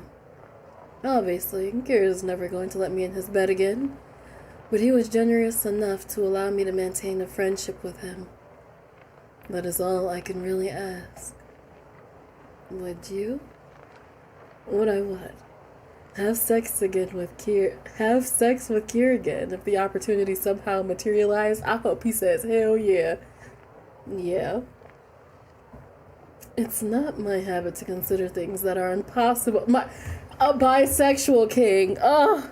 When I found out when I played Kira's route, I almost screamed. I think I did scream. I did scream. I screamed, got up and ran around the room. That's literally what happened.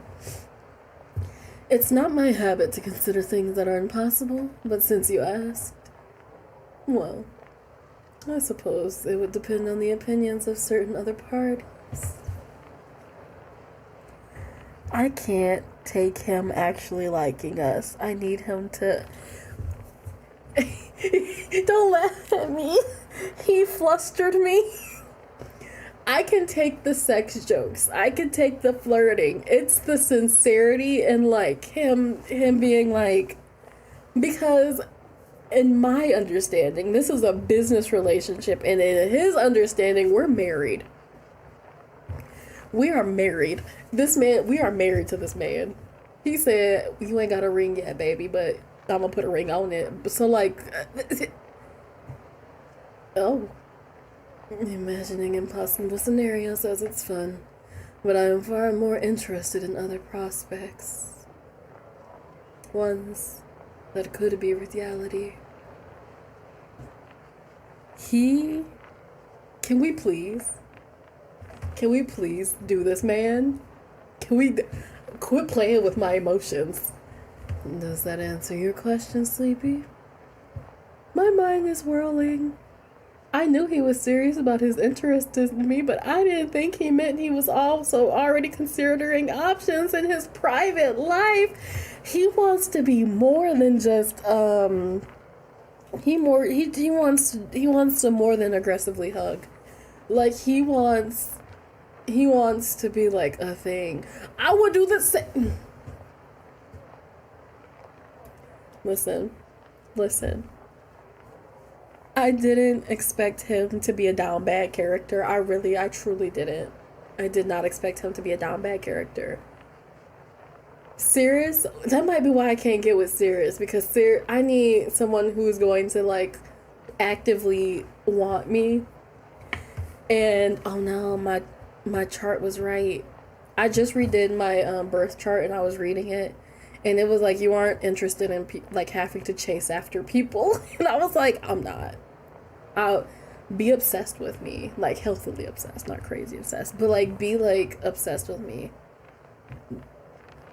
And I'll say it, healthily obsessed, please. Knock on wood.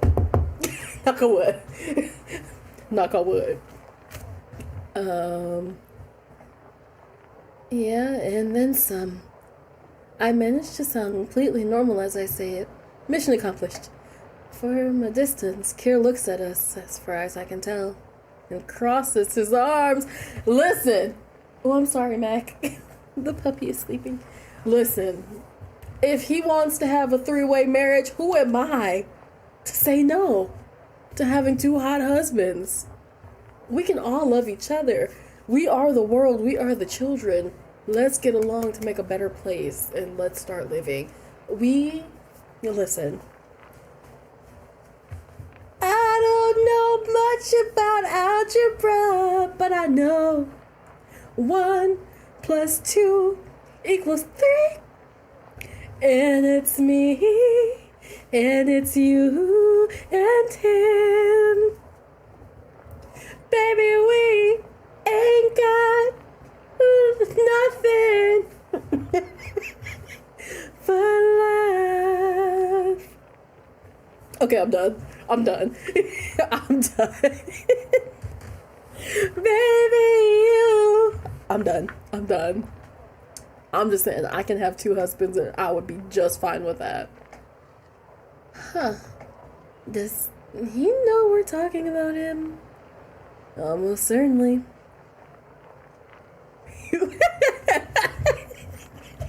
I'm telling you, baby, you ain't got nothing. Beyonce was in her bag when she made her title album. She knew what she was doing. She knew. 1 + 2 = 3. And it's me, and it's him, and him too. Okay, I'm done. He waves. Kier turns away. Oh! After a moment, we laugh quietly together. Oh, why do they call it the mouse hole? I forgot. Seems rather self-deprecating to me. And I would assume that's the point. But I don't have any knowledge on why the people of it called it mouse hole. I don't remember. I don't think Kier ever explained it. Alright. Very well. If you could go help the poor soul have fallen in the crate, I will begin to process the getting things packed up. My king. I don't know. Oleander has he kind of has my heart. We love a black king. I go over to help some poor soul wearing a sling after dangling in the crate. It's mostly empty, as they all are. Oleander goes from crate to crate, moving everything that hasn't taken into a single box. The other boxes are taken by Kier and some others. When I pass Oleander, he explains.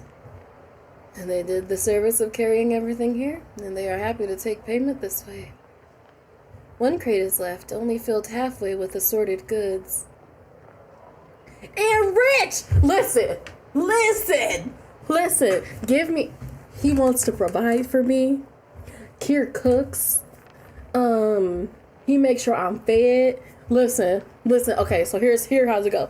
Kier makes sure we eat. He likes to clean. He's stern, but he's a nice healthy balance. Sassy as all get out, and I eat that up for breakfast. Oleander, rich.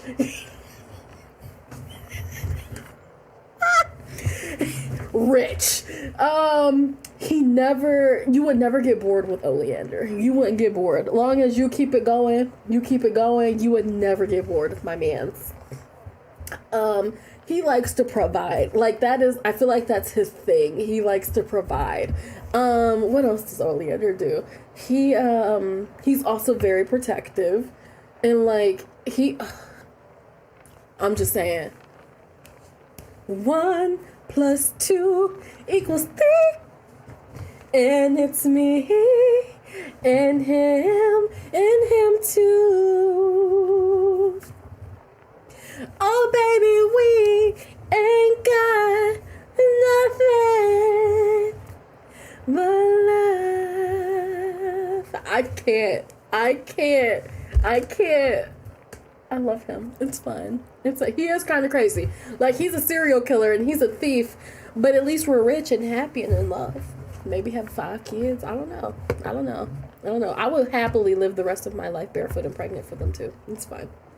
Only one crate is left, only filled halfway with assorted goods. Things Oleander thought to bring, but no one wanted, mostly. I would call today a success, Visual. What do you say? Today's been a good learning experience. I should warn you, while I am thinking of it, that the people of Mousehole are very protective of their home. Even I, friend though I may be to them, am not invited to enter without an escort. Hence Griff. Are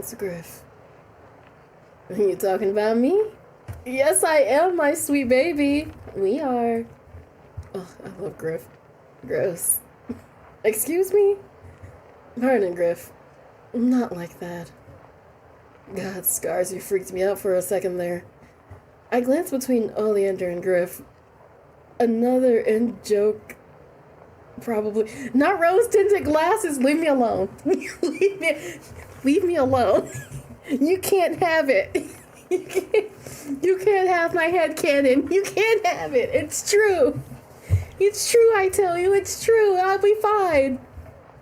It's fine. They're 2D. See, red flags is acceptable. Okay, but hear me out. Kira's down for the cause. So that's a different. Oleander, on the other hand, he's down for a cause, but not like in the way that we think. Yellow, you think they're yellow flags? Oleander's a serial killer. And I know Kira's Kira's definitely, I'm gonna say Pinocchio. Kira's giving Robin Hood. He's literally Robin Hood. But he got us killed too much. He literally, if you haven't watched it, go watch it. He got us killed at least 6 times. Both chapters. Can't stand him. Anyway, folks are going to the pub for a drink. You can come. Excellent. He isn't green and he isn't red. Pink. He's a pink flag. We'll say pink. Excellent. Do you have any objections, Vigil? No. It does feel like a bit of a ploy to get some money back, though. Griff throws his head back in a laugh. Because it is. Anyway, let's go get smashed. Oh, I love them. Hi, Dee. At the pub, Griff calls the drinks for a woman working the tables and then sits us down. Would that be kill or be killed choice then? No, because we never threatened to kill any of them. We never threatened to kill any of these men. Any of them. Sirius doesn't care. Kier is very, he's very, what is it called? He'll throw you under the bus real quick, real easy. Oleander, at least, like, he low-key give a ride or die. Like, he's like, I won't leave you. Yeah, it depends on their moods. The priest, the cult leader, is just kill or be killed. It's kill, or it's be killed or be killed. You don't have any other option. There's only 2, or there's only 1. It's listen or be killed. That's it. That's all you got. Oh no, wait, it is literally just kill or be killed. Or kill or kill. Oh my god. It's literally kill, be killed, or be killed. There's no other option with Sirius. now that I think about it. Dang. Here, we have an option. Oleander, he hasn't even given us the option. Franny, I'm still giving him the side eye. At the pub, Griff calls out drinks to a woman working the tables, then sits us down. Has this place been updated recently? Yep, he wanted to change up some stuff. After a few minutes, Kier and Lav approach. As drinks arrive, so does Halo, and then seems to complete the crew at the table. Oh, this is a cute little group. Give me a CG. Quit playing. There's some talk, but most of it seems to be local chatter. Halo finally got something she was waiting for. Kier's looking forward to repairing something at home, the like. Then Halo brings out a battered deck of cards. For some reason, that starts Griff off whining. Oh no. Come on, Halo, you can't be serious. You don't have to play, but I know someone who will. Naturally. But this time, maybe I'll finally beat you. Not Halo wiping the floor with everybody. Oleander leans into me and murmurs, Though she has a sweet and shy temperament, on the first impression, Halo is a rather tricky opponent in a card game. Oh no. Griff is not a tricky opponent and rather tired of losing, I think. But in all good fun, stakes are always low. If you want to sit down, just say the word. There is no hard feelings. Halo begins to deal out cards, pausing before dealing to me. I want to play. I'll play. Let me be part of everybody. Sure, deal me in. The game we ended up playing is a variant of one from my youth. It takes me just enough time to adjust that I am absolutely thrashed in the first round. After that, I get back into the rhythm of things. Halo does well, just like Oleander said, but she is not unbeatable. Even I take a round and manage to cushion my losses slightly. There, now I can leave without feeling completely embarrassed. Nice job. It was mostly luck. I shrug. Maybe. But I can't stand his ass. Maybe. But knowing when and how to press your luck is a skill of its own. Another round? Laugh takes the deck and shuffles it and then deals another hand. As the game continues, things relax more and more. Play progresses, but in the gaps of conversation. Most of the things I know little about. I shouldn't complain. Most of the people are from Mousehold, and Oleander has an intimate history with the place. It's a reasonable topic of discussion. But I can feel the distance between me and the others growing wider than the longer I am left out of the conversation. Aw. Shit. When did I get so petty? That's the moment Oleander turns to face me, naturally, speaking softly.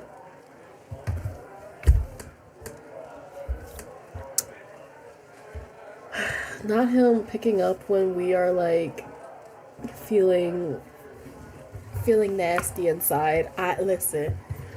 Stop. Please, sir. I think Kier might be a Cancer. He might be a Cancer. Oleander gives me Capricorn, or honestly, he gives me a Gemini also, because he's crazy. Is something wrong, Vigil? It's just hard to continue to the conversation. He clicks his tongue. I get the impression he's frustrated with himself. Forgive me, Vigil. I got so caught up with myself for the last time. Oh my god. Forgive me, Vigil. I got much too caught up in myself for the last little while. I have an idea you might enjoy, though. He drops his hand on the table just loud enough to get everyone's attention. Why is he so, dramatic? Griff, I just remembered. There was a little tune you composed last time I was here that ended with a delightful little rhyme. Huh? Oh, you mean that one? You want to hear it again? If Griff is a bit incredulous, Oleander doesn't let it ruffle him. I would. Griff shrugs and then raises his glass. He sings loudly enough for us all to hear. The lady came out of the bath. Hold on. The lady came out from the bath, dressed in a pretty smock. Her man asked to be clean too, so she washed his...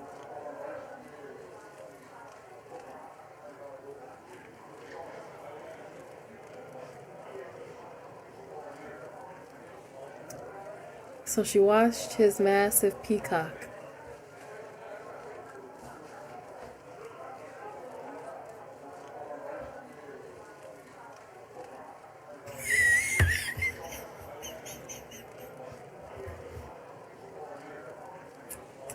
Oh, Griff. Oh, Griff. Then he tips back his drink. The rest of the table toasts, so we're all drinking to the dumb little song. One day, you'll get a new ride. Maybe. Oh well, once I find a good rhyme for pussycat. One day when I find a good rhyme for pussycat. Tushy, cushy,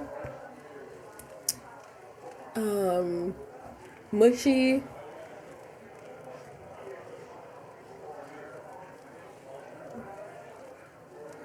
That's all I got. Do I have another one? I said tushy. Bussy. Listen, you work with what you got. You know. That was interesting. You know, not all your rhymes need to be about fucking.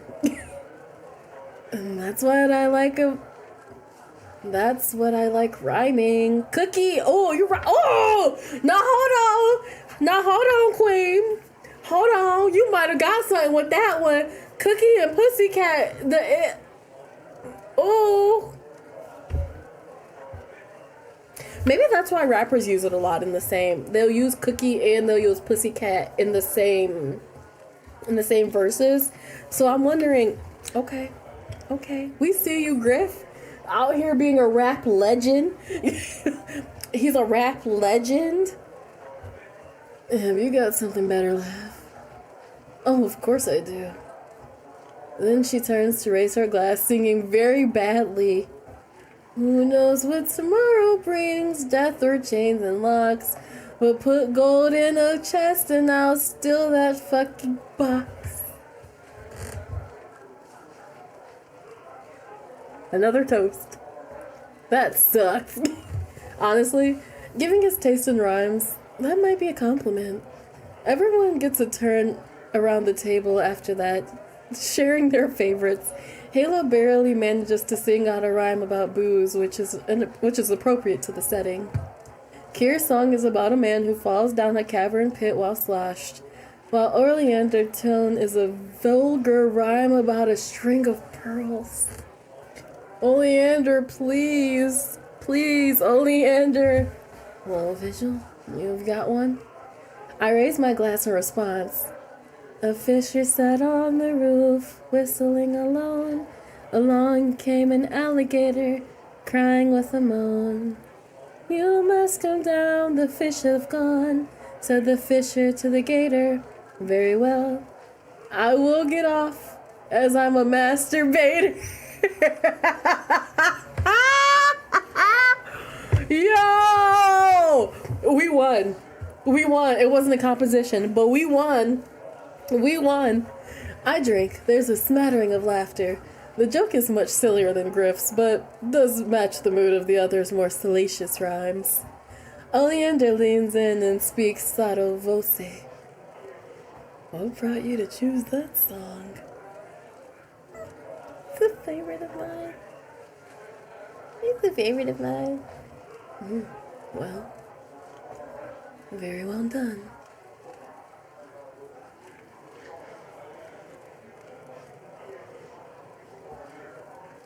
Lollipop?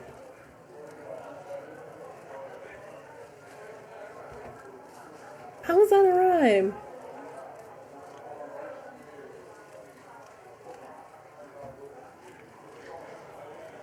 I don't know if that one's a rhyme.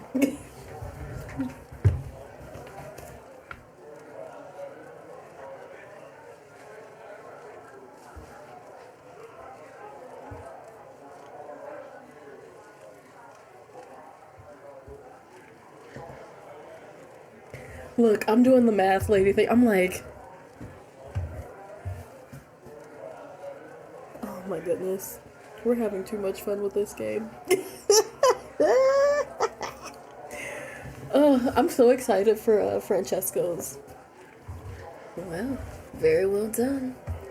After that, the rowdiness settles down a bit, but a pleasant conversation goes on. That was so sweet of him. That was very sweet of him to make sure that we were included. He's a good man, Savannah. He's a good man.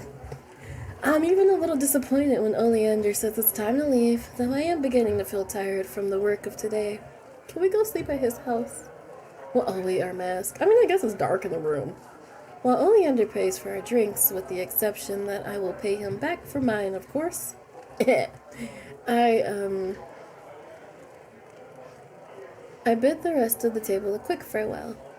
Thank you for this. I know I'm a stranger, but I had a good time with you. Stick with your boss and you won't be a stranger for too long. I'm planning to work for him in a while, so I look forward to seeing you again. Ooh, Kier, I'm telling you, 1 + 1 or 1 + 2 = 3. Kier quietly approaches, putting a hand on my shoulder. Hey, Vigil. I meant what I said. If you need help, you know what to do. Thanks. Hopefully I won't need it. That's what we all hope. And Kier? When I'm working, I'm visual. But off the clock, you can call me Sleepy. Sleepy. It's good to meet you. Oh, my baby. Why you rush over here like that? Did y'all see that? Hold on. One more time for the gram. Sleepy, it's been good to meet you. Why did he come over here like that? He said, Oleander, please. Well, I am ready to go. Are you, Vigil? Yeah, let's go before we get too drunk and get stuck in the passageway. I wave to the table as we go. Our king. We leave Mousehole through the same narrow passage we came in from. Well, are we done for the day? I have business to attend, but nothing that involves you at this moment. Let me come home with you. When we next meet, at the regular time, we can discuss the disorderly conduct's little celebration. Good. I want to prepare for as much as possible. You'll be happy to hear that it isn't a particularly formal event, and I just realized that it's an orgy, and we're going to be at an orgy with Oleander. It's going to go one of two ways. In serious preparation, you'll not need to visit the silk web for a new outfit, for example. Because we're going to be naked. If it's as much of a ruckus as everyone's been suggesting, getting a nice outfit from the silk web is going to be a waste. Right you are. At our regular time, then. Bye, Daddy. See you then. Bye, Pookie. At this point in my employment, Oleander and I have a schedule of regular meetups outside the jobs I am called in to help with. Since I am not the typical apprentice at Oleander's side at all times, the regular meetings have enabled me to see more of his ordinary day-to-day work of bookkeeping and maintaining correspondences. Yeah, let me do your, I'll do your desk work. I don't want to see nobody get off. I'll do your desk work. Let me do the desk work. And he keeps it from ever getting boring. What does that mean? Oh. I'm very nervous and very scared about what that means. Sleepy, lovely to see you today. You're in a good mood. I have learned recently that certain subjects of my ire will be attending the disorderly conduct's party. Oh. Rest assured, Sleepy, that I have zero intentions in involving you this time. That is reassuring. The password for the event is, I am the fruit of the Liberalia, which is a different sort of ruckus event that they have been known to throw. Wow. Though, as long as we are both attending, you might as well come with me. That password makes it sound like I'd be declaring myself part of the cult. It's a declaration of allegiance more than membership, if that helps. You are not pledging to die, only that you will not meddle in their affairs. Well, if that's all they want, I think I can handle it. So, I don't need a fancy outfit, given that it isn't that kind of party. I did have that cloak Oleander gave me cleaned, but I am still not eager to wear it. Is there anything I do need? Beyond a willingness to party, there's nothing required. Y'all, this isn't gonna be good. This isn't gonna be good. This isn't gonna be good. There is nothing required of you. I would suggest taking the opportunity to prepare in whatever you may prefer. I am certain you have several possible things you could be doing. I am also a very busy person, always in high demand. I can definitely find something to fill the time. That's good. You take care of yourself then. I have things to do, but there is nothing in particular I need from you. So you don't have a list of chores for me to do this time? I do not. I did give you the option to reject any requests until I explain myself, after all. So you're just not giving me things to do to keep them a secret?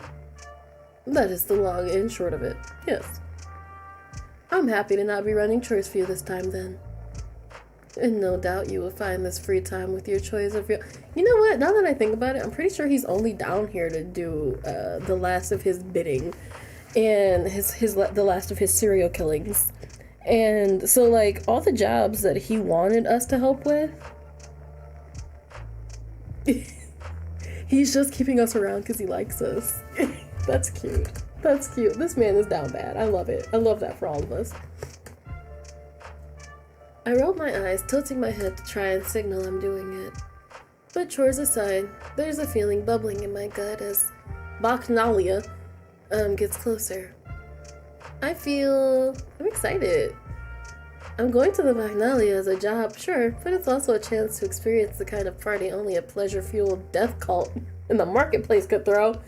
The death cult part it's getting me, it's sending me. I'm eager to succeed and to experience more of what this world has to offer. You seem ready, aren't you? I can hear him smiling. It's gonna be fun. I want to do things right. I'll do things right. I cannot imagine Oleander supporting me if I don't take this job seriously. I'm ready to work. I'm certain you are. I get the feel like he doesn't quite believe me though. Unfortunately, before any parting, I have some bookkeeping to handle, and I wanted is the wrong word, ought to show you. Oleander layers out a few papers, showing me sums and maths.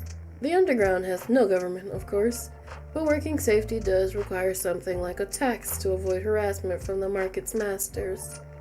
At least for a merchant as successful as him, someone like me will likely escape notice for quite some time. After a not terribly exciting few hours, Oleander dismisses me. We both have things to do. The timing of everything is actually quite awkward. The disorderly conduct either believing in having bacchanalias immediately after eating breakfast, or they will live in a different schedule than me. What? I have some time to prepare, but then I must go get some sleep before going to a party right after breakfast.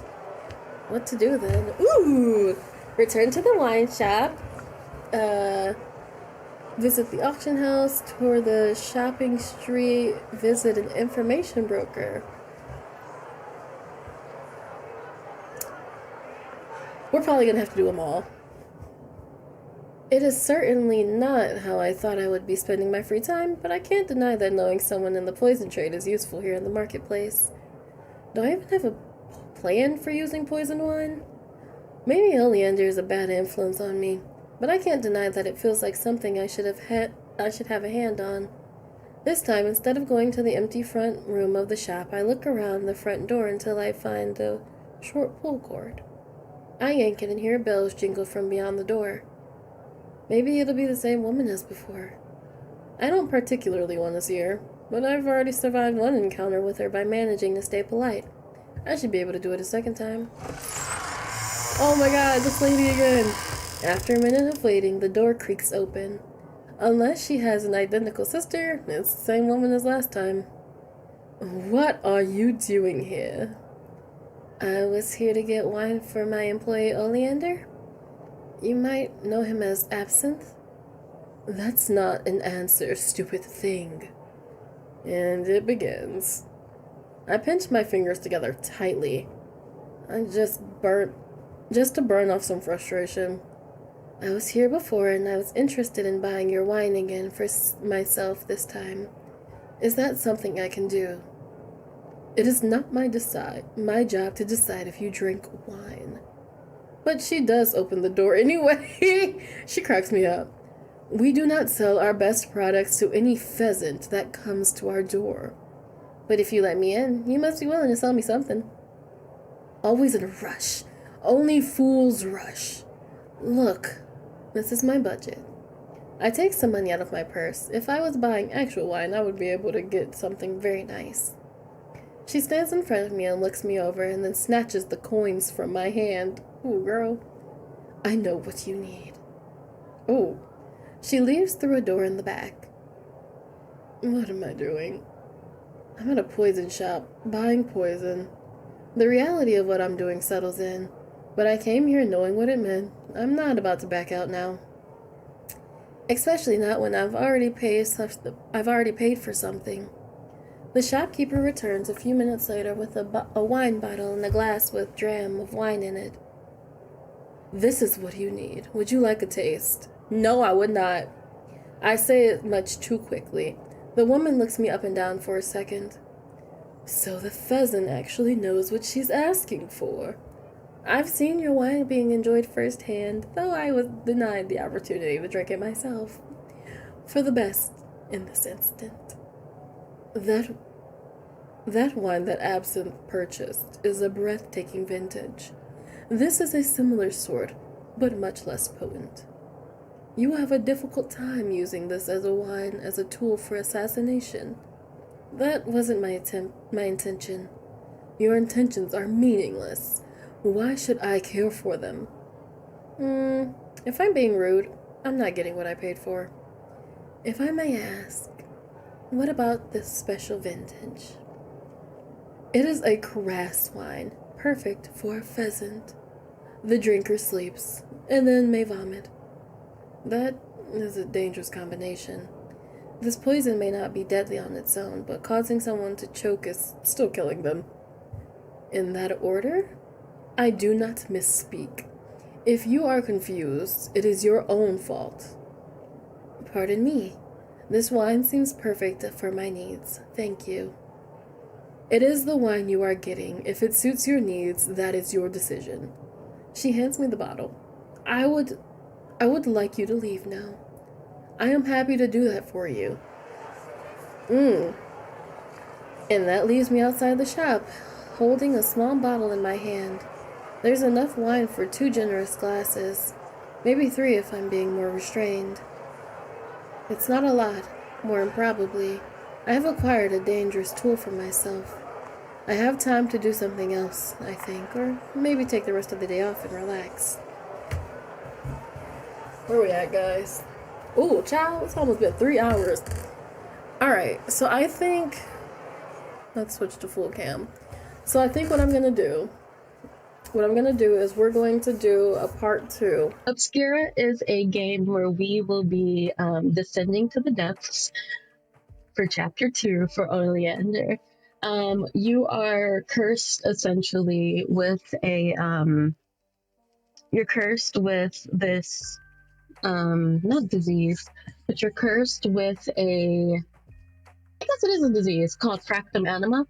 And fractum anima is basically just a fracture within your soul. And the bigger that fracture gets, the more and more you lose your freaking mind. I'm excited. You're excited? Let's do it. Hi, Seeker. How are you? You made it just in time. We're just about to start. Okay. Now I have to figure out where we were. Was it here? October 7th. Let me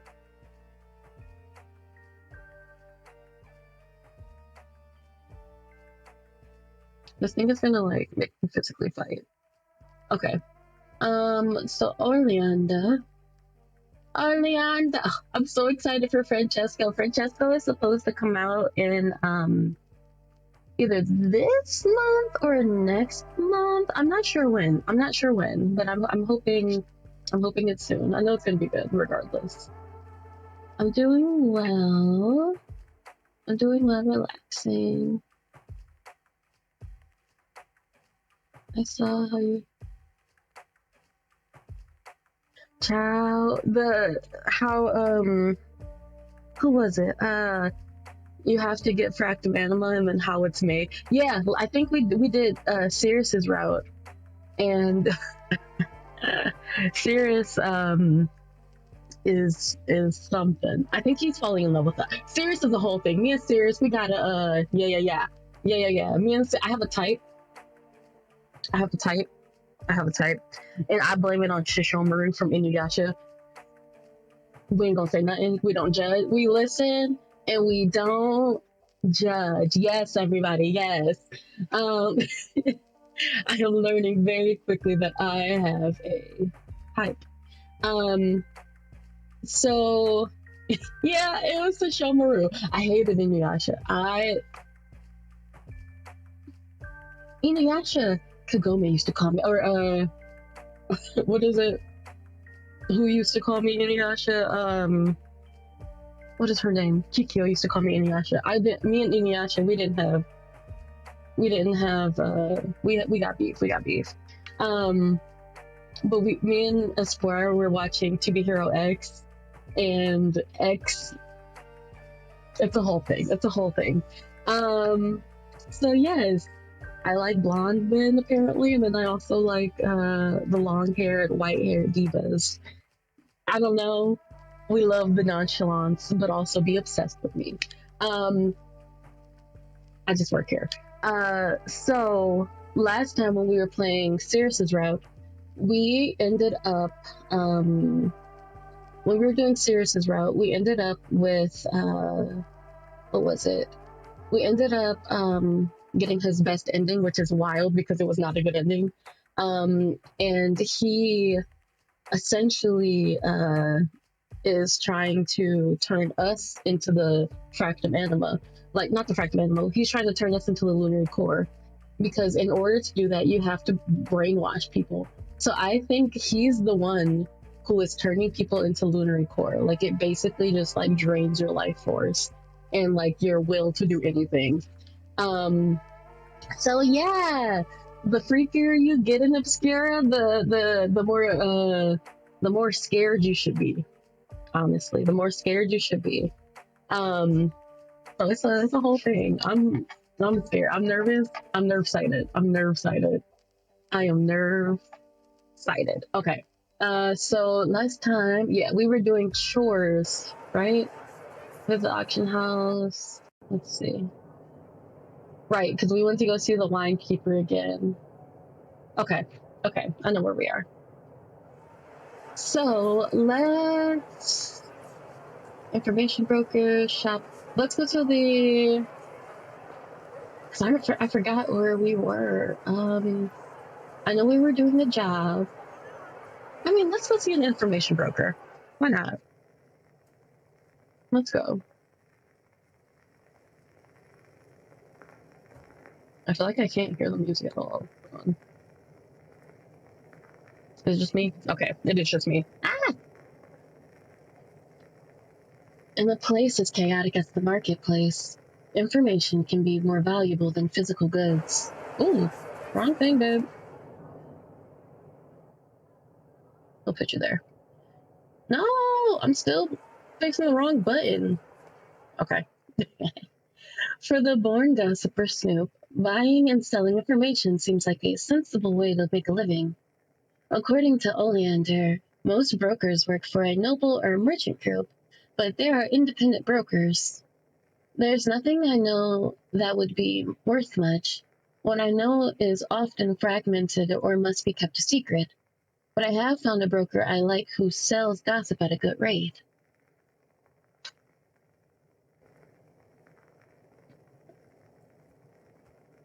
Oh, hello? Hello, Swallow. Hello. Whichever client you are. Sleepy. Right. Sleepy. I certainly remember you now. They're lying, but at least they're pretending to care about about who I am. First things first, what's the news about Lord Valentine? Do you want cheap gossip or the juicy stuff? Juicy for sure. Give me the tea. Give me the tea, Swallow. What else would I pay you for? This came in hot. They shuffle behind their desk for a second and pull out one of a dozen slips of paper. Everyone's heard Lord Valentine is dead. Even I've heard of it. You lie about remembering me. I lie about how I know a certain bit of news. So what's the juicy for? At least 3 other nobles have taken an interest in the death, participating in an investigation. The Lady Lumina and Twin Lords Euphoria. That's always odd. Would you say? I have been researching the psychology of the men from boyfriend to death. Oh no.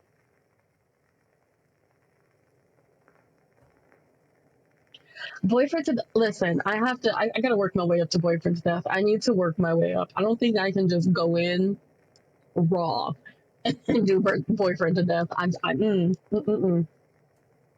That's already odd. But there's something even better. Word is that they suspect a serial killer. Oh no. I fight not to react. Swallow it. I forgot that Oleander is a serial killer. Okay, we're fine. I fight not to react. Swallow would want to know if their suspicions were right. But if they get an answer, that news will almost certainly go back to the nobles. Lumina and Euphoria. What are the chances they're part of Oleander's revenge campaign? That would explain why they're investigating Valentine's death. Could they be his next targets? A serial killer? You're right, that is juicy. Anything else you know on the topic? Like I said, this is hot. Come back in a day or two, and there will probably be more to know. I'll wait and see then. Well, I'm already here. I've already paid for the information. Maybe there's something else I can ask about. Ooh! Oh my god.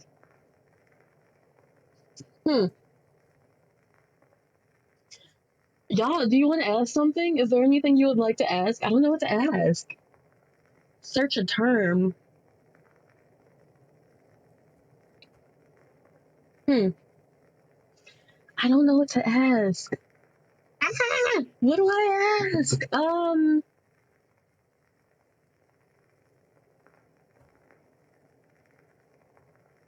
I feel like, okay. Let's ask, I don't want to ask about Mousehole. Let's ask something about Orleans. Oh, we can ask about Lunar Core. What? Let's see. Was I not typing? Oh, was it? Let's ask about Lunar Core and see what happens. Let's mess around and find out. Lunar Core, that's an interesting topic. What would you want to know? Do you know if any is coming into the market? No one does. If anyone is selling it, they're keeping a tight lid on the information. And that's impossible here in the market. I have a theory. A theory? Is it a game theory or is it a theory?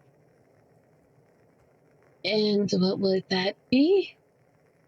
However Lunar Core is made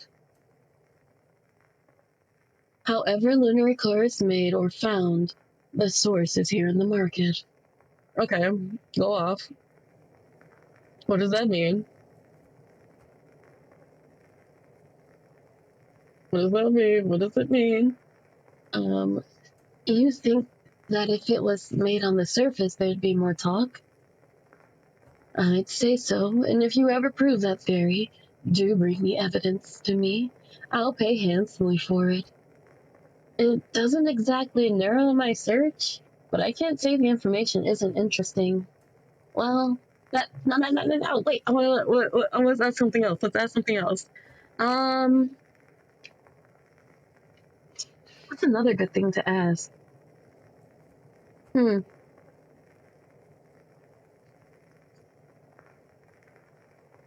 price of flesh? Yeah, she does.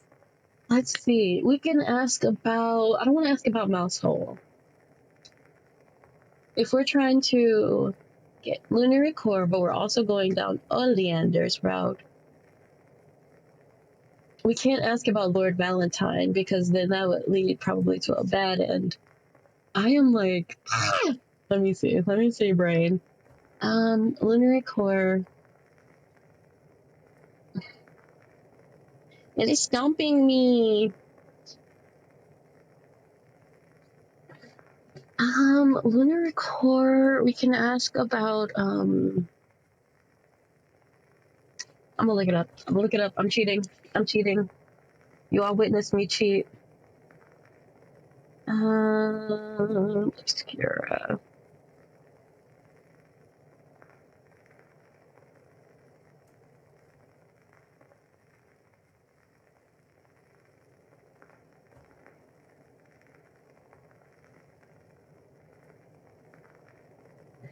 I don't know what to ask. I don't know what to ask.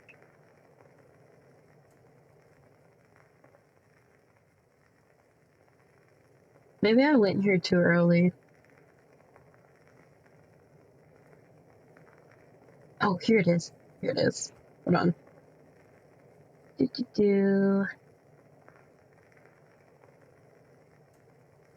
Ooh, romantic traditions.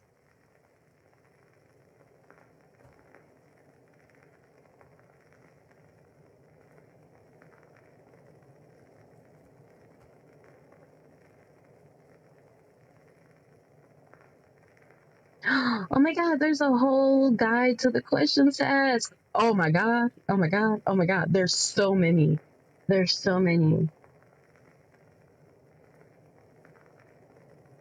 do you mean our own name? Oh god. Oh god, there's so much to ask. Okay. Alright, y'all. Hold on. Oh, that is a good one. Adonis, wasn't that Oleander's old partner?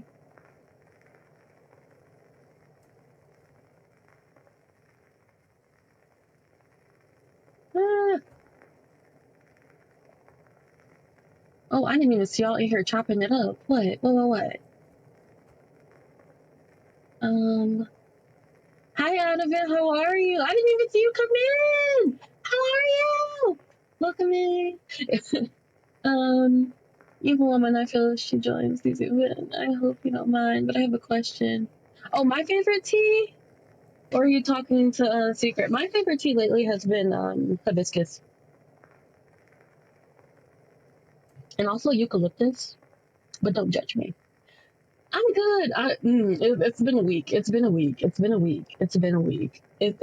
week. That new moon came in hot. It came in hot. Candle and Crystal Company. See, Steris, clock, cremation. What is clock? A clip. There, we have Sadi, funeral, grift. Oh my god, there's so many. Honeyhead.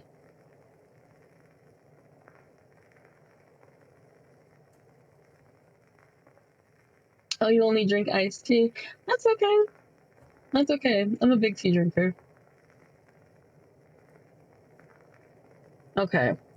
So I think the Moon Shrine,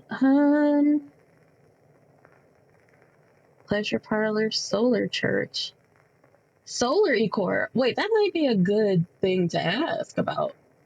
I feel that in the deepest part of it, It has been a very deep soul-looking week, and when I say I don't know how to explain it. It was just a lot. Okay, let's ask about Adonis first. There's some. Oop, hold on, babe. You didn't do anything wrong. I just can't type. And there's a few Adonises down here. Can you clarify? It takes a moment, but I'm able to fish out the business and card Adonis gave me. This one. I knew it would be worth keeping, even if I have zero intentions of spending time with him. Right, that one. There's a flurry of movement while Swallow gets a packet of papers out of the vertitable tower sitting on the side of their desk. The merchant Adonis. There is a note here right at the top. Loves talking about food, which has been confirmed by just about everyone I've spoken with. I can also confirm. Yeah, he's obsessed with food. Of course.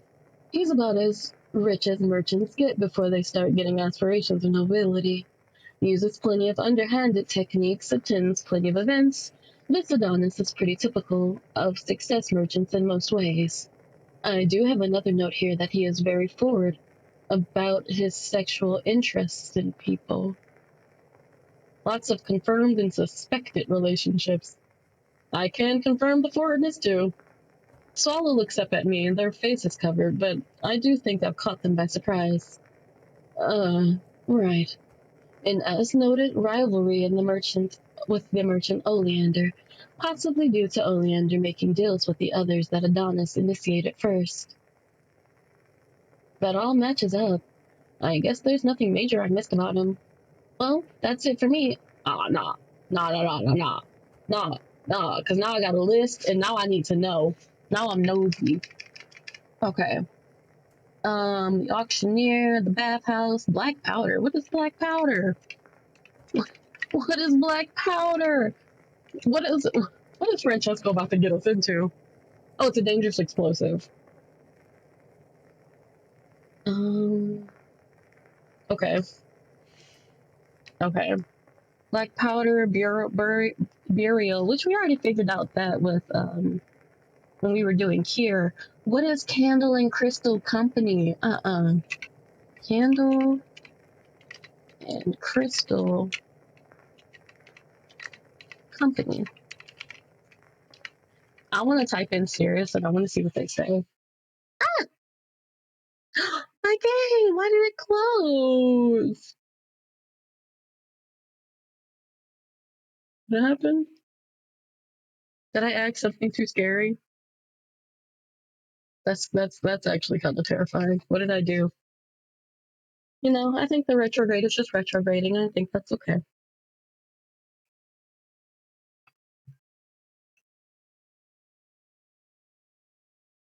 There we go. I asked too many questions. They said, I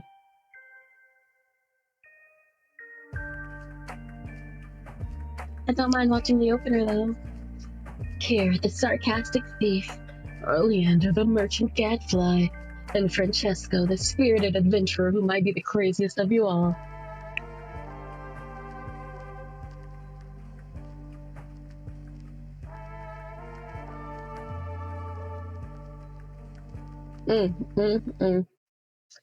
Oh, raccoons, you guys do a fantastic job. Okay. I wondered if I need to just go through the list first. All right, I'm gonna be a good noodle. Let's go to the. Hello. Is that Snake? Is he getting bit in the butt? Oh no, he has the lunar core lines. Oh, that's not good. Okay, well, one up for the homies. The auction house is as beautiful as ever. It's always open to visitors. But the lack of people in the lobby suggests that there is no auction taking place in the next little while. My path is familiar at this point. Hello, bookkeeper. How are the books today? The books are well, as you might imagine. If you recognize me, you can probably guess what I'm about to ask. You're the one looking for lunary core. Okay, well, it's probably not ideal that I have that kind of reputation now, but at least it keeps things efficient. That's me. So, do you have any news for future sales? If buying isn't an option, the mousehole thieves might be able to help. None whatsoever. Alright, well, forget you. Oh well, I'll come back soon. I just can't resist talking to you. The bookkeeper does not dignify me with a response, which is fair enough, I suppose. As I'm leaving, someone else enters. Who enters? Bookkeeper. I've gotten confirmation that from Lady Lumina that she will be selling her mirror. On the one hand, this isn't relevant to me in the slightest. On the other hand, information, even gossip, can be extremely valuable down here. I linger just outside the doorway, out of sight. There's no one in the lobby to see me snooping.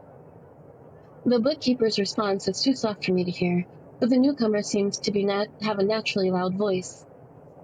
Listed as October glasswork, Lady Lumina will have it delivered here in 2 weeks for storage.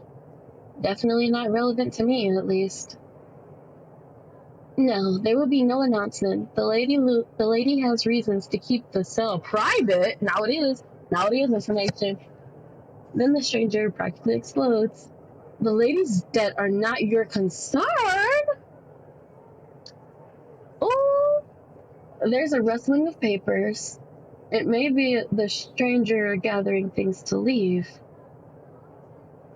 I don't want to roll the dice on staying unnoticed if I linger. Ooh, tea. Absolute tea. I move quickly and quietly to the door and am back in the busy streets in no time at all. Ooh, hold on. Lady Lumina, the October glasswork. Something about debts? I picked up on what seems to be fascinating gossip. After a long day, I can only do a few? Okay, that's fine. After a long day, I settle down for sleep. I better be ready for the bacchanalia. Oh yeah, we're going to the party. We're going to the party with Big Daddy. But it's a raunchy party, so we about to see what happens. Wake up, get ready, and go straight there. I've gotten used to sleeping despite my whirling thoughts, and thank goodness for it. Oleander! It's our king! I cannot get over how much I love him. I thought here, so my original, from just looking, it was Cirrus. Cirrus was my number one. And then I found out that I cannot stand the ground that he walks on. I can't. I literally cannot. And then my second, I thought it was going to be Oleander. And then third, here, fourth, Franny. Franny's my son, so I don't put him in the categories. Like, that's my baby. I wanna make sure he has a good meal, and I wanna make sure he got blankets and he's happy at night. And then Kier, I was like, oh. But the how the ranks have changed. Now it goes Oleander, Kier, Sirius, and then Franny has his own category because that's my baby boy. I meet Oleander near the disorderly convict celebration grounds. In this case, a building that almost certainly has not built for partying, oh no. But the people of the marketplace do seem to value creative reuse of everything. It's not a surprise to see it repurposed. Ah, Sleepy. Wonderful to see you, of course. So, we're about to attend a party run by a death cult? Is there anything I need to know? I hardly need to tell you caution and moderation should be exercised. Same as before. Don't indulge in alcohol beyond your limits. Not sure if I'll indulge at all. Given the level of alteration going on, that may be wise. If you do elect to indulge in any intoxicants on offer, and I should be clear, you would be welcome to do so. I'd appreciate if you had someone sober to keep an eye on you. I plan on maintaining my full faculties, so consider me an option. Yes, Big Daddy. I wasn't planning on getting smashed, so hopefully I don't need any babysitting.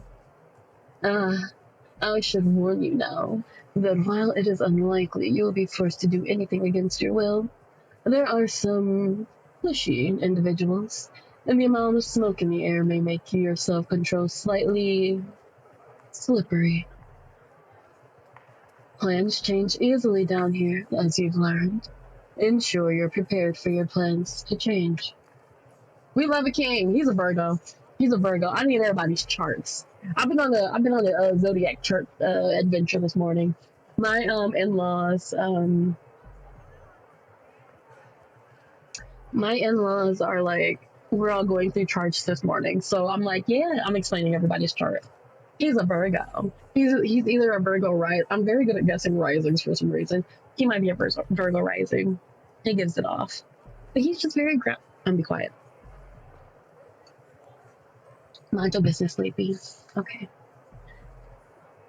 You're making a party full of sex and drugs run by a death cult sound kind of worrying. Oh, I'm breaking my own rule, aren't I? No downers allowed. You really need to get that on a sign. Oleander chuckles and ushers me towards the building. At the door, he leans in and whispers to the individual, fully masked, yet wearing nothing on their body except a wrap around their hips and a large amount of vivid paint. This is about to be... We thought Francesco's us going with Franny was a wild situation. I think this is about to be extra wild. The payment watch person lets Oleander in, and then it's my turn. I am the fruit of the Liberia. I walk by them, and after a turn, I find myself in the central room. Dang. What sign am I? I'm a Pisces. I'm a Pisces. My whole chart is Pisces. I just actually got done talking about it. I'm Pisces. I'm a Pisces sun, a Pisces rising, Pisces Mercury. Let me double check. Like the amount of Pisces in my chart is actually disrespect. Yeah, Sun, Mercury, Venus, and rising, and then yeah, and then I'm a Gemini moon. So I have it's a very watery chart. It's a very watery chart. The wave of smoke and mist hits and my head spins. There's music flooding every corner of the room, reverberating on itself like waves.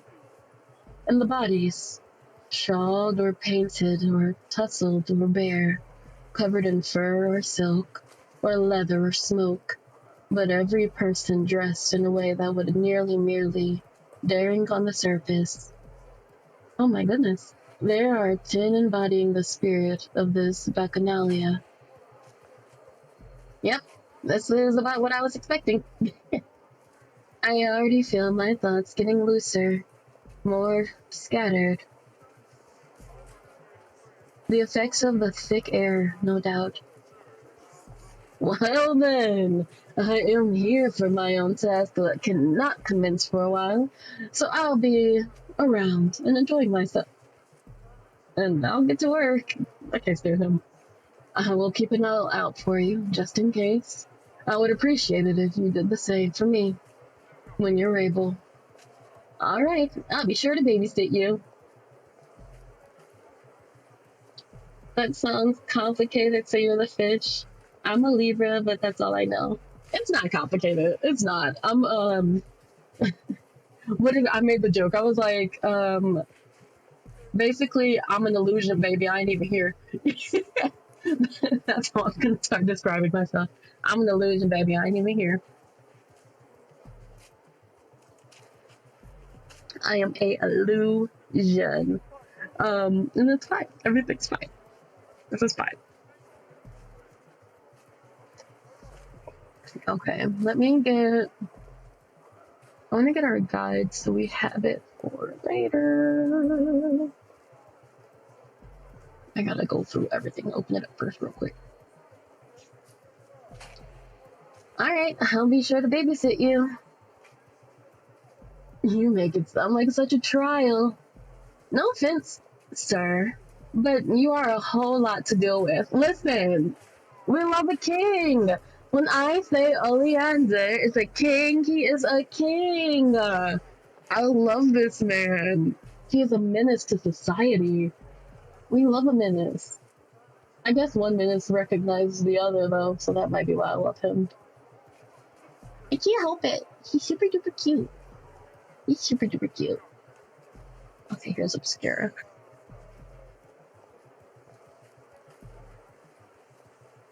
Oh wait, no, that's the ending guide for 1.5. I could have swore that I had one for part 2. Okay, we're gonna finish first, and then I'll go back and get them. And that is exactly what I intend, my dear Vigil. Okay. Whatever you say, Beyonce. I start walking away from Oleander, waving for a moment. Then I breathe out sharply as if I had gotten rid of the thought scattering fog in my lungs. It's time to work. I do slow rounds of the room. Not quite dancing, but certainly letting the rhythm carry me. Just walk through the room, like, just feeling it. Just, ooh, ooh, hit him with the ooh, ooh. Standing out of the crowd probably wouldn't serve me well in this moment. The whole celebration is happening like in a building dark enough that I cannot see the opposite wall, despite the colored flames overhead. Whenever the view might clear up, there is a new puff of smoke somewhere. There's a ramshackle, haphazard look to everything, which I suppose isn't too surprising.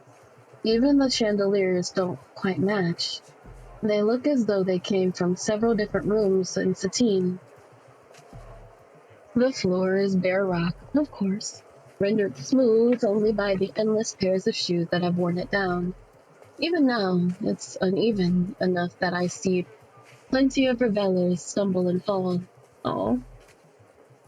One hits the floor, convulses violently, then goes limp. We're not questioning that. We're not questioning that. We're not questioning it. We're not questioning that. Okay. Okay. The other revelers bump and nudge the body as they continue to dance. And then I see something. For a moment, the crowds part, and I see a silvery fig leaf hanging on the necklace. That's a symbol. Yes, girl, get it. Weaving through the crowd, I see a young woman swaying. Maybe it's the music. Maybe she's in study. She has a bottle in her hand, though, and it doesn't look full. I only get one shot at this. How do I approach her? Ooh. Seduce, pressure, help. I guess we're in a death sex cult right now, right? I don't know, y'all. I don't know. What do you do in this situation? Hold on, let me see. I guess we'll make a poll. Because what am I supposed to do? Okay. Sleepy, you're a big girl. You can make these decisions. I don't want to help her because I don't feel like she wants help. Pressure seems weird. I guess we're going for seduce, y'all. We're going for seduce. Yeah, they just casually stepping over a deceased person's. Just casually. I glance over her once more. I guess she's attractive. I don't know what you want to do. It'll be easy to get in character for this, at least. I let the music flow into me. This woman is here to party, and most parties just want to have fun with others. Like Oleander said, no downers allowed. Hard to ignore the fact I tried to decide how Oleander would approach the situation. And let's avoid acting like Adonis, too. As I get closer, the woman takes a large step back and almost twirls right into me. She's wearing a mask that covers her eyes and nose, but her mouth is totally exposed. I can smell the alcohol on her, even in a place that already stinks of booze. Oh my god. Oh. Oh. Hello there. Bet you're having a good time. I am sorry. She can't seem to keep herself straight up and half falls into me again. She giggles. I like you. Who are you? Let's use something else. Call me. Ooh, who you gonna call us? What's our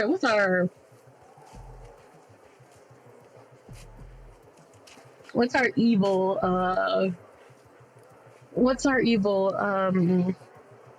our evil other side? Okay, so I'm Sleepy Bug. My name is Diamond though. So like, we can go with, we'll say my name's Crystal. No, Crystal, Crystal Dawn, cause we awake. I'm Crystal Dawn. Crystal Dawn. I'm Honey. I'm Honey. She sways a little more. I wonder if you give her your real name, if she gives you a real one. Okay, so she does give you a fake one. Okay. Perfect. We'll do this one then. She sways a little more. Support her by the elbow. Put an arm around her waist. Go in for the big games. Oh, I'm alright, Crystal Dawn. Honey pulls away a little. Oh. We could support her by the shoulder. Here you go. For a moment, I put an arm around her shoulder, keeping her from swaying too heavily. Honey giggles loudly. I can think of 3 male names that I hate. Oh no. Oh my sun and stars, Crystal Dawn. You're so much. But she's not putting any space between us. Yeah, come on, Crystal. Honey. Stacy. I'm gonna call her Stacy. I wonder if this is the girl from the auction house. So I have to know, are you buying or selling, honey? Huh? Everyone comes down here for a reason, and those reasons are usually buying or selling. She taps her lower lip with her finger. I guess I'm selling, but it's not me that's selling, it's my boss. It's not exactly buying either. Oh, what you mean? So she's not hiding that she's here on someone else's behalf? So selling with a little bonus parting on the side? Sounds like me, though. I'm actually buying. I have exclusive taste, so I've been here for a while. You must know the marketplace so well. I've had a lot of opportunities to learn, but I don't know everything yet. This is my first time with the disorderly conduct, for example. Honey tips towards me, her smile conspiratorial. It's my first time too. I was supposed to come down here. Then someone betrayed my boss, and now I get to come here. Lucky for you. Though I don't think your boss would like if you thanked the traitor. She wouldn't. Oh, it is her. It is her. Then I'll just have to do it. I raise an imaginary glass. Thank you, mysterious traitor, for giving Honey the chance to come down here. Yes, we planned the honey trap. I love it. Honey toasts with her own bottle. Are you liking it down here? Mm-hmm. It's supposed to be a scary place, but I'm having fun. What's your favorite thing? She throws an arm out wide. Someone nearby has to dodge the bottle she's waving. The parties! Okay, girl. Home is so boring, Crystal Dawn. This is way better. The parties are pretty good. The last one I was at had chandeliers so big that it was as bright as daytime in there. No way! It's always so dark down here. You learn to enjoy it. There's a lot of fun to be had in dark corners. I personally like all the interesting people I get to meet. Like a cult leader, priest. Honey may be alcohol numbed, but she gets the implication of what I'm saying.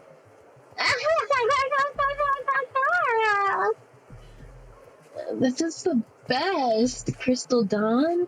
My boss told me to just have fun, but I didn't think I actually would. Let's have more fun. I'm having fun working too. No, we don't want her to know that, right? Um, let's have more fun. Let's have more fun. You're being paid to go to a party. You should have as much fun as possible. Yes, let's do it, Crystal Dawn. Crystal Dawn, let's dance. You know what? Honey kind of feels like a girl's girl. Honey kind of feels like a girl's girl. I'm gonna be very sad if we have to off her. I'm gonna be really sad. Because Honey's kind of a girl's girl. Honey stretches out her hand towards me and I take it. Together, we swing into the throng of dancers. The music ebbs and flows strangely, but the beat is hypnotic, and closer to the center of the room as we are currently engulfed in smoke. Dancing is like second nature to me. While Honey sways and trips over her own feet, I still have full control of my body. The looseness of my thoughts only makes me feel more fluid. The music ebbs. Oh. There we go. I don't realize how long we've been dancing until Honey asks for a drink and we stop. I'm blazing hot and sweating under my cloak. There are tables with water glasses at the... Are we in there booty naked under our cloak? Are we booty butt naked under our cloak? It's a mood. It's a mood, but you know. There are tables with water glasses at the ready, each pitcher topped with chunks of fruit. The flavor is subtle, but definitely an improvement over plain water. It's probably safe to drink. Water, I've decided, is probably low risk.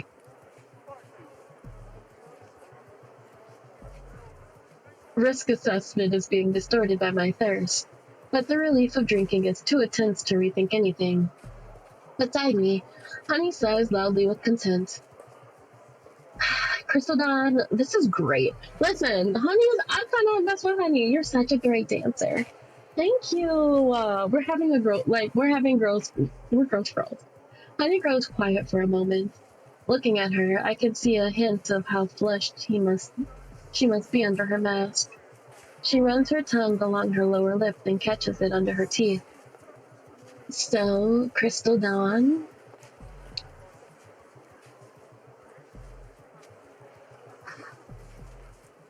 I don't know if I want to kiss her. But I'm a faithful girl to Oleander. I'm scared. Okay, alright. Okay. I know a hint when I see one. With one hand on my mask to shift it up, I lean in and catch Honey's mouth a kiss.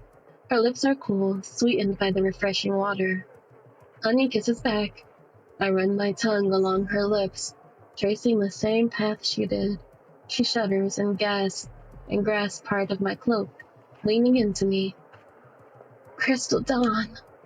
I take her waist and pull her closer for a second. Now, I'm not just lightheaded from the smoke. I pull away and Honey swoons into me. How do you feel about the marketplace now? Honey giggles, but then she turns her face slightly. She's not looking at me, but something past me. She sounds disappointed. Oh, now I think that's my job. Okay, hold on. Let's see what the other option does. Look, not me being indecisive. Well, let's dance. I take her by the hand into the crush of bodies. I reach out and touch whoever's within reach too. Yeah, yeah. Most people are here dancing, but not all. A sudden force at my back pushes me forward, and then Honey and I are pressed together. We keep moving, two people but one dance, one body moved by the beat, all the touching, the pressure of others around us. The way Honey throws her head back and lets out a blissful noise. Honey girl, Honey baby. I get lost in the euphoria of it all. At one point, seriously slow and just as sweet, Honey runs her fingers over my mask. You like it? Honey giggles and then she turns her face slightly. She's not looking at me, but past something. Okay, so that's her job. The euphoria in my system seems to dissolve in an instant. I have to go, but I had a really great time, Crystal Dawn. Okay. Listen, I'm being thorough. I'm scared. We're kissing. She got to go. Oh, never mind. Okay, so the kiss was the right idea. Alright. I have to leave, but she reaches into the pouch and hands me a paper packet. Bye, Crystal Dawn. Goodbye, honey. Hope sits bright and sharp in my chest. I peel open the packet. Inside are dozens of tablets. Amazing. Good job. Job done. Thank you. Amazing. Job done. Thank you. The work for today is done. I suppose now I can just enjoy what the Bacchanalian has to offer. I start looking around for Oleander. Might as well catch up with him to make sure nothing dramatic has happened in the meantime. Hopefully he's resisting the urge for now. I take a short walk around the room, but as I pass a group, they call out to me. Stranger, come and rest your feet a while. Oh no! Wait. Is that a bunny boy I see? And a bunny girl? No. The creators knew what they was doing. They knew what they were doing to me for this one. Which is rude. Because, yes, thank you. They've got a collection of seating arranged in a circle, and they're all lounging, completely relaxed despite the bubbling cauldron of a dance floor so close to them. I do want to take a break, just for a minute. I'm looking for someone. If you're looking for someone and they're looking for you, one of you ought to stay put. For a few minutes, then. I take a seat and the group seems welcoming enough. The one to the left taps my shoulder, then points to the rest of the group with a smoldering tab. That's wisdom. That's wisdom, and there's perception, and those two are insight and savvy. But they don't talk much, and I'm foresight. Was that my bunny boy who was talking to me? Hot foresight. It's nice to meet you, sir. It's nice to meet them. There's a bit of a thing here. Call me Vigil. Not exactly on theme. Sorry. Huh? All of them have names about intelligence? Oh, I get it. The others chuckle. Foresight takes a drag of something, sweetgrass, based on the smell. Then Foresight passes the tap to Wisdom. We were just here talking about the marketplace. You've been here long? A little while. What kinds of things are you talking about? The market ghosts are stealing people again. I heard it from a friend. Oh. It's serious. The market ghost?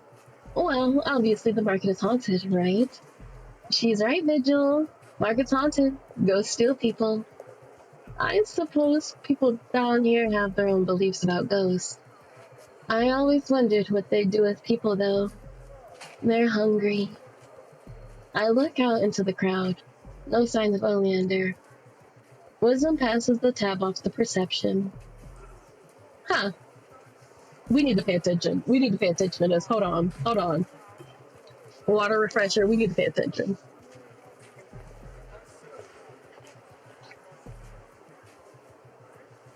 We need to pay attention. Because the only ghost that I know is named Cirrus, and he's a priest. I mean, a cult leader, excuse me. But I heard something even better than ghost vigils. Wisdom passes Lord Valentine is bad. And a serial killer did it. My heart pounds harder. I don't know what you're talking about. A serial killer? That's just like a normal killer, but for like lots of people, right? No, you only get to be a serial killer if it's lots of people and there's something in common. Then who else got killed? The all-right priest. Some lord or other. I don't know, man. I'm just saying what people are saying. Perception hands off the tab. Either savvy or insight. The one sitting closer to me reaches over their partner and takes the tab. Then I wonder who'll be next. Hopefully a real asshole. Come on, serial killer.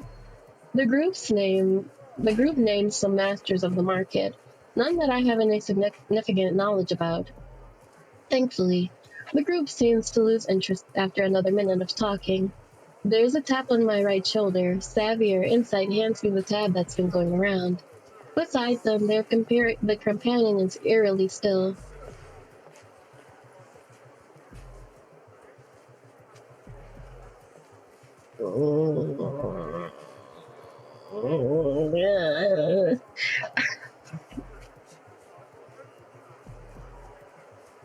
No. Okay. The first thing I noticed is a sharp.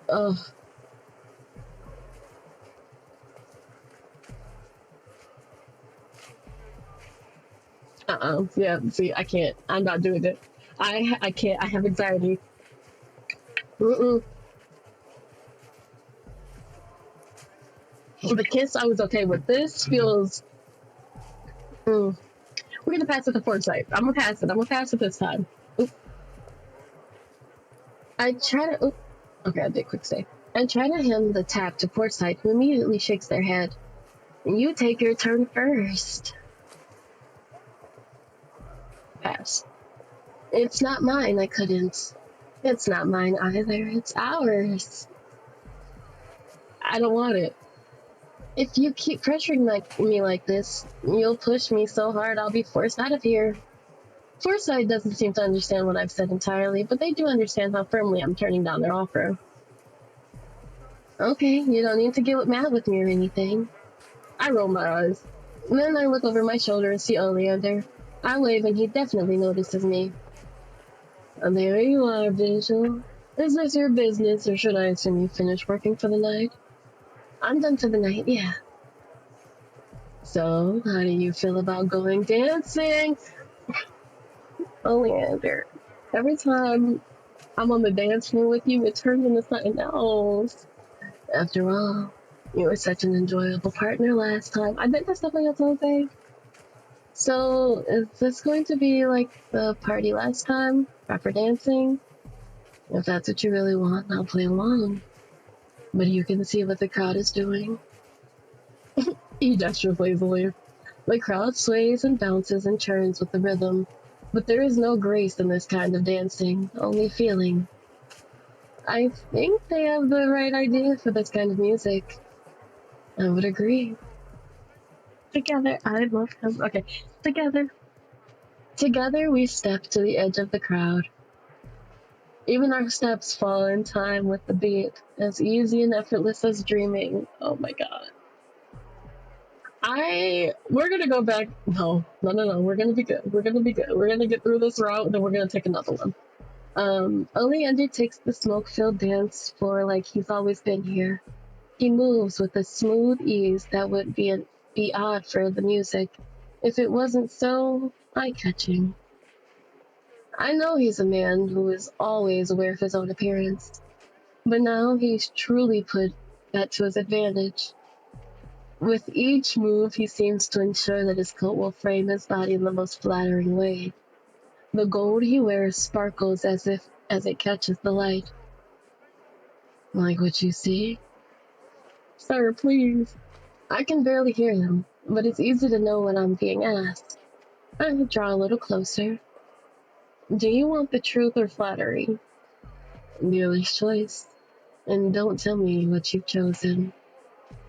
I really like what I see. Ah, he laughs. I love him. I'm gonna choose to believe that's the truth and not just flattery. Believe what you want. I'm not telling you a thing. You don't need to. Mm-hmm. Alright, Oleander. You need to get on my face. He holds out his hand and I take it. He guides me through a spin as though we were in a ballroom floor. And then he pulls me back, his hands find my waist. No better than a man. I set my gloved hand on his chest, my palm resting on the fabric of his shirt and my fingers resting on skin. I run my hands down, touching more firmly with fingertips, teasing the button, keeping even more skin from me. I bend down with emotion. Okay. Turning my hips with a delicious string of notes. Listen, act a mess. Then plucking the fabric, I withdraw my hands again. You tease. You've been having an interesting night, haven't you? Coming to a death cult's party, kissing a beautiful stranger, getting powerful drugs from the same stranger. I hope you're having fun. You've been watching me, but I'm not even saying yes. I should hope so. You were watching me. Oh, yeah. Not the whole time, though. I checked in on you from time to time. It's not worse to attend parties like this alone. It's not wise to attend parties like this. Hold on, we love a king. We love a king. Particularly as a first timer. You don't know that I'm a first timer. Better to assume wrongly for safety than assume wrongly and leave you endangered.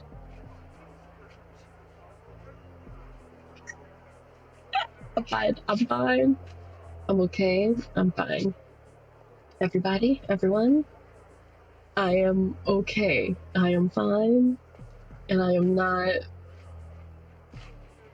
simply melting away from how fantastic Oleander is. Like, he's so cute. Forgive me. I know you dislike when I do things on your behalf. Let's stop doing it and I'll forgive you.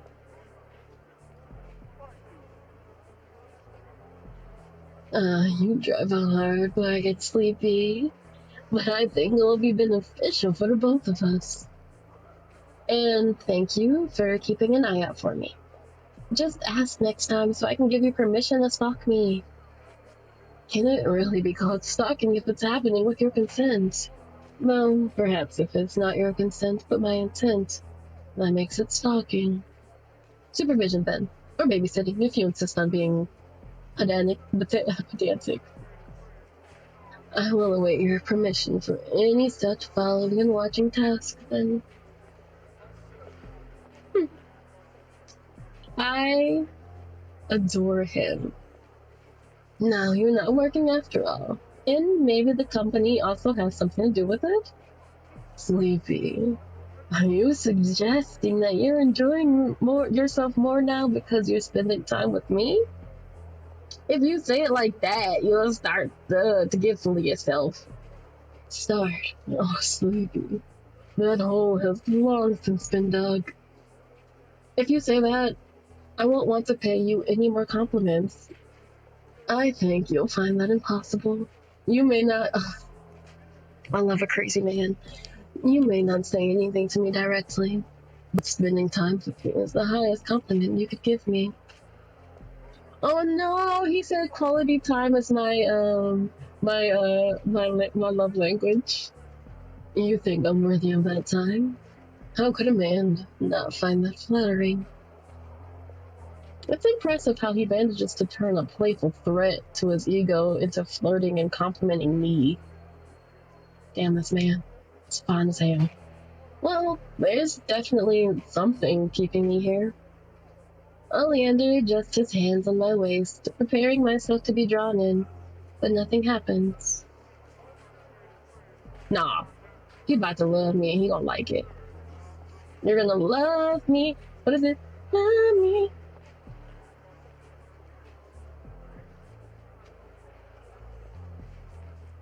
Oh, so you can both for either one? Rude. Rude. Okay, which is fine. It's like the last time we danced. His hold is intimate, but it assumes only this intimacy and no more. His shifting hands are an invitation, but I'll have to be the one to step things up. Take the invitation. How could I resist such an offer? Oleander! I get a firm hold of Oleander's clothes and pull myself in close. His hold on me stays firm and reliable, keeping us together. We're dancing so close my hips are almost touching him. With each movement, we brush each other in new ways. I have never been more aware of the distance between my body and his. I feel hot and bright and alive, outside my own head. Oleander bends down towards me. Our chests touch and he gets closer still. What is he? For a brief moment, I think he'll kiss me somehow, despite the both of us wearing masks. But instead, he brings his head alongside mine. For a moment, I realize he's speaking softly to me. Sleepy, there is something serious I want to ask you. Your condition, what I have heard of Fratum Anima, is that it's fact acting and fatal. My thoughts stop in their tracks. I would have never guessed that this was the thing on his mind. Yeah, it's gonna take me out soon, but no one gets out of living. No one gets out of living alive, right? That's fair. That's such an iconic line. Nobody gets out of living alive. One hand shifts from my waist, sliding slowly to the center of my back. My heart jumps at the new contact. This is a whole new level of mixed message. How long have you been dealing with this? I'm feeling warm. Oleander's hands do not wander. He does not pursue more access to my body than I've allowed, but the touches are deliberate. I rest my forehead on his shoulder, the mask pressing firmly there. It's not the same as touching him, but it's as close as I can get. The words come out in hot, raspy breaths. Months? I've had it for months. Wish I knew how long I have to live. His hand presses flatly on my back, covering as much of me as possible. He crushes me close. Oleander? Oh no, what is it called? Did he get too attached? My heart. I'm not sure if this is a dance hold or just an embrace. Still, I find a handful of his coat and hold it in tight in turn. I'm sorry, Sleepy. I laugh, and the sound is strangled slightly by tears welling up in me. I didn't know I needed sympathy. Someone who cared. Until this second. If I was well, I'd never come down here and met you. So I guess there's a silver lining. If only I was worthy of that level of praise. Oleander's voice is raw when he speaks next. Honest. I can only hope that you have many more months ahead of you, and then even more years after you get your military corps. I pull back very slightly, and loop my arms around his neck. He responds with hands on my hips. The all-consuming beat of the music has us moving in time together without conscious thought. Sleepy, I made you an offer last time. We danced as well, if you remember. This is a very largely good conversation topic, I'll have you know. Low marks on grace and skill for this one. I'll accept the low marks this time, but only out of necessity. So, you do recall what we spoke about. You offered me a good fuck, as long as I was okay accepting that oh my god. As long as I was okay accepting that as its own reward. You do recall then. So, have you put any thought into it? Please knock my boots off, Mr. Leander. We are thirsty for Leanders in visual novels, apparently. I have no desire to pressure you. Delayed gratification is clearly something I appreciate, but, well, there's only so much sand in the hourglass for either of us.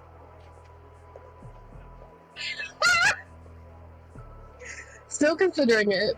Not interested, thanks. I'm very interested. Grab his booty cheeks. Grab his booty cheeks. I reach around and put a hand on his astronomical self.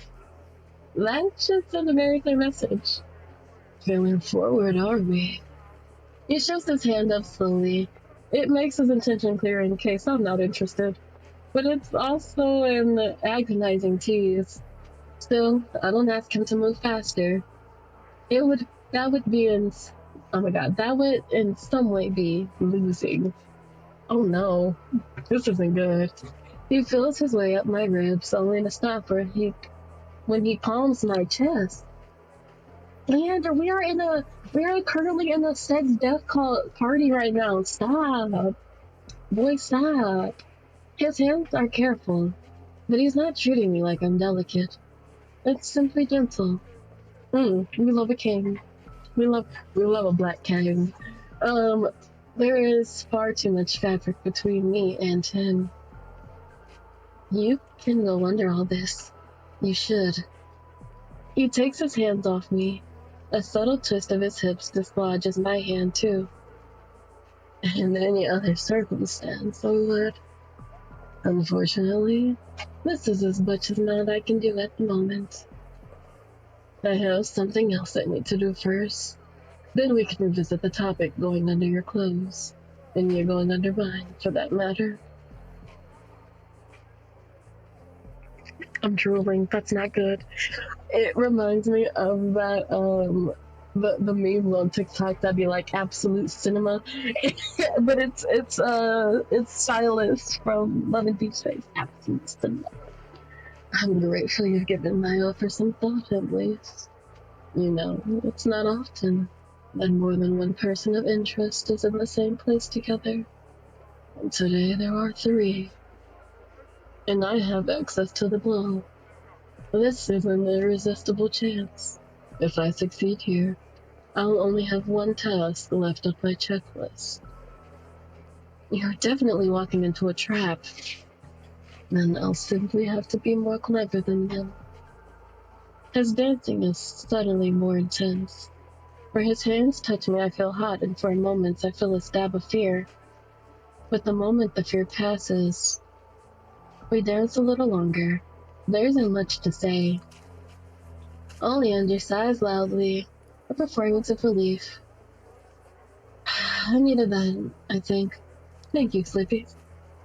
You're welcome to get your sexual tension out the way while you ramped up my own. He's so rude. Oleander starts drifting back to the edge of the dance floor, and soon we've left the crowd. We're not really dancing anymore. A pleasure as always, Sleepy. You make it sound like you're leaving. Okay, I got scared. Oleander, you ticked my daddy issues for a second.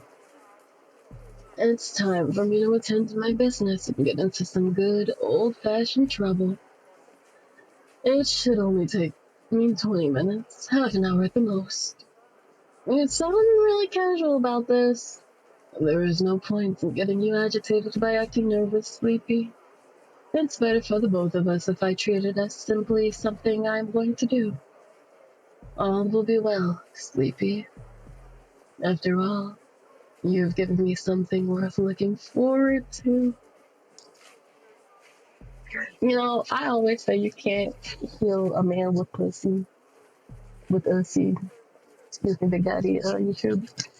But I think I'm willing to heal this man with it. Don't blame me. I don't make the rules. He has no right to sound that salacious, given what he's about to do. Okay, 20 to 30 minutes. What if you're not back by then? Then, presumably the trouble was worse than I thought. I'd ask you to go to my office and ensure the most private materials of mine are moved somewhere safer. He takes my hand in his, turning it so my palm faces up. His other hand comes to cover mine. I feel a key being pressed there. There. If I want to return to my parlor, I will have to find you first. Does that reassure you? I wish I had your confidence. Promise you'll come back for it. Please, Leander, Oleander, please don't. No matter what happens, I want your words you'll take this key from me. Sleepy, you know full well that is a promise I may not be able to keep. Okay, lie to me. Lie to me just this once. Just this once. I don't care. I'll only be reassured if you promise me.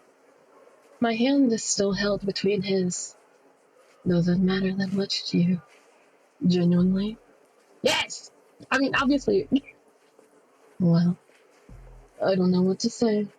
Quite a triumph on your part. I want to see his pretty smug face. Quit playing games with me. Let me get some water, like how thirsty I am. I have a suggestion about what you can say. He laughs, but brushes off the prompt. There is nothing I have worthy to swear upon. My name, my honor, my soul, none of these have the value needed. I will be back, Sleepy. That is the best I can give you. I will be back. I'll be back. I'm sorry. He holds my hand a moment longer, then closes my hand around the key. Leander. Oh, you precious thing. My cheeks feel hotter. I wish I could see his face, interpret his expression. He lets go of my hand. It may help to pass the time while I'm away. That group there are also traders of sort. Hi, Rosen, how are you? Where was I? And they're a welcoming little group. Feel free to talk to them. I'll see you soon. You better. Leander. I stay put as Oleander walks away. I watch him go down the hallway, away from the main dance hall. Well, at least there are people to talk to. There is no clock that I can see anywhere, but I can probably trust my gut on how long 20 minutes will be. I don't want to, I'm anxious now. I don't want to talk to anybody. How are you, Rosen? Rosen? How are you? We're playing Obscura and currently trying to not cry because I don't trust Oleander. I don't trust Oleander.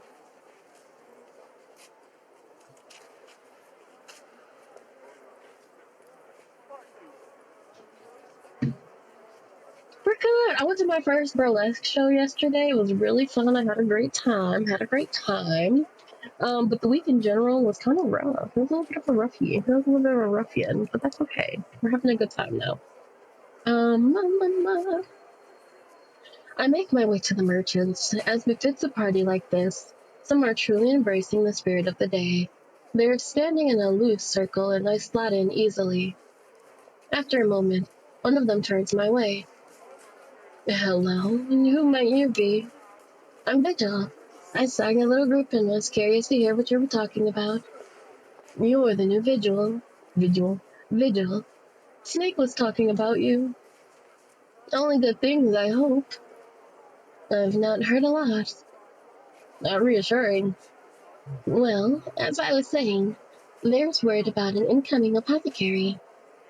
I genuinely try my best to listen, to contribute when I can, but my mind is definitely not in the moment. I'm counting seconds in my head, keeping track of how many minutes have passed on my fingers. Heard word that the rat catchers are finally getting some hints. The euphemisms are thick enough that at some points I'm genuinely uncertain what the group is actually speaking about.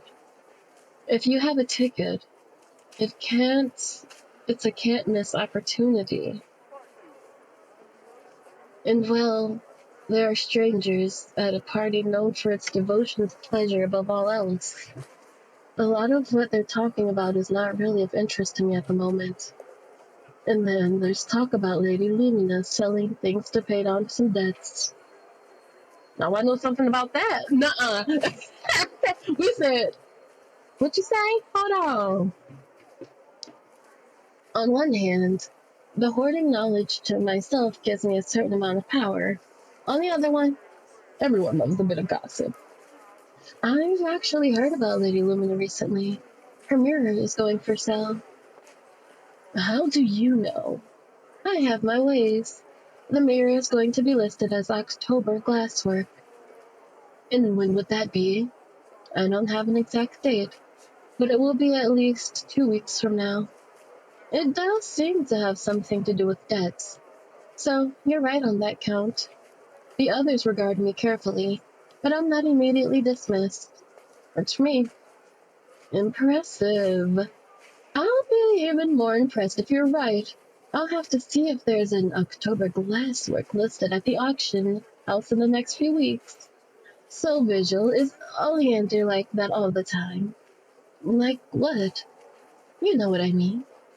If you mean he's always a... What did I say? I can't play this game, it's way too much reading. That's why I'm here. You just gotta find people to play and do the reading for you. You're good. What was I? If you mean he's always on charm offensive and it's determined to run a dazzling show, yes. Even when it's just the two of us. I told you that he's just like that. Listen, he's a Leo. He's a Leo with a Virgo rising. It's fine. No, I've heard stories about him from others, and they say he was a huge ass. I mean, he is. Why not both? It's possible to be very charismatic and also a jerk at the same time. She's right. I would be one to know. You're welcome, though. We talk a little longer, then I reach 22 on my fingers. No sign of Oleander. I'm too anxious to just stand here. Sorry to have to leave so soon, but I have something I have to take care of. They acknowledge me leaving, then immediately resume gossiping amongst themselves. I wave to them as I leave. He went this way. Carefully, I make my way towards the hallway Oleander took. There is a very good chance Oleander is in trouble, which means I need to be extremely careful. I try and drift with the music, let myself flow with the tide of people. The glances I make down the hallways are just idle glances. I'm not searching for anything in particular. I've never been so glad my face is covered. There are revelers engaging in all kinds of debauchery in the mouth of the hallway, but the presence of an armed guard near the staircase seems to have kept mostly away from the private space. That'll be where he is. How do I get in there? I have an easy excuse, of course. An attendee of this bacchanalia, being sober would be far stranger than some random inebriated fool wandering over. And lucky for me, I do have a prop supporting the image of drunkenness, a prop I can put to use.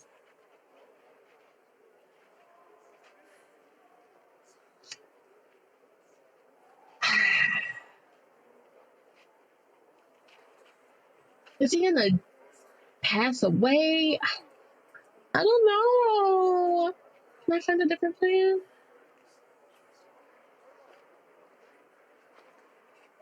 Let me see.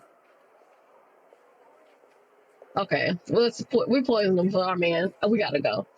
I take the bottle of poisoned wine from my bag and open it, dumping a mouthful into the stuff on the floor under the covers of my cloak. Perfect.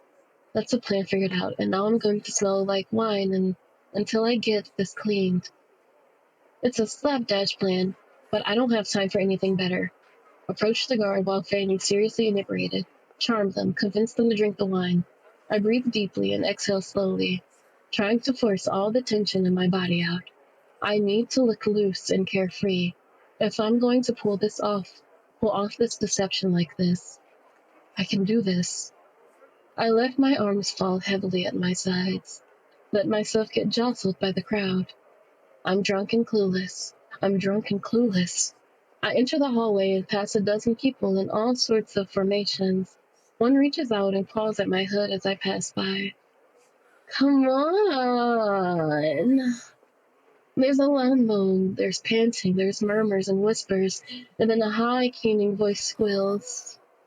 I let my gaze linger on the pair for a moment, then glance over and see a solo reveler pleasuring him at the same sight. Go off, King, I guess. My face is so hot under my mask. But this is not quite the not quite an orgy does keep their distance from the guard at the bottom of the stairs, and so there is no one within reach to touch me as I stumble closer. Back. Ooh, child. Y'all, me and my man's voices. Me and my man's voices. Me and my man's voices are not getting along today. Hold on. Ooh. My teeth. Okay, hold on. Back off.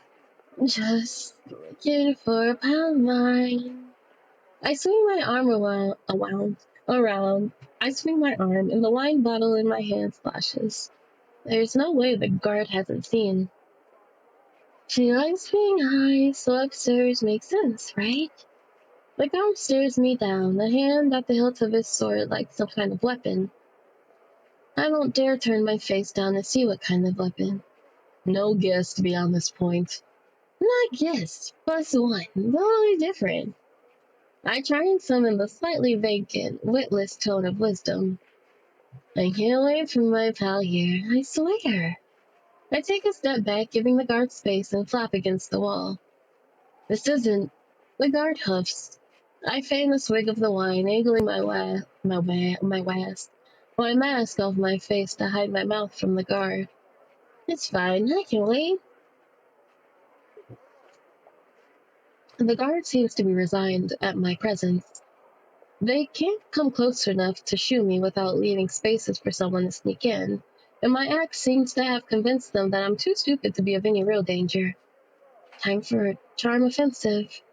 It's odd how calm I feel about this step of my plan, regardless of anything. I know I can talk. That cracks me up. We be talking. We do be talking. Who said we? Oh, Sirius. Sirius was like, stop talking. And we're like, meow. Talk about sneezing in the mask. Talk about cats. I want to talk about cats. There's a lot of cats here underground. A lot of cats. Why are there so many cats here? Too many rats. I wasn't talking about rats. I was talking about cat. Oh, that's smart.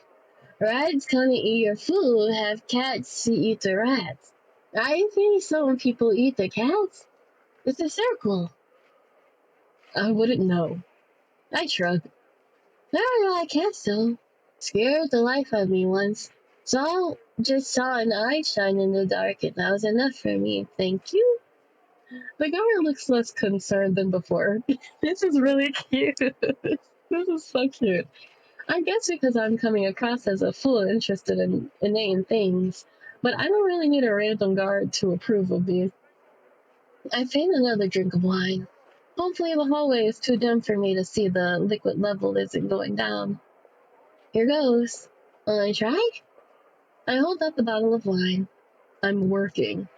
It's really good though. They're not strong. No, not strong. This is a bottle number... I count on my fingers. That's a credible number. 3. I take a stumble forward. I promise I won't tell on you. Please, Lunar God, Solar God, somebody please help me. The guard regards me for a moment. I wiggle the bottle a little, and the wine splashes pleasantly. What kind is it? Good? And red. Good red. The guard nods. It's cute. I take another step closer, and they take the bottle from my hand. They take one drink. Hopefully it's enough to knock them out. I get the bottle back and pretend to drink it too. There's no trees in the mountain, but there's so many trees on the mountain. Have you seen the outside of the mountain? Seen it? Okay, they're playing along with the inane chatter now. That's good. Just gotta wait for the to pass out. Sometimes people haven't been out there, and that's the saddest thing. The marketplace is great, but it's not the only great thing, you know. The sun's kind of a lot. What, the stars? I wiggle my fingers to illustrate the stars. Where was I? Trees. Any minute now. It's weird, because there's tree roots in the mountain, but there's trees in the mountain, too. But no full trees, just the roots. Why no full trees? Any minute now. That's the sun. You think only part of the trees... You think only part of the tree needs dark, and the other part needs light? That sounds... Please, I'm going loopy over here. I get it. You need to balance out light and dark. Like, you are one of those people who thinks the solar god and lunar gods are equal? Because your tree theory sounds like a priorian heresy.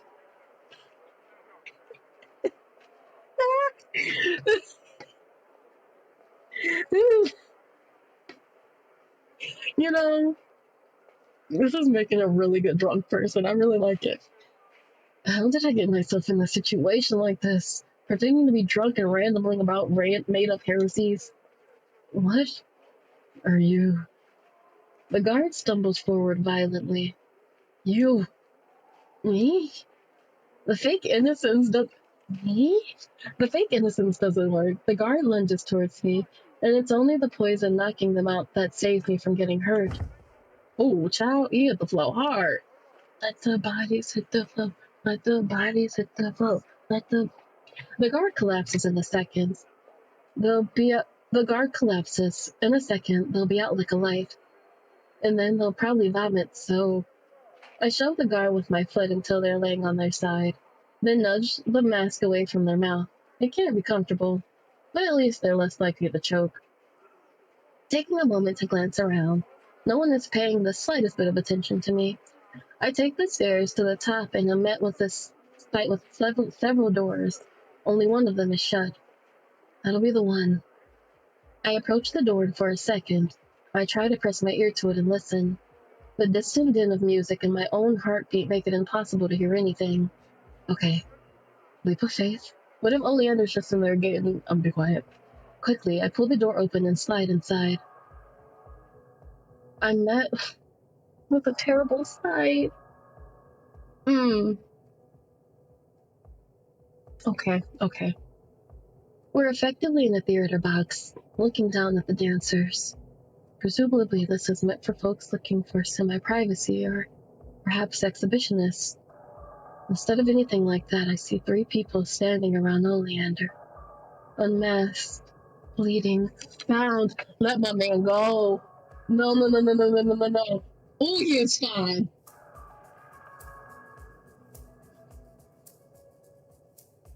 Everybody, this is what a king looks like. Hold on, y'all. Hold on. Let me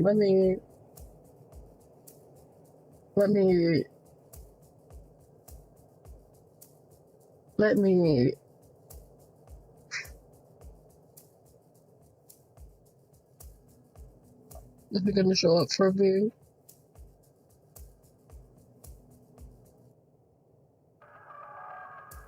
Okay, it's not gonna do it for me. It's fine. This is what a king looks like. He's so handsome! Also, get off my man. Get off my man. The venom in his stare is horrifying. The circumstances that created that venom are worse. Despite his unbroken expression, he is in a bad way. Oh, we know what his face looks like now. He is fine. I think he's the only face that we got. This is Oleander. Don't play with me. I only have a second to take everything in and decide what to do. Oleander's in bad shape. I just need to create chaos and get out of here before things get worse. Ooh! Hello? I get my wine bottle in hand and smash it against the door frame. The sound startles Oleander's captors. I hold up the broken glass. Now I have a weapon. Who are... For once in my life, talk isn't going to help. I walk forward and one of the 3 captors flinches back. I slash at one of the other 2. It's 3 against 1, but I am frantically... Oh my god. It is 3 against 1, but I am frantic to get Oleander back, and these people are clearly not prepared to be fighting me. At one point, I see a flash of exposed skin before my conscious mind can properly react. There's blood dripping from the points of the broken glass. Ooh! Oleander is still quick on the uptake, too. He might be bound, but he's still able to throw his weight around and shove his captors. I'm fine. We're fine. I wedge myself between Oleander and his assailants. One of them is blocking the door out. Do I fight?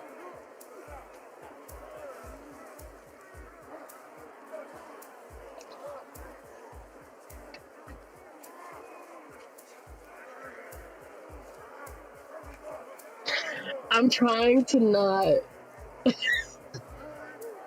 I'm trying to hold it in. I have been very feral for characters this week, so please be patient with me.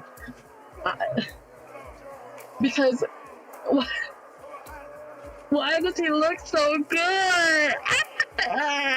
He's so fine. He's so fine. Ah, he's my king. Okay, I'm done. Oleander rises to his feet beside me. I glance at his bound hands and see a loose end to a knot. It's pure luck that when I tug on the end, the knot loosens and falls away. Oleander ducks to scoop something up, and my back is staring at the trio of captors. The other two close in on us. I lift the broken bottle again. That gives them maybe a half-second of pause. Oh, this is a bad idea. I glance behind me. The dancers are below us. Do you trust me? Oleander laugh is weak. I don't have a choice. Do as you will, Sleepy. Oh, yes. King! Follow me. With an arm around him, I go backwards. Fuck. My heart is in my throat and we tip over the barrier. It's only one story. We fall forever. Together we pierce the cloud of smoke and the notes of the music rattling our bodies. The impact is strange. I don't feel it. I only hear gasps and shouts. We landed on other revelers. I feel muscle and bone shift below me, pulling and shoving to get me up and away from those I just crushed. I cling tighter to Oleander. He looks even worse. Of course he does. We're going to be chased. We have a head start, but we'll lose if we linger for a second. Run! We push through the dancers. I have tunnel vision, seeing only the route out of the hall into the market. Oleander. Where's your mouse, babe? Once we're on the market streets and away from the building, I risk a pause. We dip into an alley, out of immediate sight of anyone. Oleander leans heavily on the wall while I pace. Where do we go? Your parlor isn't safe. Is the living room a safe place? Anyone can follow me there, and I never know. But the rooms are protected. Mousehole isn't an option unless we magically find Griff right now. Oleander seems to try to chuckle, but it comes out a painful groan. Sleepy. Take a breath. We need to get out of here.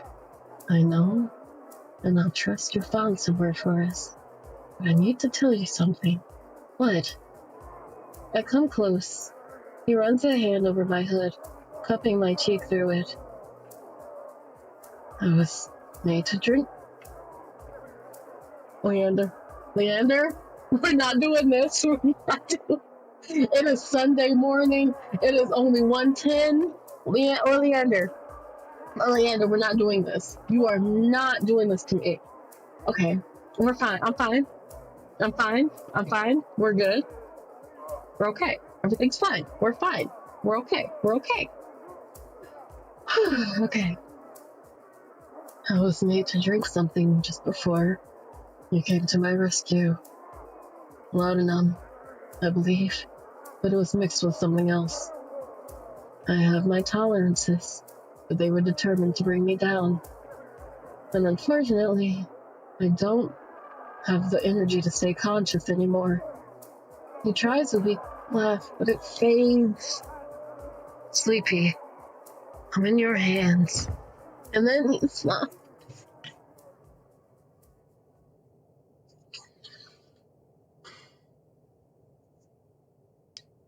Leander. Oh, Leander, wake up, please. I don't know what I'm doing. Please wake up. Okay. And then he slumps, sliding down the wall, unconscious.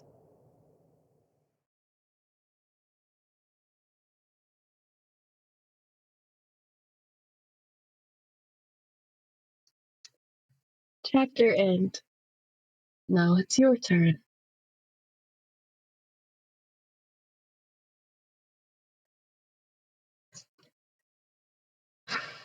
Uh,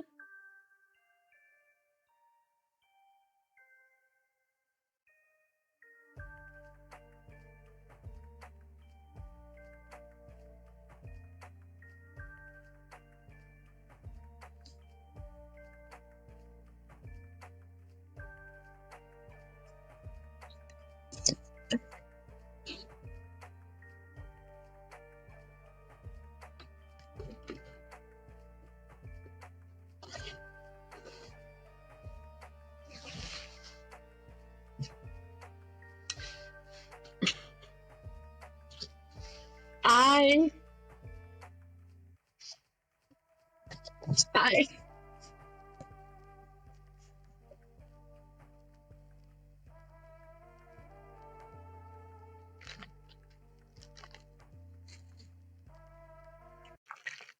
really hope that wasn't the real ending. I really, really hope. I'm about to look up I'm looking at the guide out of it. I'm gonna find the guide really quick and see which ending that was. Because it better not. I am gonna cry. I'm so sorry. Oh my god, girl. Mm. Mm. Mm-mm. Mm-mm. Mm-mm. I'm not doing that. I'm not doing it. I'm not doing it. I'm not doing that. We're not doing it. I refuse. We're not doing that. No, Leander. Leander. I'm not doing that.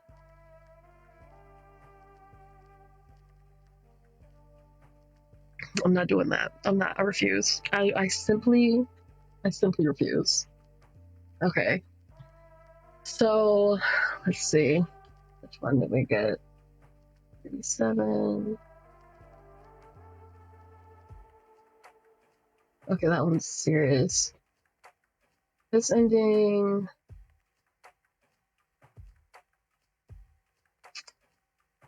This is the ending you will get by avoiding all the previous bad endings. There is no affection threshold needed. There are no choices. Play along. I want to do things right.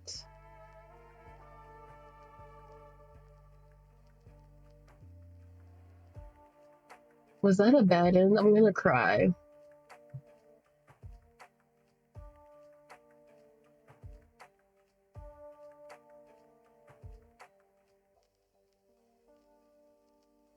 Oh my god, I'm gonna cry. That was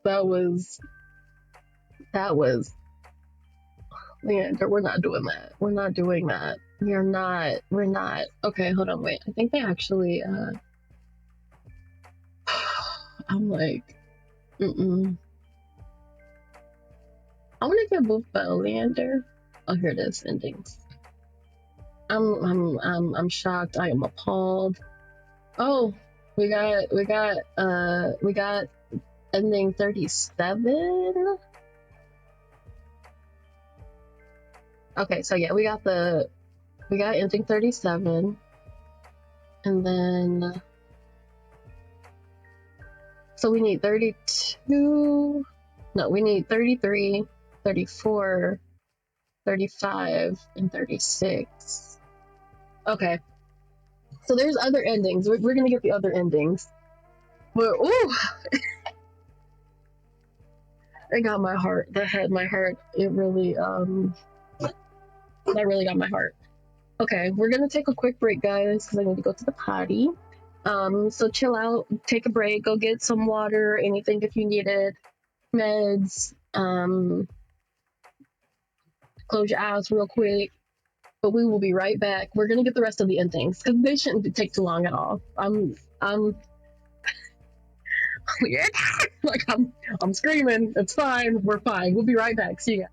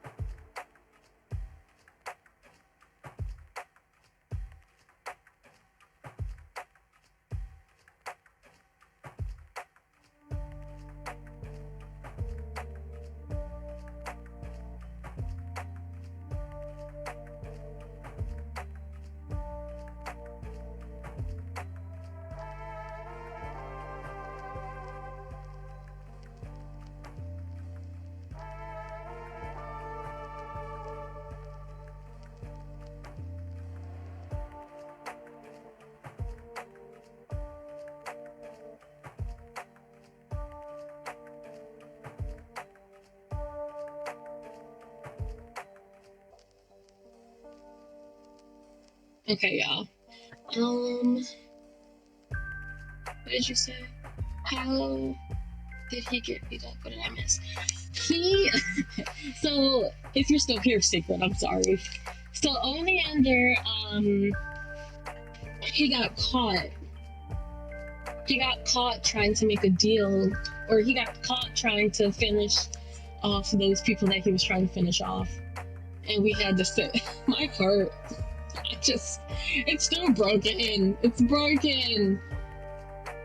But we're gonna go get Ender's 33, 34, 35, and 36. I'm gonna look at the other ones. I'm pretty sure we got everybody's everything. What? We got all of Sirius, right? Right?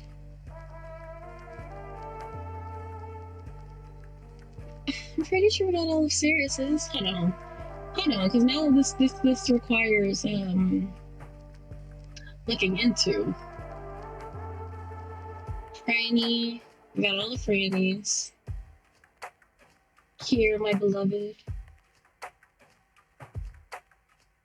Oh, you know what? We might have not gotten them because we didn't play it on. I played it from my itch.io download. Okay.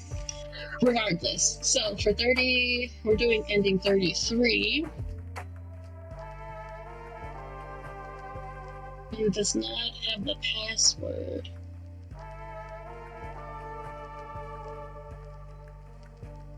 Okay. So we're gonna go all the way back. Ugh, this man is so fun.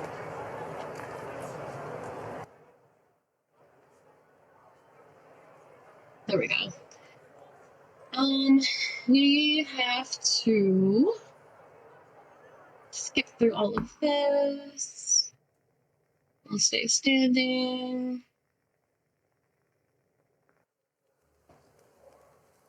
When Vesper doesn't have the password, let's hear him out. Hello. Here!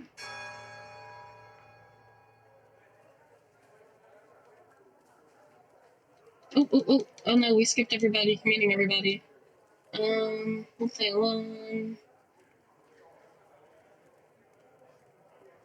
I'm fine. Big Daddy.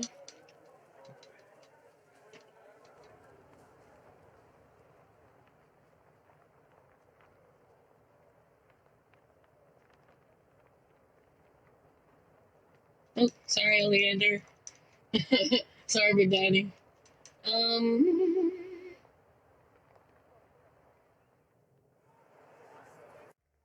Skip.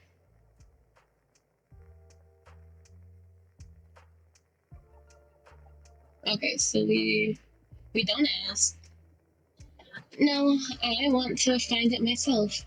I have to be as independent as possible. You'll definitely enjoy yourself while you're there. Oh, I know. Now, if you would like to get to business, so would I. Oleander lays out a few papers showing me sums and maths. The underground has no government, of course, but working safely does require something like a tax to avoid harassment from the market masters. After a few hours, he tells me we're done. I have some preparations to make. So do I. Well, I'd ask you to join me in them, but in this instance, I would rather do them alone. You know, want an audience for something? I know it's dreadful out of my character. I know it's dreadfully out of my character. But if one wants to be intrigued, one must have secrets. You're right, but I think you lose some mystique saying that out loud. You wound me, Sleepy. He shoots me with a gesture. You should start with preparations, whatever they may be. I'll get going then. Okay. Let's go to... Let's do the auction house because I think we already did that. And then... your fee for confirming information.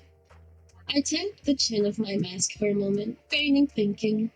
This is my only good lead, but I don't particularly want Swallow to know I'm desperate for the password. You don't make it an information broker here without being pretty shrewd. Okay, I'll test your information for you. Well, that's it for me. What's the bill?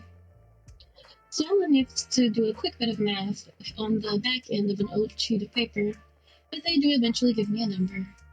I pay and I'm on my way. I know where the disorderly conduct by Gallia is being held, so I make my way there. It's a building that seems a little strange to be hosting any kind of party, let alone hosted by a death cult. But then again, the marketplace does tend to reward those who make creative use of things. There's a person laying in the doorway wearing a full face mask, a wrap around their hips, and large amounts of vivid paint, and nothing else. Yep, that's the someone from a pleasure-fueled death cult stop.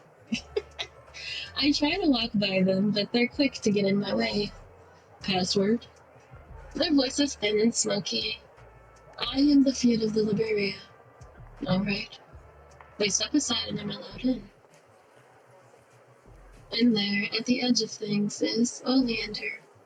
I can't be surprised that he's here, but I couldn't have guessed that I would see him as soon as I arrived.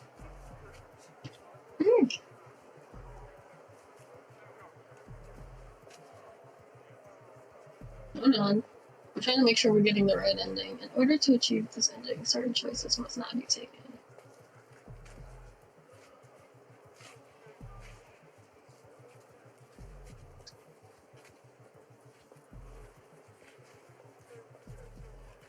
I'm scared that I do what I was supposed to do and I got the password on accident. Do I approach him? I'll ignore him just in case, like his job. I give Oleander a wide breath. I can say hello to him after I've done and come behave for more. Oh my god. Okay. And then we'll skip. Seduce. She's attractive enough. Let's say we're vigil. Support on the shoulders. And then let's have more fun. Kiss her, get the drugs, party, pass it. Yeah, I passed it.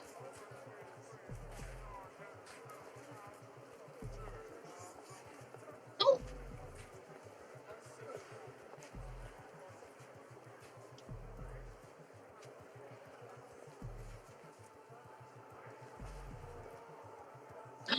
Oh no! Okay, so good thing I didn't take the drug the first time. The priest, blah blah blah. Then I wonder who'll be next. Will we just casually get murdered?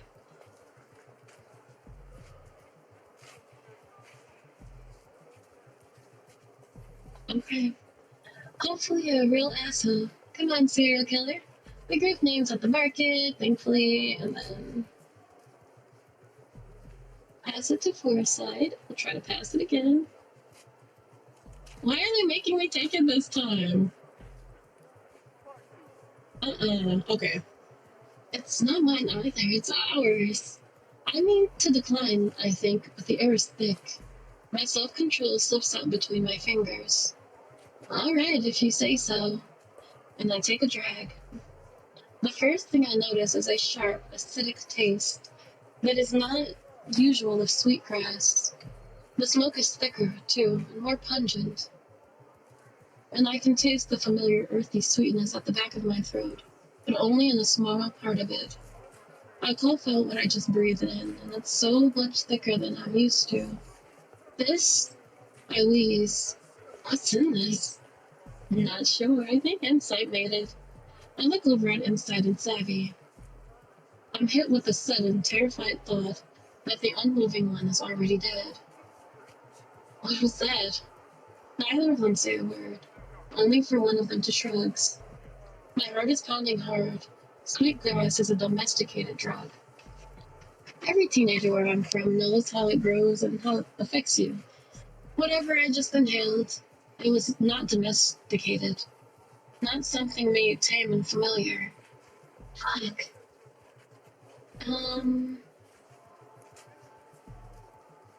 Alright, I think I just accidentally locked us into a different ending. Okay. The man in Wisconsin. Oh, wait. Okay, so what I'm gonna do is I'm gonna save. I'm gonna save. Hold on. What?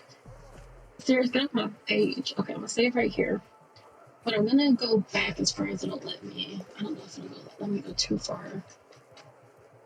Yeah, that's how far I thought it would let me go. Let's go to load. No. Oh,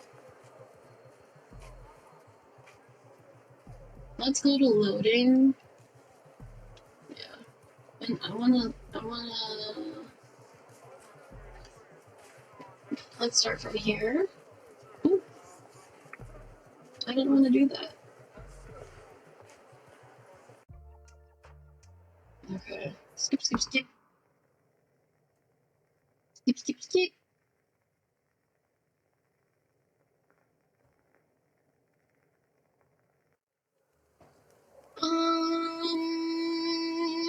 You can ignore him. Give him some sass. He deserves it.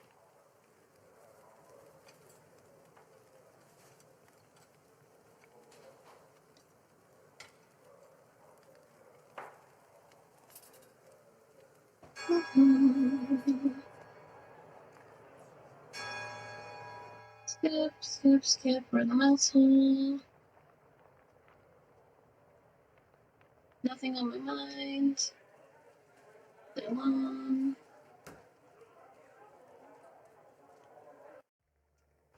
We don't ask.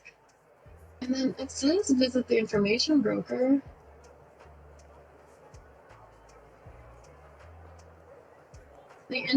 This ending is triggered when Vesper does not have the password to enter the disorderly event. In order to achieve this ending, certain choices must not be taken. And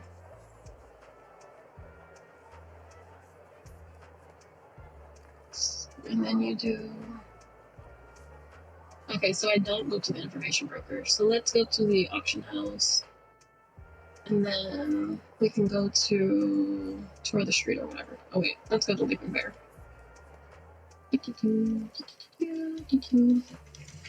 Okay.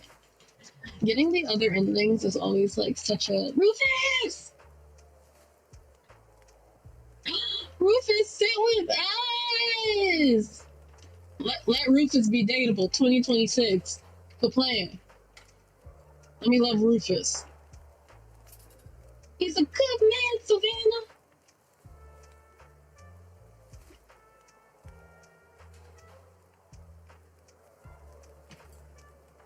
Rufus is such a good person.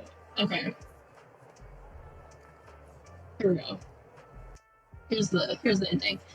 There's a person leaning in the doorway, wearing a full face mask, a wrap around their heads, and a large amount of vivid paint and nothing else. Yep, that looks like some pleasure-fueled death cult. I tried to walk by them, but they're quick to give way. Password? Their voice is thin and smoky. So even if they are running a sex and drug party, they were serious about only allowing invitees to attend? My boss Oleander sent me. You may know him as Absinthe. The watch person shakes their head, their whole body swaying with the motion. I have no hope of guessing the password, despite my best efforts to avoid leaning on Oleander for this. I'm still just stuck dropping his name. And there's nothing else I can say for you to let me in. The watch person sways again. I do try to sneak in for another 2 hours, going around the building, but when the watch person sees me, they call for knives. And there is no other route scene that I can find. Okay? Bad luck. All I can do is admit I failed. I feel awful, and there is every chance I'm going to lose Wolf as my patron for failing this first task. Handed to me almost gift-wrapped. I only learned that I've truly lost a few days later. When all attempts to contact Oleander fail, I can't reach him and he does not reach out to me. And I don't even know why. My king! That and there things happening beyond your knowledge. Oh, that's because he dies. That's because he dies. I hate that. I don't like that ending. Take it back. Put it back. Put it back. I don't want that one. I don't want that ending. Ending 33 can suck it. I don't want it. 34. 34 was where we ended up. So let's get that one. That one's page 8. Okay.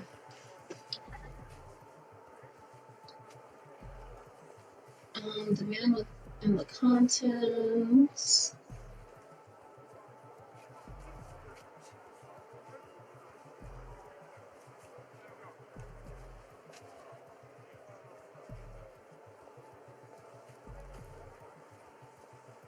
Okay. Okay. Inside, what's in that? Their mask covers their face completely and they do not move. For all I know, they're a doll, not a person. Foresight, you have to know a bit about what you're taking. Could be anything. My head is swimming with adrenaline and I'm feeling it now. Sweat, palpitations, a tremor in my hands and arms. These idiots aren't going to be any help. I close my eyes and lean forward. For a moment, everything feels steady, and I feel myself tip forward even further until I start falling down past the floor. Oh no! I reach one hand down and grip the seat below me. I'm not falling, but I'm dizzy and tumbling all the same. Something grips my left hand. Oh no! Oh god! That was cool. That was cool. I pull my hand away sharply and feel myself tumble through the air even more. Unanchored to the world, I force myself to sit totally still. The music thumps through my body, seizing hold of my heart and ensuring it pounds in time with the beat. My stomach turns. No, don't throw up again. Last time I only barely avoided puking inside my mask. I don't think I have enough coordination to do it the second time. Something closes around my ankle. Something cold. Sleepy, look here. No. I keep my eyes closed. My heart gallops in my chest. 2 beats for every one of the music. Look. Oh no! Oh no! Look at me. Sleepy. I'm breathing so hard. Someone wet and heavy and hot lies along my spine. Every single inch of my skin inches. Sleepy, sleepy, sleepy, sleepy, sleepy. Oh, nar. Nar. Nar. It's not good. That's not look good. No. It's hardly a whisper out of my mouth. But I don't look. Yes. Look at me. Against my will, as though the voice has control of my eyes, of my body, of everything but my thundering pulse. My eyes open. A hand melted blue and purple is closed around my left ankle. The skin's been peeled back at the fingers, turning ordinary fingertips into claws. The hand is bloated. The rest of the figure is covered in dark fabric, embossed in a shining pattern. No! I try to pull away, but the hand stays firmly clamped there, and instead I drag the corpse, the covered corpse towards me. Sleepy? The voice has a death rattle, cold and sickening, and tight in my chest and throat. Ooh, no. What did that say? Who are we now that the cracks are Oh, our anima! Oh no, our anima! Other hands close around my leg. The covered corpse pulls itself closer, and I close my eyes again. Who are we? Who are we? Who? Oh no. Oh no. I cover my ears, but the voice is in my bones, shuddering my vocal cords and eating my breath as it comes from my mouth. I feel something split and splinter, my breastbone snapping into 2. My right hand goes numb and then the arm, and then the shoulder and my ribs and my right side no longer mine. My right eye snaps open.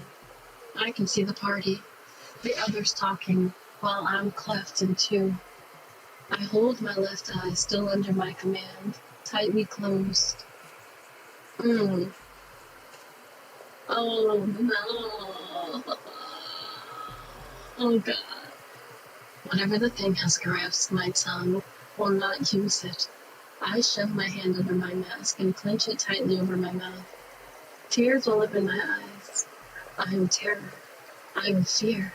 There is nothing left of me but the certainty that I am dead or broken or both. I heave for breath as a splinter, rattling tremor rocks my entire body. For a second, my vision goes completely black. I try and pull my leg, but the corpse holds tight, its cold claws biting and piercing my skin. I try to lean down again, to return to the peace of blindness and my own body heat swaddling me. Instead, my body only half obeys. I twist until my vertebrae pop. I twist until my vertebrae pop, half leaning down and half arching back. Oh no! Oh no! My throat is in no condition to scream, but I still try. The salt on my cheek itches terribly. Through my open eye, I can see a flash of green and gold. A white mask like a ghost's face. Oleander? He must see me too, since he does a double take.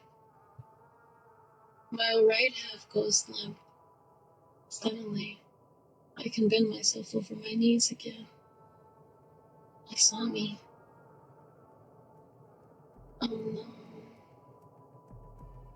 Oh no. Oh no. He saw me. My lungs feel small and tight in my chest. Hard lumps of bones where flesh should be. That's how Lord Valentine died. Oleander saw me. He knows I'm here. Ooh! You cheater! Did you see that? It took him out! Wait, look. No, wait! I've been poisoned. That only makes sense. I'm going to die like Lord Valentine unless I can get it out of my system. I reach my mask up and shove my hand into my mouth. I need to gag.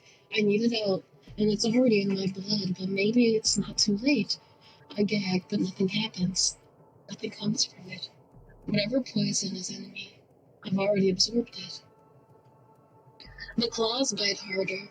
There must be blood oozing down my leg now. I smell the blood, feeling it filling my ossified lungs.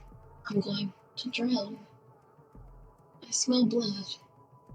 I taste blood. Did we rip something else? We bleed into each other, your veins gushing blood into mine. Oh. Death closes its hand around my heart. The hairline breaks, splits, and divides us forevermore. Ooh. Ooh. Okay. Yeah, I think, so we ended up not, like, leaning on it. Because I remember Oleander was like, if you need me, like, I'm here. So let me know if you need me. And instead of us relying on him like we said we would, we didn't. And we ended up just going in by ourselves and trying to do the whole thing by ourselves. And we accidentally smoked something. And it did not go too well, as you could see. So our fractum anima, I think, was triggered by it, and it consumed us essentially. So interesting. Okay.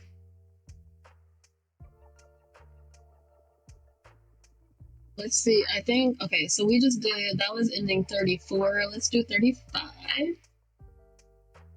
Deny his Mr. Leander. No, or stand.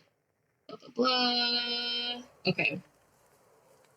We're gonna ignore him like a brat. I can't let him try and justify his murder to me, and I'm not going to feel safe in a private room with him. I tear the letter, and when I get up to return to my room, I throw the pieces into a central hearth. A few hours after the meeting time Oleander proposed, a courier comes to Leaping Bear. I'm seated at one of the tables, taking a little time to myself. Going around the marketplace day after day does wear on a person. A message for Sleepy? Brina meets him at the door before I can raise my hand. One of my guests. I'll make sure the message is delivered. I love Brina and Rufus. They make sure we are taken care of. She said we are a hostess to the T. She picks up the letter and carries it to me. You don't have to get the letter for me next time. I could definitely walk. Brina chuckles. The hospitality is a pleasant side effect, not the reason I get the mail for my guests. It's security.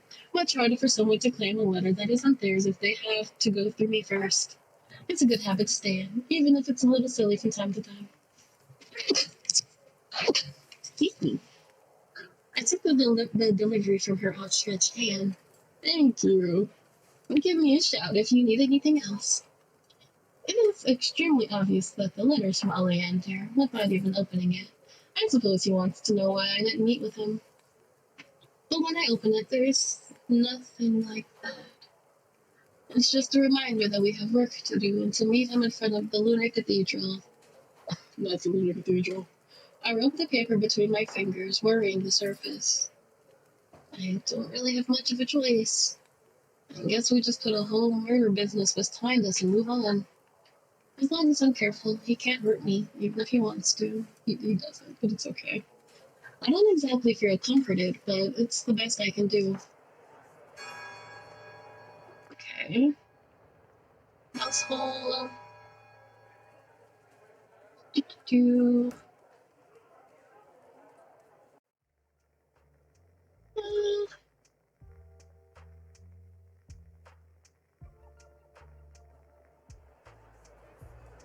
We go to the auction house. We'll go to the information broker. Do we just keep going the same way? We've been going?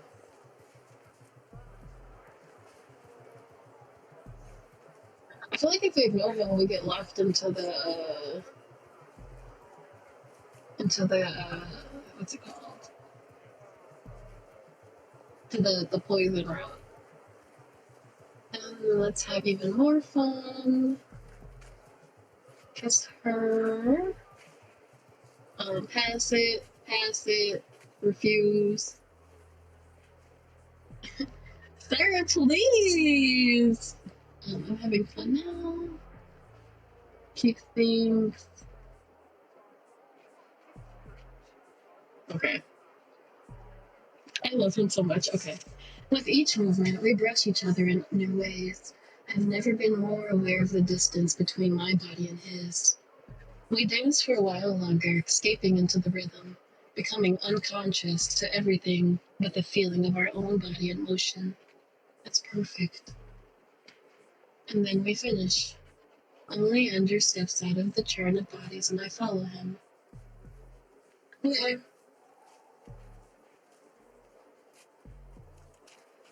Oleander sighs loudly, a performance of relief. I needed that, I think. Thank you, Sleepy. Now, I'm going to get a drink. And then I have business to attend to. Business? Rest assured, Sleepy, this is not anything you need to worry yourself about. Enjoy the rest of the party. Don't wait for me. Oleander! My heart! He pulls away from me and I'm not left alone on the dance floor. Before I can even think to follow, he's already disappeared into the crowd. What? Did I do something wrong? We ignored him for like 3 days straight, but okay, girl. I search my mind for potential answers, but find none because you are. It's okay.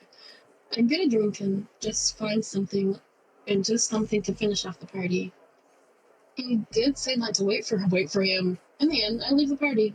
I don't want to linger here, and I achieved everything I set out to do. I'm so sad. My husband. I spend the rest of the day on my own business. I expect to find a letter from Oleander waiting for me when I get back. Nothing. And nothing the next day. Or the next day. The next. My king. Bad end. Like a ghost. He's gone. I'm so sad. And I wish that I knew he was just gone to be gone. But no, he's gone because it's not his fault. I'm so sad. Okay. So we got endings 30. We have to get 30 is it 32? Yeah. We have to get endings 32 through 37. So we have 32, 33, 34. We have 35. Yeah, and now we're on 36. So we just got one more. So I have two. Now dealing with a guard toward the end of the chapter. In order to achieve this ending, you must not visit the wine shop. If you do, the choice becomes unavailable. Okay. So let's skip through everything. Hold on, y'all. Let's just take a minute. When I say amen, y'all say amen. Amen. Okay. We don't need to talk about anything. I just want to come see you. Cause you fine as heck. He's just a fine piece of wine. Look, ain't no reason. Oh no, wait, is Kier taller than Oleander? He is. Oh, well, I guess Kier's a tall, just tree.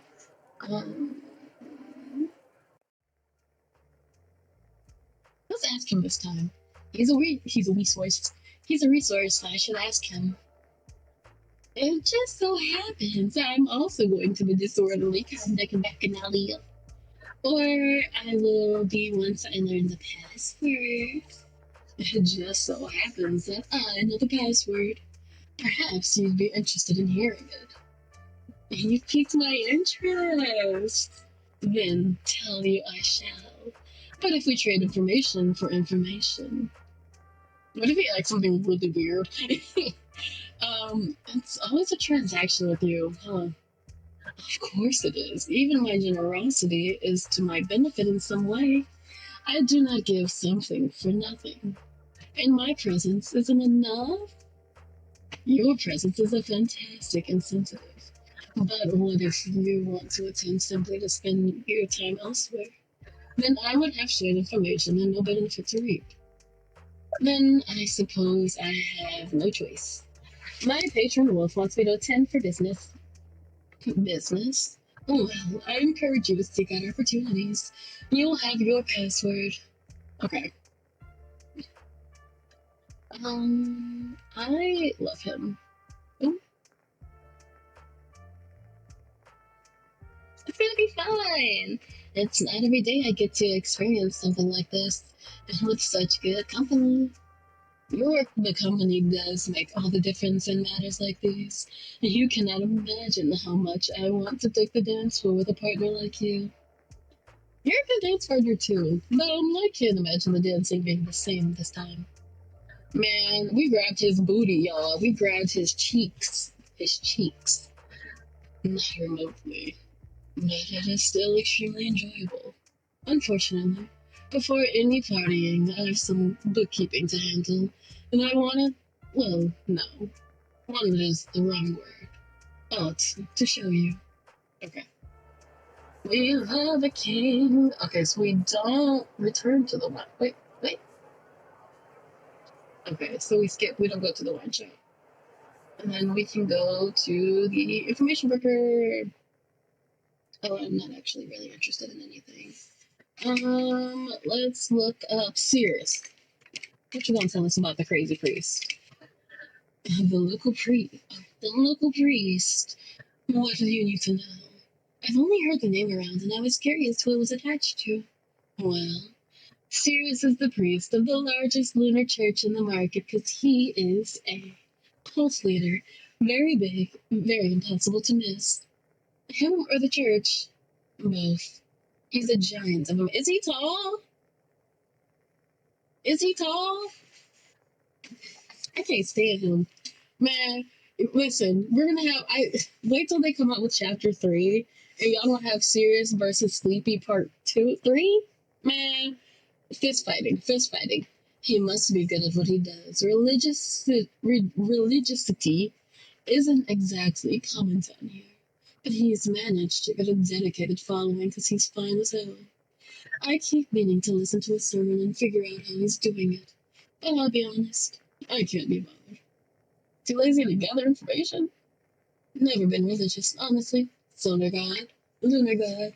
They can do what they like with me when I'm done. Okay. So we're gonna go through everything the same as usual. Our name this time is gonna be Candy Cane, like a stripper. Ooh, you know what? If I was a stripper, I think I would name myself Candy Cane. We're gonna do her shoulder. Let's have more fun. Let's get my girl wasted. Pass it. Pass it. Refuse. Touch Big Daddy's chest. Tell him that he is fine. Take the invitation. Ooh. Ooh. Oh, wait. Please tell me this man didn't die because he was trying to get his lunar core. Please tell me he did. Okay, hold on. For a brief moment, I think he'll kiss me somehow, despite the both of us wearing masks. But instead, he brings his head alongside mine. After a moment, I realize he's speaking softly to me. Sleepy, there is something serious I want to ask you. Your need for lunar core. Your claim that you need it at any cost.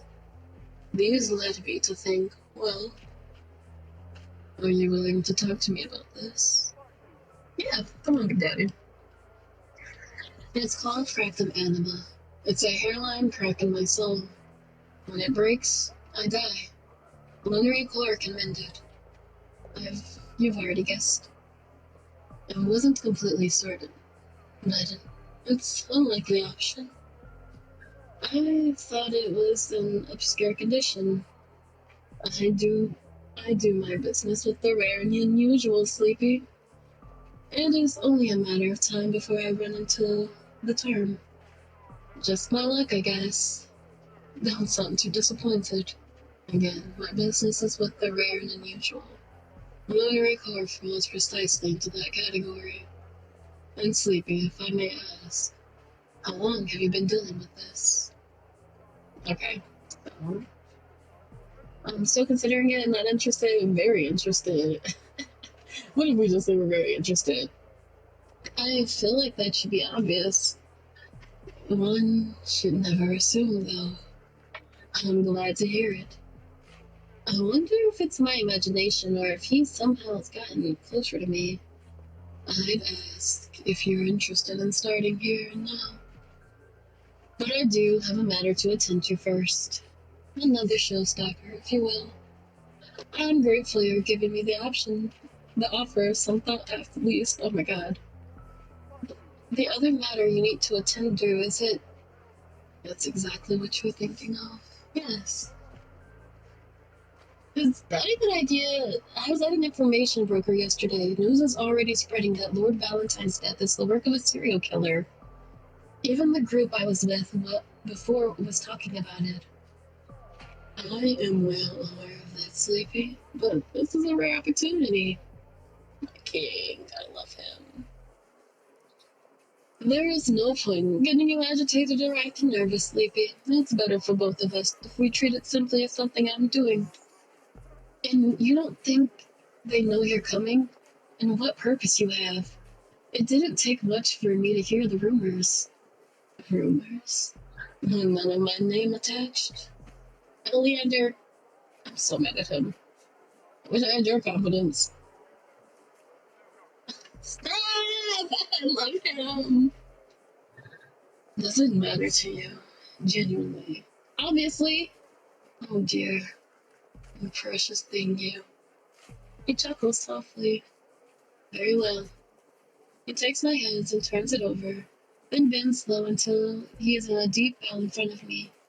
He takes the back of my hand that isn't pressed to the mouth of his mask, to the painted domino mask. I promise I will reclaim the key from you, Sleepy. I wish I had something worth swearing on. My name, my honor, my soul. But I don't. I only have my word for what value it has. And he rises. Ah, I will be back. My baby, my baby. Maybe I'm just paranoid, but I'm getting more and more confident that my worries were correct. His targets definitely knew he was coming.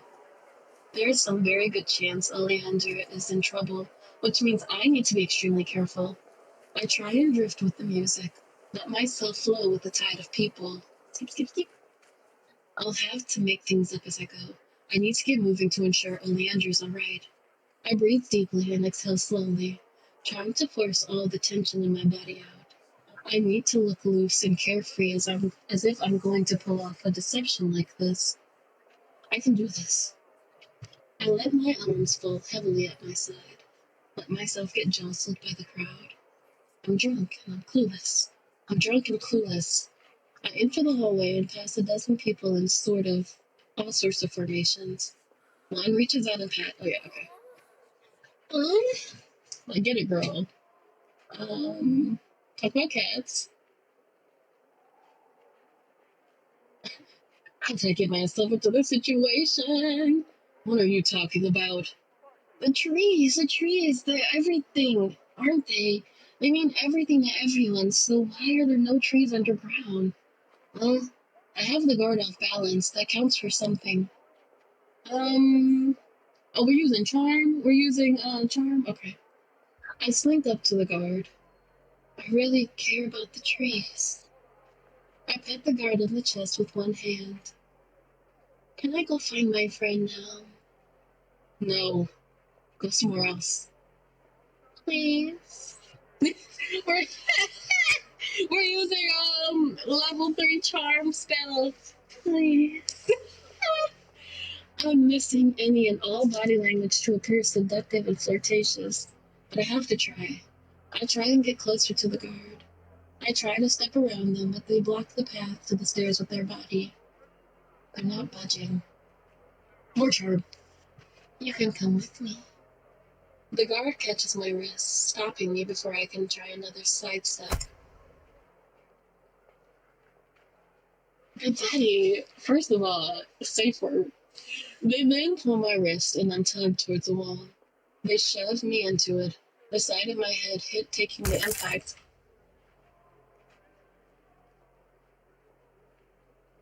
Oh no!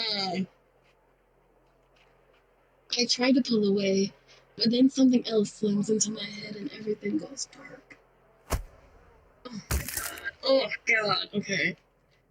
I come to and can't see anything. I feel strange. It takes a minute to realize that I'm not wearing my mask, that there's dried blood on my face by the way it's itching. I try to move. My hands are pinned behind me. Testing the hold, I find them bound together. I failed. I failed to get Oleander, and I don't think whoever has me tied up is going to let me go either. All that is left for me to do is hope for a quick and painless end.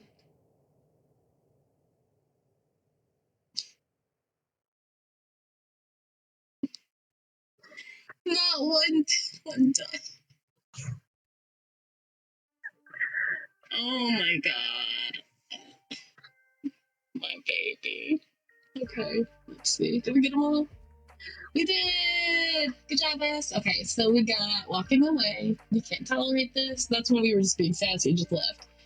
33 is locked out. We didn't get the password for the party. Forevermore. Because we didn't get the password for the party. We never heard from Oleander because he died. Forevermore. The hairline.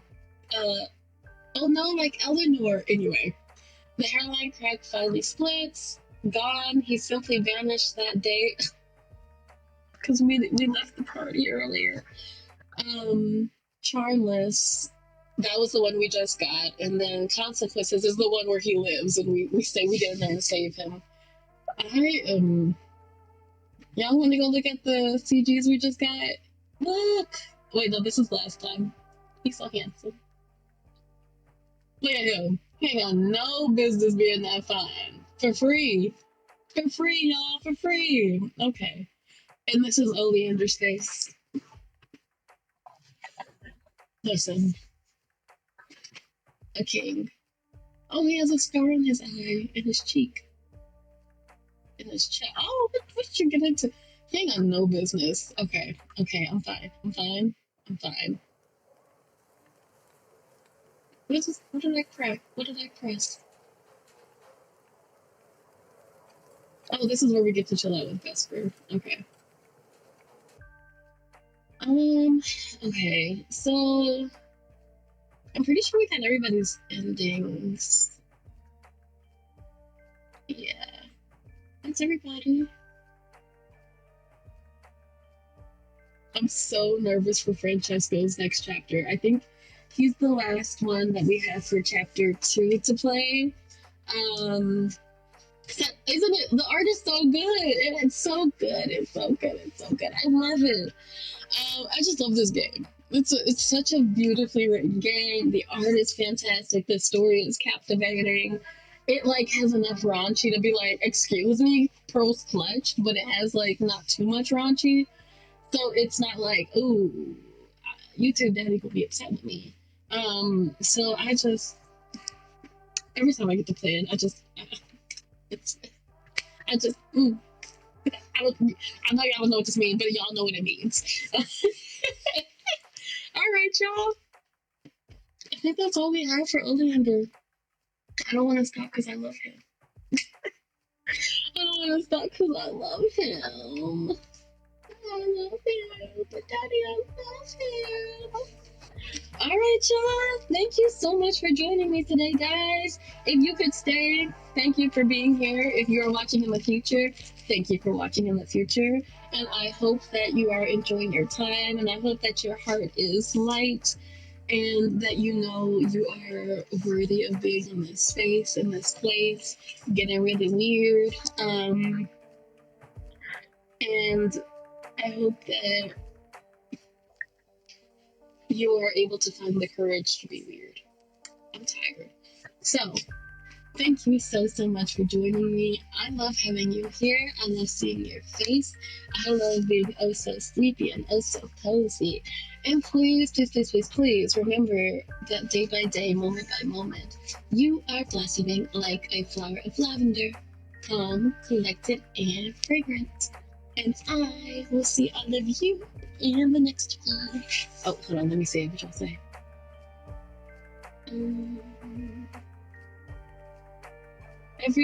Bye, everyone. Bye, guys. Bye, cutie pies. Get some rest.